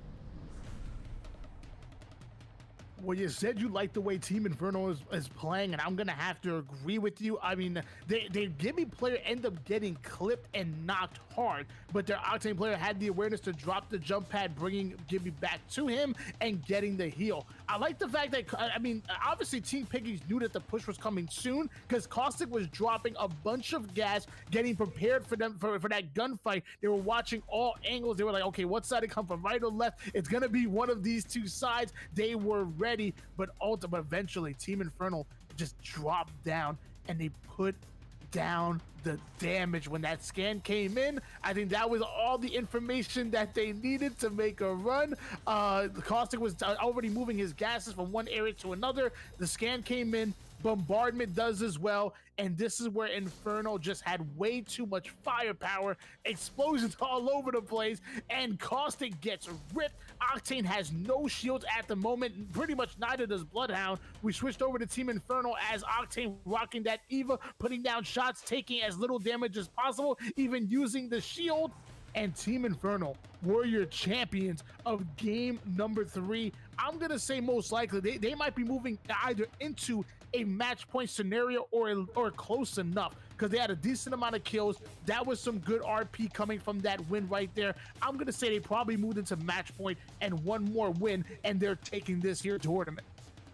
It is possible. I mean, the skills that they displayed there, the positioning, and like I told everybody, Battle Royale, the reason it's so good is because it's not that simple. It's very, very complicated. There's a lot of layers to being great, and anything could happen. And we've seen that right there, where they just played it perfectly, had the best position, and stayed in control during that situation. And that's where you want it all to be. You want it to be in that type of scenario where it's your game to lose, not hoping that you win. And there's a big difference between these teams that are hoping to win versus the teams that, hey, we got the right position, we did everything right, and all we got to do now is just execute our X's and O's. We have this, we got this. And that's where, you know, we'll see what these teams can do. But I believe, you know, we have multiple teams, not just one, not just two, possibly maybe three teams that can win it all.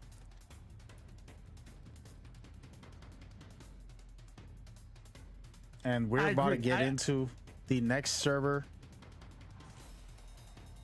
and try to see what's going down in a second. So bear with us. We're going to be right back in a couple minutes. We want to show you guys our roadmap and our format so you can know how it all works. Welcome to Apex by Court Battle League. We have a tournament series where everybody is invited to join.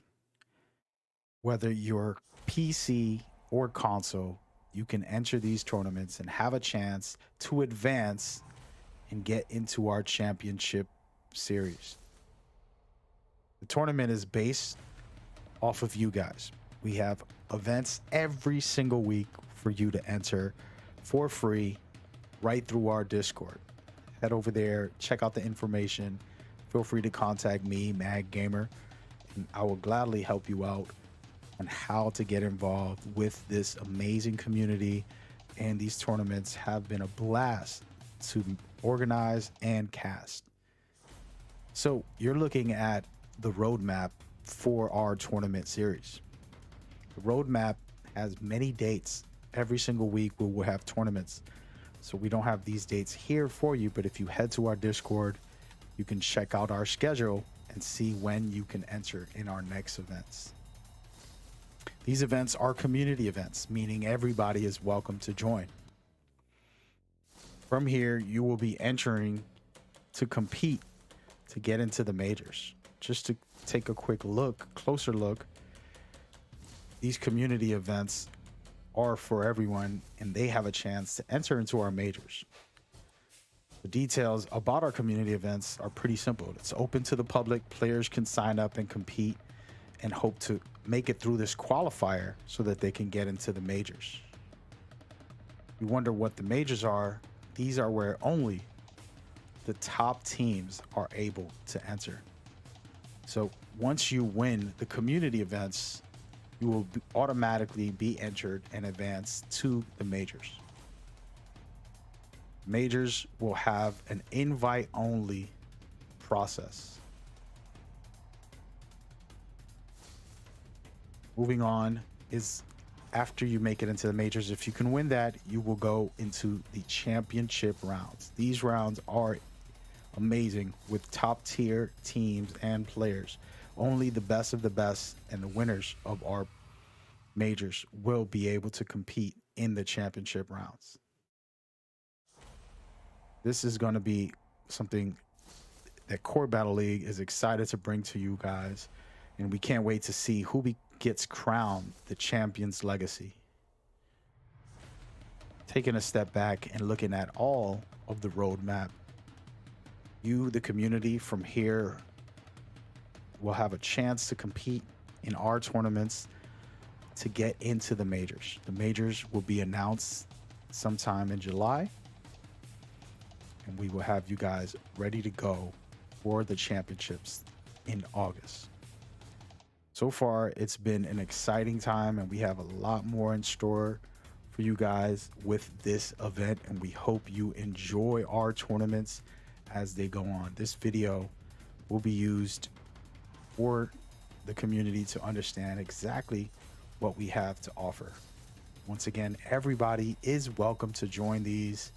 They are every single week. They are free on every platform. If you have any questions, head over to the Discord, get all the information you need, and join us as we enjoy Apex Legends together. As your commissioner and your caster, this is Mad Gamer thanking you, and we hope you enjoy.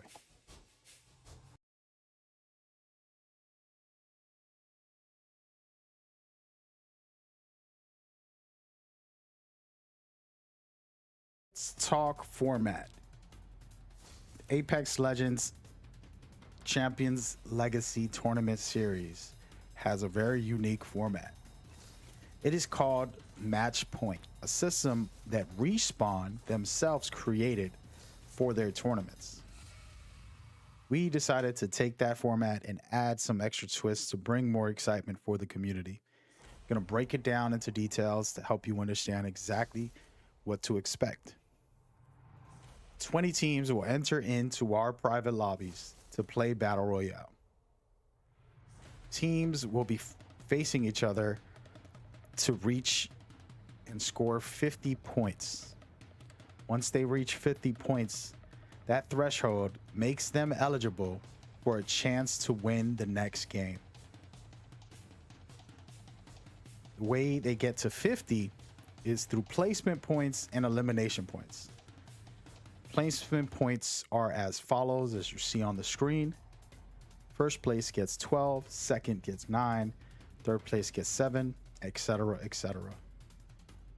Elimination points are where we add multipliers.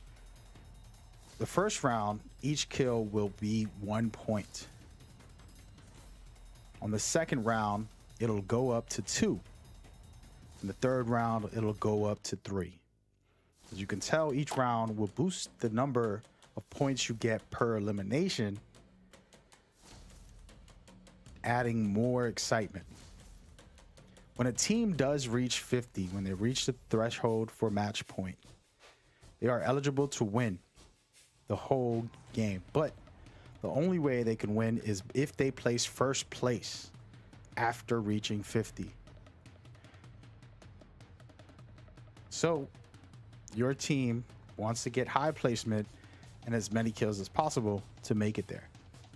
The exciting part is, as the rounds progress, kills are worth more points, and they will give other teams chances to catch up if they can perform well. There can only be one winner in this tournament. This isn't a highest score match. This is who can reach 50 and then become first place winners of the next match after reaching 50. This is the format, and we hope you guys enjoy today's tournament.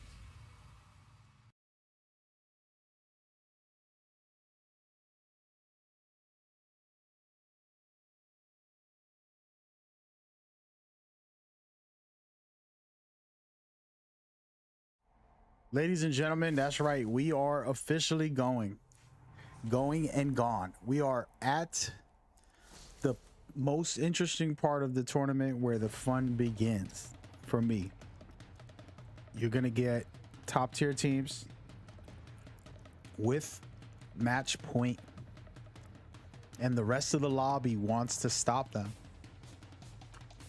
And that is just amazing. That is the best part of it all. As we go, we'll see who made it to 50, who needs to get to 50, and who's gonna stop the people getting to 50. Sometimes the guys at the lower bracket save the lobby by taking out these teams. Okay, so you want to focus on that, and you're looking at the calendar for August, which we'll get into a little later. We want to just get these teams in and get this next match started very soon. But before we do, going to be checking the leaderboards very shortly. Just want to invite you first to jump on board and get in on these tournaments. As you can see, there's a schedule for next week and the following week. Weekends, we will have more tournaments for you guys. People have been requesting the weekends. I want to see how many of you show up. It's a Thursday and you guys are showing up like it's really nice. And next week, we will be doing the same thing, bringing you back into these tournaments as we go forward. We hope you've enjoyed what you saw so far, and we are excited to continue this as we go forward. And man, we're so close to the grand finale right now. We're going to be checking out what is going on from here. A lot of these teams are trying to figure out They're taking their quick break.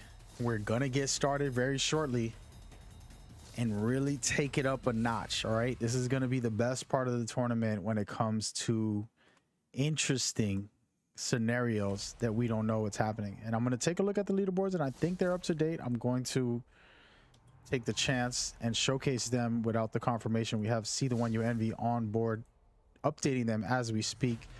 But take a look, and you tell me what you think, how you feel about these scoreboards right now, and I'll break it all down shortly. Okay, there's two teams right now that are above 50. Once you reach 50, you're at match point. There's a chance for you to win if you can be #1 overall on the next game. This game right now, can they do it? Is the question. And you got to respect the fact that they have reached this point. But man, look at this. Team Inferno coming out of nowhere, destroying that last game and getting crazy points and surpassing Zero. But it doesn't matter much because Team Zero has 50 also. So what does that mean? Both teams are eligible to win it all at this moment. They all have a chance, and it's still a very tough task to ask. But I'm very excited about these teams. There's still chances for every team.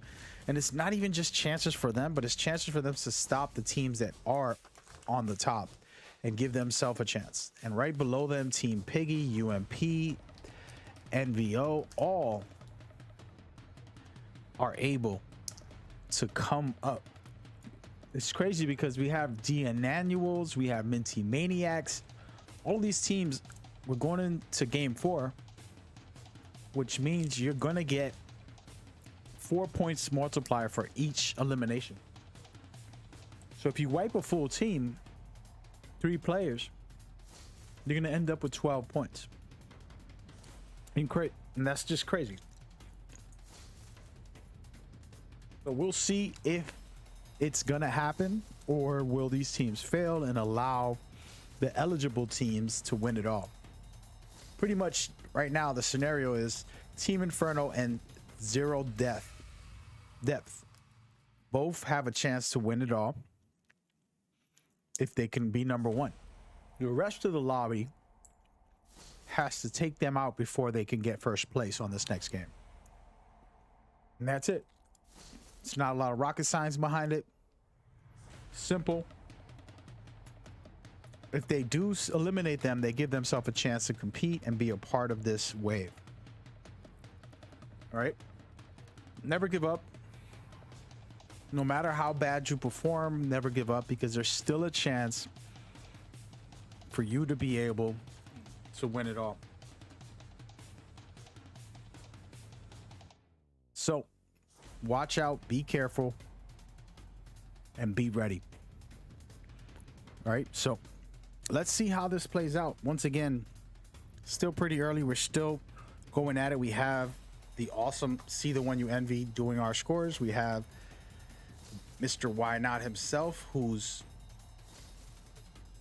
hopefully gonna finish this casting and get on board with us. You know, right now we're on our breaks, so it's really good for everybody to just stretch, get something to eat, and get back into the flow of casting. So very excited for the teams and the players to be able to get in on this as we go. So who are you rooting for? Who do you think will Team Inferno or Team Death be able to finish this off, or will one of the other teams stop them and then let the lobby continue as we go forward? We shall see. And we're gonna go ahead and get this party started right now. So thank you guys for watching, and we hope you guys are enjoying. And this is for you, the viewers. We love you, we appreciate you, and don't worry, we're gonna have interaction in the crowds in the future. For now, we keep it focused on the game, and we're going to go further along for tonight's game. It's going to be a little bit insane for this finish here. Who knows how it plays out? Who has what it takes? Who's going to win it all?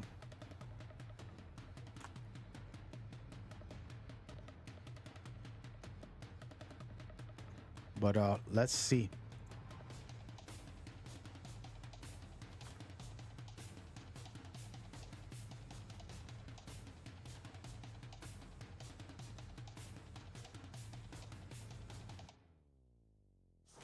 Ladies and gentlemen, wish everybody luck and hope for the best as we go extending this tournament past these games that we are in right now. We'll see if anybody can do that, or will we have one of these dominant teams? They've been proving themselves, right? And there's nothing wrong with them winning it all. Great teams should be the winners. So let's see how this plays out as we go forward. And we are officially in game 4 right now. Good luck to all the contestants, and good luck to all those watching, rooting for one of these teams as we go forward. We're gonna go ahead and take a quick look to see where these teams are dropping and if there's gonna be teams hot on their tail. And right now, so far, Inferno dropping comfortably right in one of the hottest zones in the game. And it looks like they're gonna have no contests just yet, but we want to switch on over and see what we can see from Team Zero, who also are eligible to win it all. So both two teams, Inferno and Team Zero, are eligible to win it all, and they landed safely for now. We're gonna rotate around and check out NVO in the middle of a fight. One of their players looking like they're gonna get into it thick very soon, trying to just gear up and get started as we go.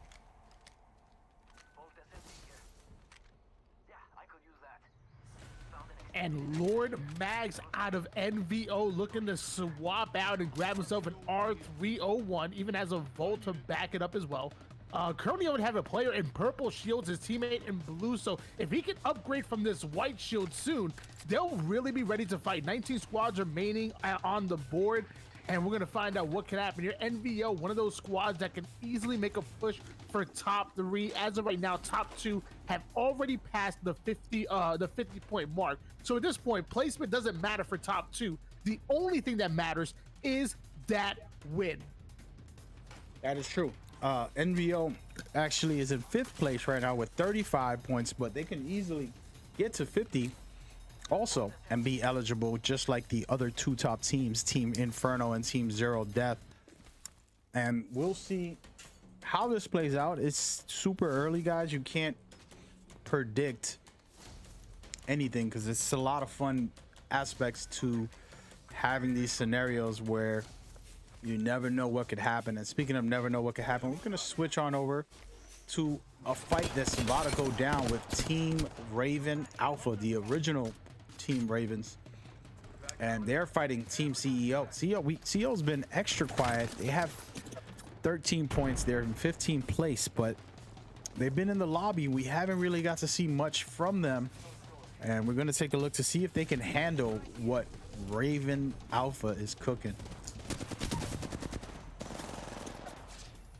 And RVN Alpha already into a little bit of a gunfight here. The Bloodhound scan will come out. They're trying to get, there we go. Beautiful flatline shot. That's going to put the player down. Octane going absolutely insane, but he's going to be taking some heavy damage from across the map. Can our Octane player stay alive as Bloodhound off the screen? Going to lose all of his shields. Losing his shields, but also making sure he's keeping in control right now with 1 versus 3. I like Raven's format. Like I said, these guys have veterans. They work together, and they're deciding to rotate here out of this scenario. They did their damage. They got some points, and they're going to rotate out of there. And Team Raven has 20 points. Team Alpha Raven specifically has 20 points. So on top of that, a couple kills just now, possibly Who knows how much more down the line. Could be very interesting, to say the least. And still very early on with 18 teams still left. It's looking like CEO is in some fights, but it's not over, guys. And we got to be very careful in these scenarios. And they're going to go grab their teammates' dev box. They're going to try to revive their team player and figure out what is going on. And DIB is right next door, getting ready for some action. And this is going to get interesting because they want the smoke, man. They want the smoke. And it's looking like Phoenix is right next door also. There's 4 teams in this one area right now, and it's going to get hairy quickly. CEO trying to escape out of the scenario. Phoenix and DIB is also in here. So we'll see them bump heads shortly. And you got to love it because DIB and Phoenix both are in the bottom tier.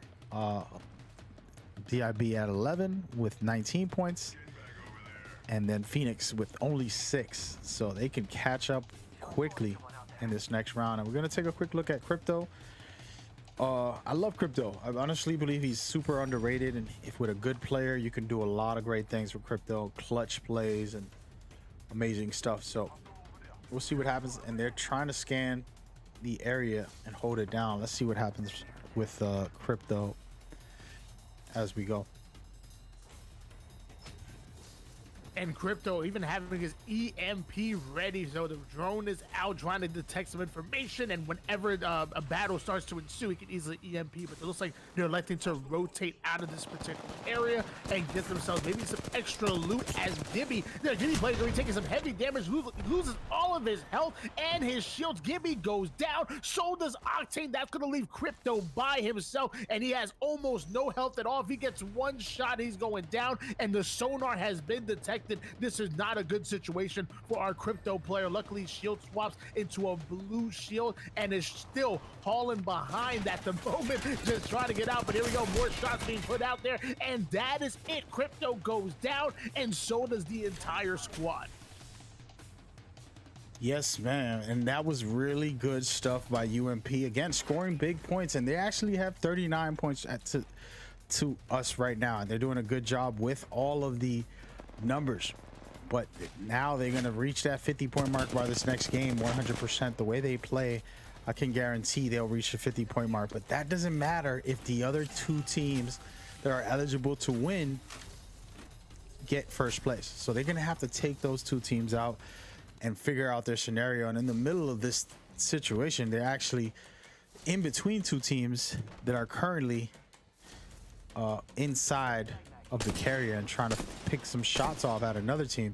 So we'll see what happens. We're with UMP trying to stay alive, and then teams surrounding them somewhat. So it's 3 teams right in this area, and it could get very hairy very quickly for them in this scenario.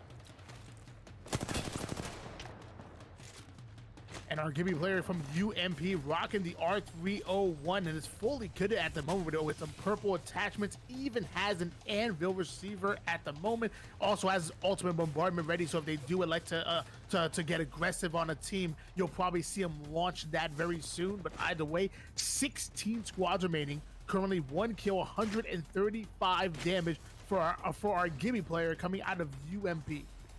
Yes, UMP, one of the best teams. I love these guys. They're so much fun to watch. Guys, there's just a lot of incredible teams. I'm always very proud of the teams that we help develop and showcase.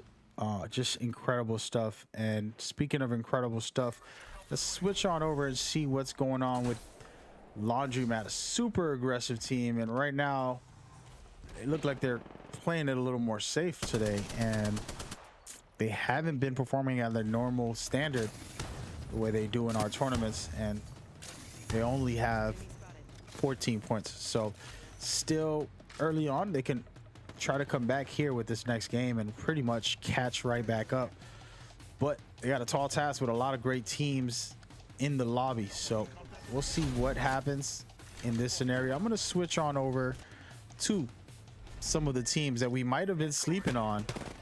Teams who have a chance to win it all, like Team Inferno, who still hasn't really had much happening for them, and Team Zero right now about to pick a fight and get into something serious.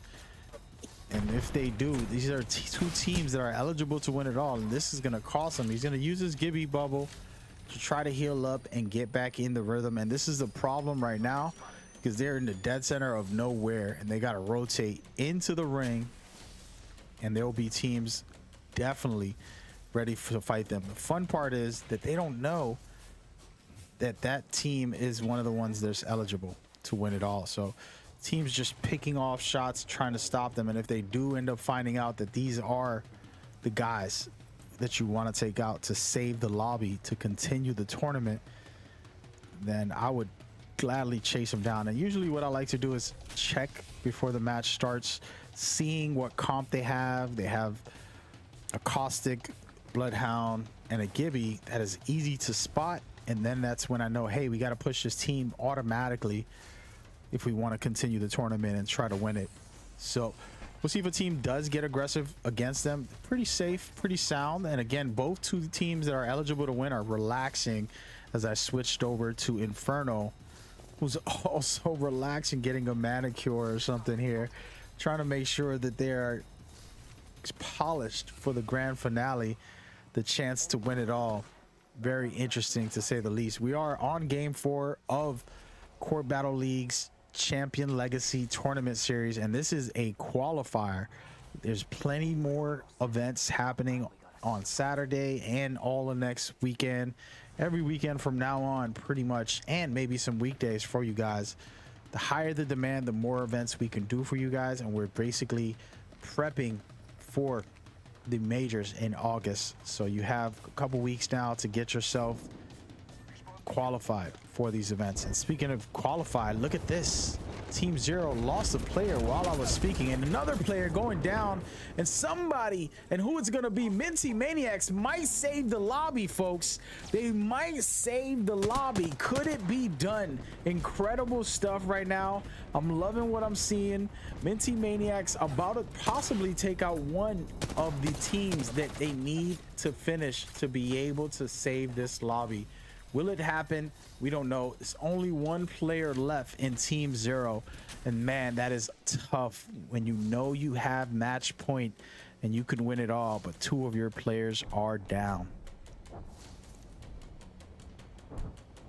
It's not looking like Zero Depth are gonna be able to win this win this tournament on this game right here, as Caustic and Bloodhound are currently down. He might be going for the recov on the banners, ends up getting one, but is gonna be taking some heavy damage. So I'm not sure if he's actually going. I don't know if he's gonna go for that second one, but he does have the jump pad there.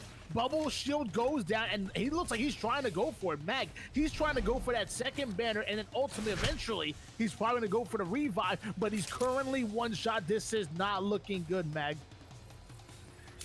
Yep, and I liked his decision because it's all in or nothing. Right now, you're not playing for placement or some kills. You don't need points. All you need to do is win, and you need your teammates to do so. And making the right decision, it might not work out for him, but it's the smart decision, knowing that you need to win. And he has to rotate, but man, he's in trouble. And I'm telling you, if he finds a way to survive this situation, what amazing stuff. Getting his team back would be insane. The lobby knows they have to take this guy out, this team out. So I doubt they're just gonna let it slide. And right now, who knows? And look at this. Brave enough to go back and grab some items from his teammate's death box. And maybe if I was him, I would go all the way back and revive my team. Look at this. It is gonna happen, folks. And this is one of the great mechanics of the game. You got a mobile respawn. They're gonna drop it right where their teammates died. And what's gonna happen is that teammates can pick up all of the items and be able to regroup. And that is insane, to say the least. Let's see if somebody third parties them. And right now, Inferno, another team that's eligible to win it all, is in the middle of a fight. Let's see what happens right now. Passing it over to Why Not. Go for it.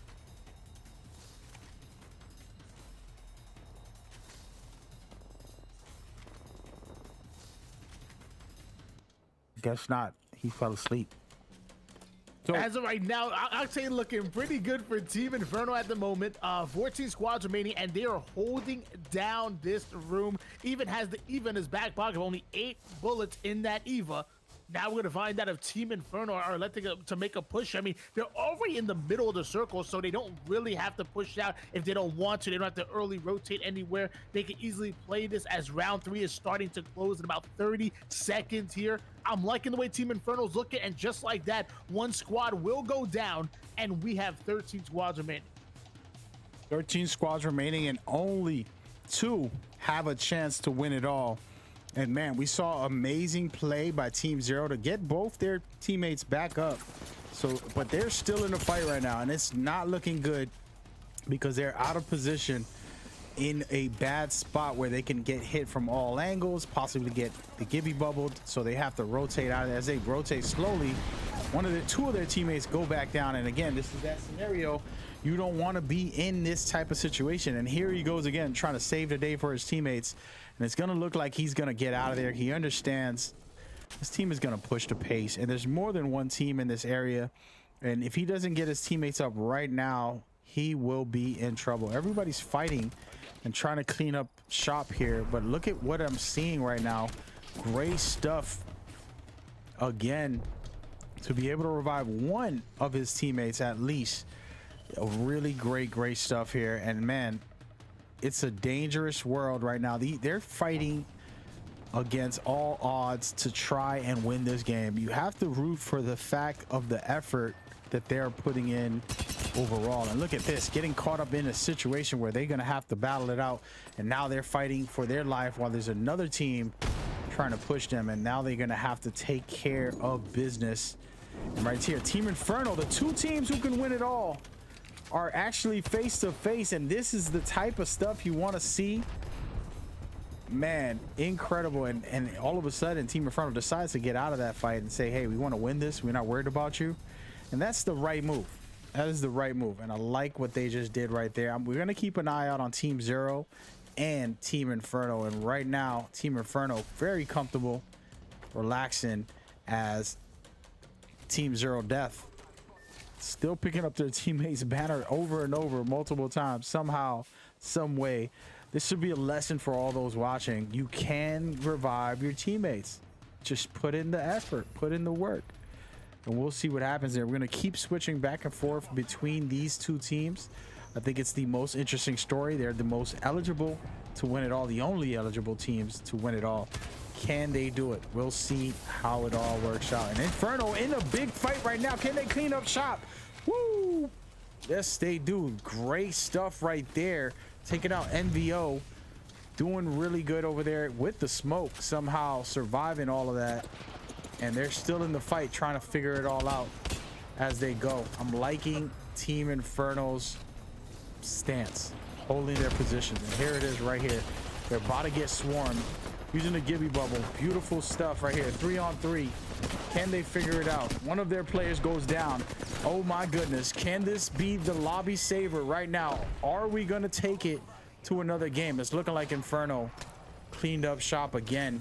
But there's a team right above them that's ready to push this pace. Again, it's fifth round with 7 teams left. Team Zero and Inferno are still up with all of their players going into the final ring in just 60 seconds. And let me tell you, both Team Inferno and Zero Death playing absolutely out of their minds. Both teams are willing to play as passive as possible, but when they get into the gunfights, when stuff starts to hit the fan, they're ready to brawl out and they win those gunfights. We've actually gone down to 7 squads as we're onboarded with Outplayed, bro. That's the Gibby player playing out of Zero Death. And actually, you know, might as well, and Costa Gas is going in. They're ready to hold down this build. If anybody pushes in, they're ready.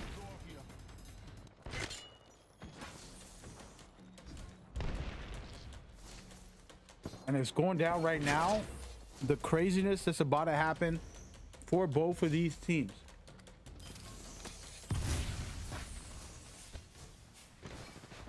And Gibby actually exiting the building here. He still has his ultimate, being real disciplined at the moment, not dropping it early.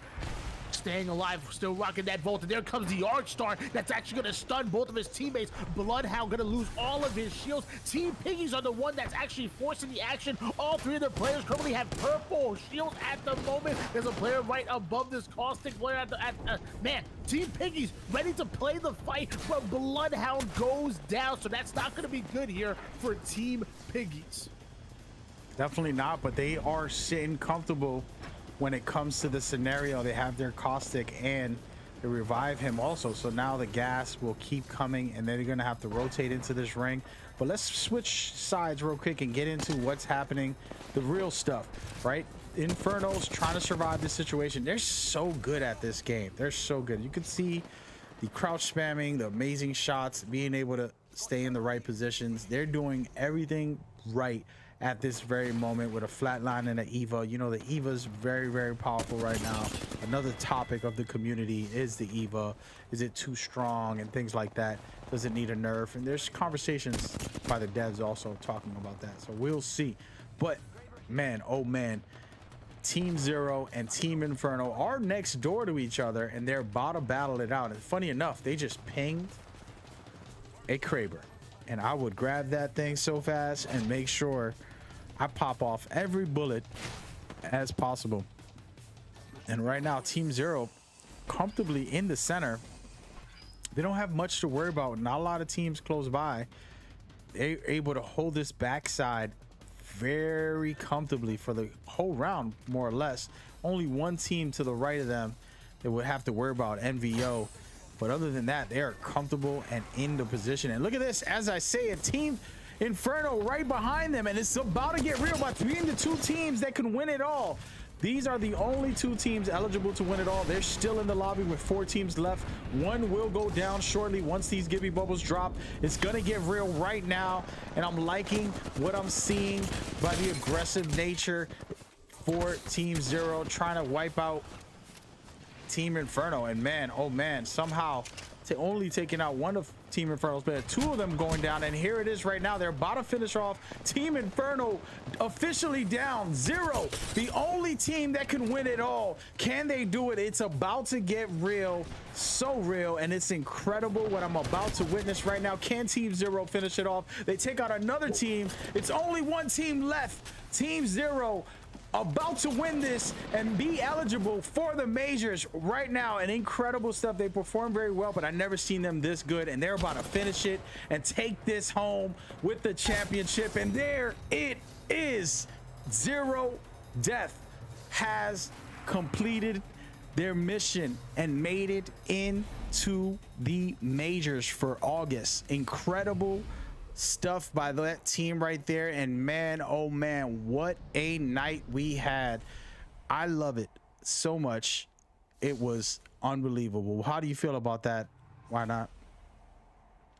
I mean, that was a fantastic tournament. I mean, Team Inferno really decided to get froggy and decided to leap with that jump pad, challenging Zero Death. And Zero Death was just sitting here comfortable. They're like, hey, look, we're going to defend this position. It was a little bit of an awkward looking position, but obviously they were comfortable with it. Bloodhound was the first player to go down. So did Octane, and then Gibby. That was going to be all of Team Inferno. And at that point, like you said, Zero Death were the only team that can come out the victors on this one. They actually go in for the third party kill, bringing it down to 2 squads fairly quickly. That's outplayed, bro. That tries to slide right into the action. There he goes, third party in, 2 squads remaining. Now it's 3v3 at this point. He's gonna shield up real quick, make sure these full shields and ready for this battle. They hop up, they go in for the challenge, and they simply win their gunfights. Fantastic job by Zero Depth, and well deserved.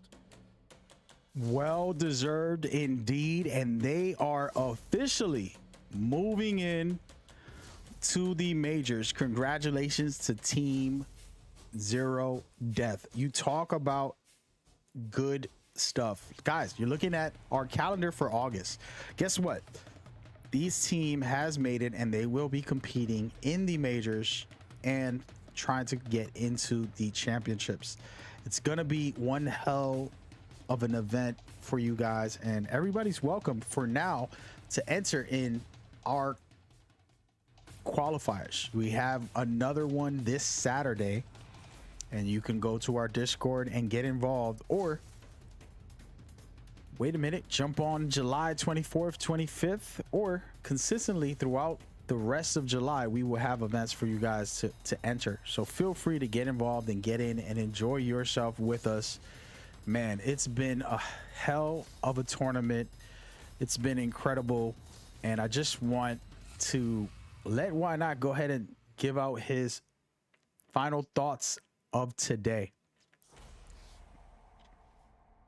Well, I mean, yeah, I mean, there was plenty of teams, including Zero Death and Inferno, that were going neck and neck. But even outside of them, plenty of other teams were poised to make a run. And if this would have gone maybe one or two more games, we might have been looking at a different victor. But either way, fantastic job by this team. I mean, absolutely insane. That was Team Inferno that was playing lights out all tournament, but weren't able to get the win because it is all about zero freaking depth. The way they defended that position, that was just, it felt so awkward, but they were ready. They had the caustic gas, they had the gibby bubbles, they defended it so well. I'm proud of those boys. Zero depth looking way too good. Totally agree. And man, I just want to thank you, Why Not, for coming to cast. We're going to close this off soon, but I just wanted you to give your quick plug in and let us know where we could find you at. Yeah, I mean, I'm on YouTube, TikTok, I stream on Twitch. I'm all over the place putting out socials. Normally I do a lot of Halo commentary, but I've recently been playing a ton of Apex, and I've fallen in love with this game. Thank you very much, Mag and Court Battle League, for allowing me to do what I love with your audience. It's been an incredible journey. And you guys gave me a chance when I've never actually casted Apex before, and I think this was my 4th tournament, and I feel myself getting better and more confident each one I knock down. I agree with that, man. You are at home here, and you're always welcome, as long as you keep your shoes on. We don't want to smell that. But enough. Thank you so much for coming today. You are an amazing caster, and you have a great future, and I believe ALGS is calling your name at some point in the future, and September will be the day that ALGS starts again, and we'll see what happens there. But always welcome here in our Court Battle League's Champions Legacy Tournament Series. Shout out to you, and I'll see you soon, buddy. Thank you. Ladies and gentlemen, the one and only Why Not, an incredible caster. I'm always honored to have him, and we continue these events every single week. We're gonna have one on Saturday. Not sure if he'll be here, but we'll try to invite some casters that you might enjoy. Feel free to recommend me some. Reach out to me and let me know who they are. Again, this is all for the community, by the community, and we bring this together for the love of esports, for the love of gaming, bringing people together to have a good time, bringing memories and building confidence in these players and helping them get exposure. There's so many levels and layers to the scenario as we go forward. It's incredible, to say the least, and I'm very grateful for everybody who is involved. All of these players that come out and perform and put on a show for us every week. All the people who watch, whether it's EA Sports or EA devs or managers, or in general some video game people that I know, and also all of the others as we go. It's been an honor and a privilege to cast this for you guys and give you guys everything I can as your host. And man, we are just getting started. We want you to be involved with us. Go over to our Twitter, Court Battles. It's pretty simple to spell, Court Battles, and get involved. Jump on board. This is your house too. So we love you, we appreciate you, and we want you on deck. Again, you're looking at the calendar for this week, and I mean next week, but this Saturday you can sign up for some tournaments if it's not full yet. And then every single week we'll have qualifiers all the way until August, which August will be our majors and championship. We'll finish it all off then. It'll be a fun time. It'll be a good time. You deserve all of this, as a community is amazing. And we're just building something healthy, happy, and enjoyable for everybody as we go forward.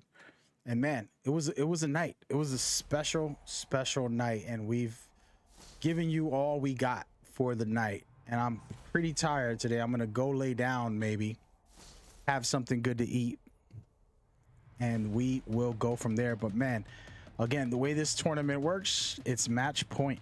Just to explain it before we close out and show you the leaderboards, I believe they're finished, but the way it works is teams are battling out to reach 50.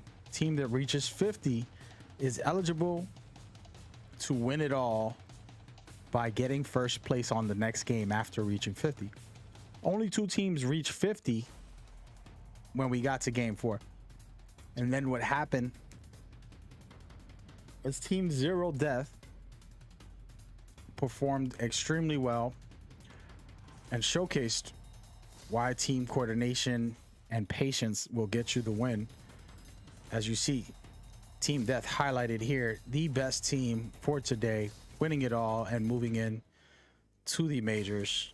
Congratulations. And man, all of you other teams who are on this leaderboards, understand you are being watched, and everything you do is monitored, and we are taking this into consideration for the future. And what this means is you might get invited to some things. I don't want to promise anybody anything, but the more you perform, the better you perform, the more consistent you are, the more on time you are, the more reliable we will want to bring you on deck with everything we have going on.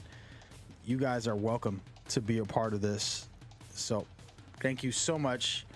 I'm gonna see you soon. All right, folks, we love you and we thank you, and we are getting out of here right now. Court Battle Leagues signing off. Peace, love, happiness to everybody out there.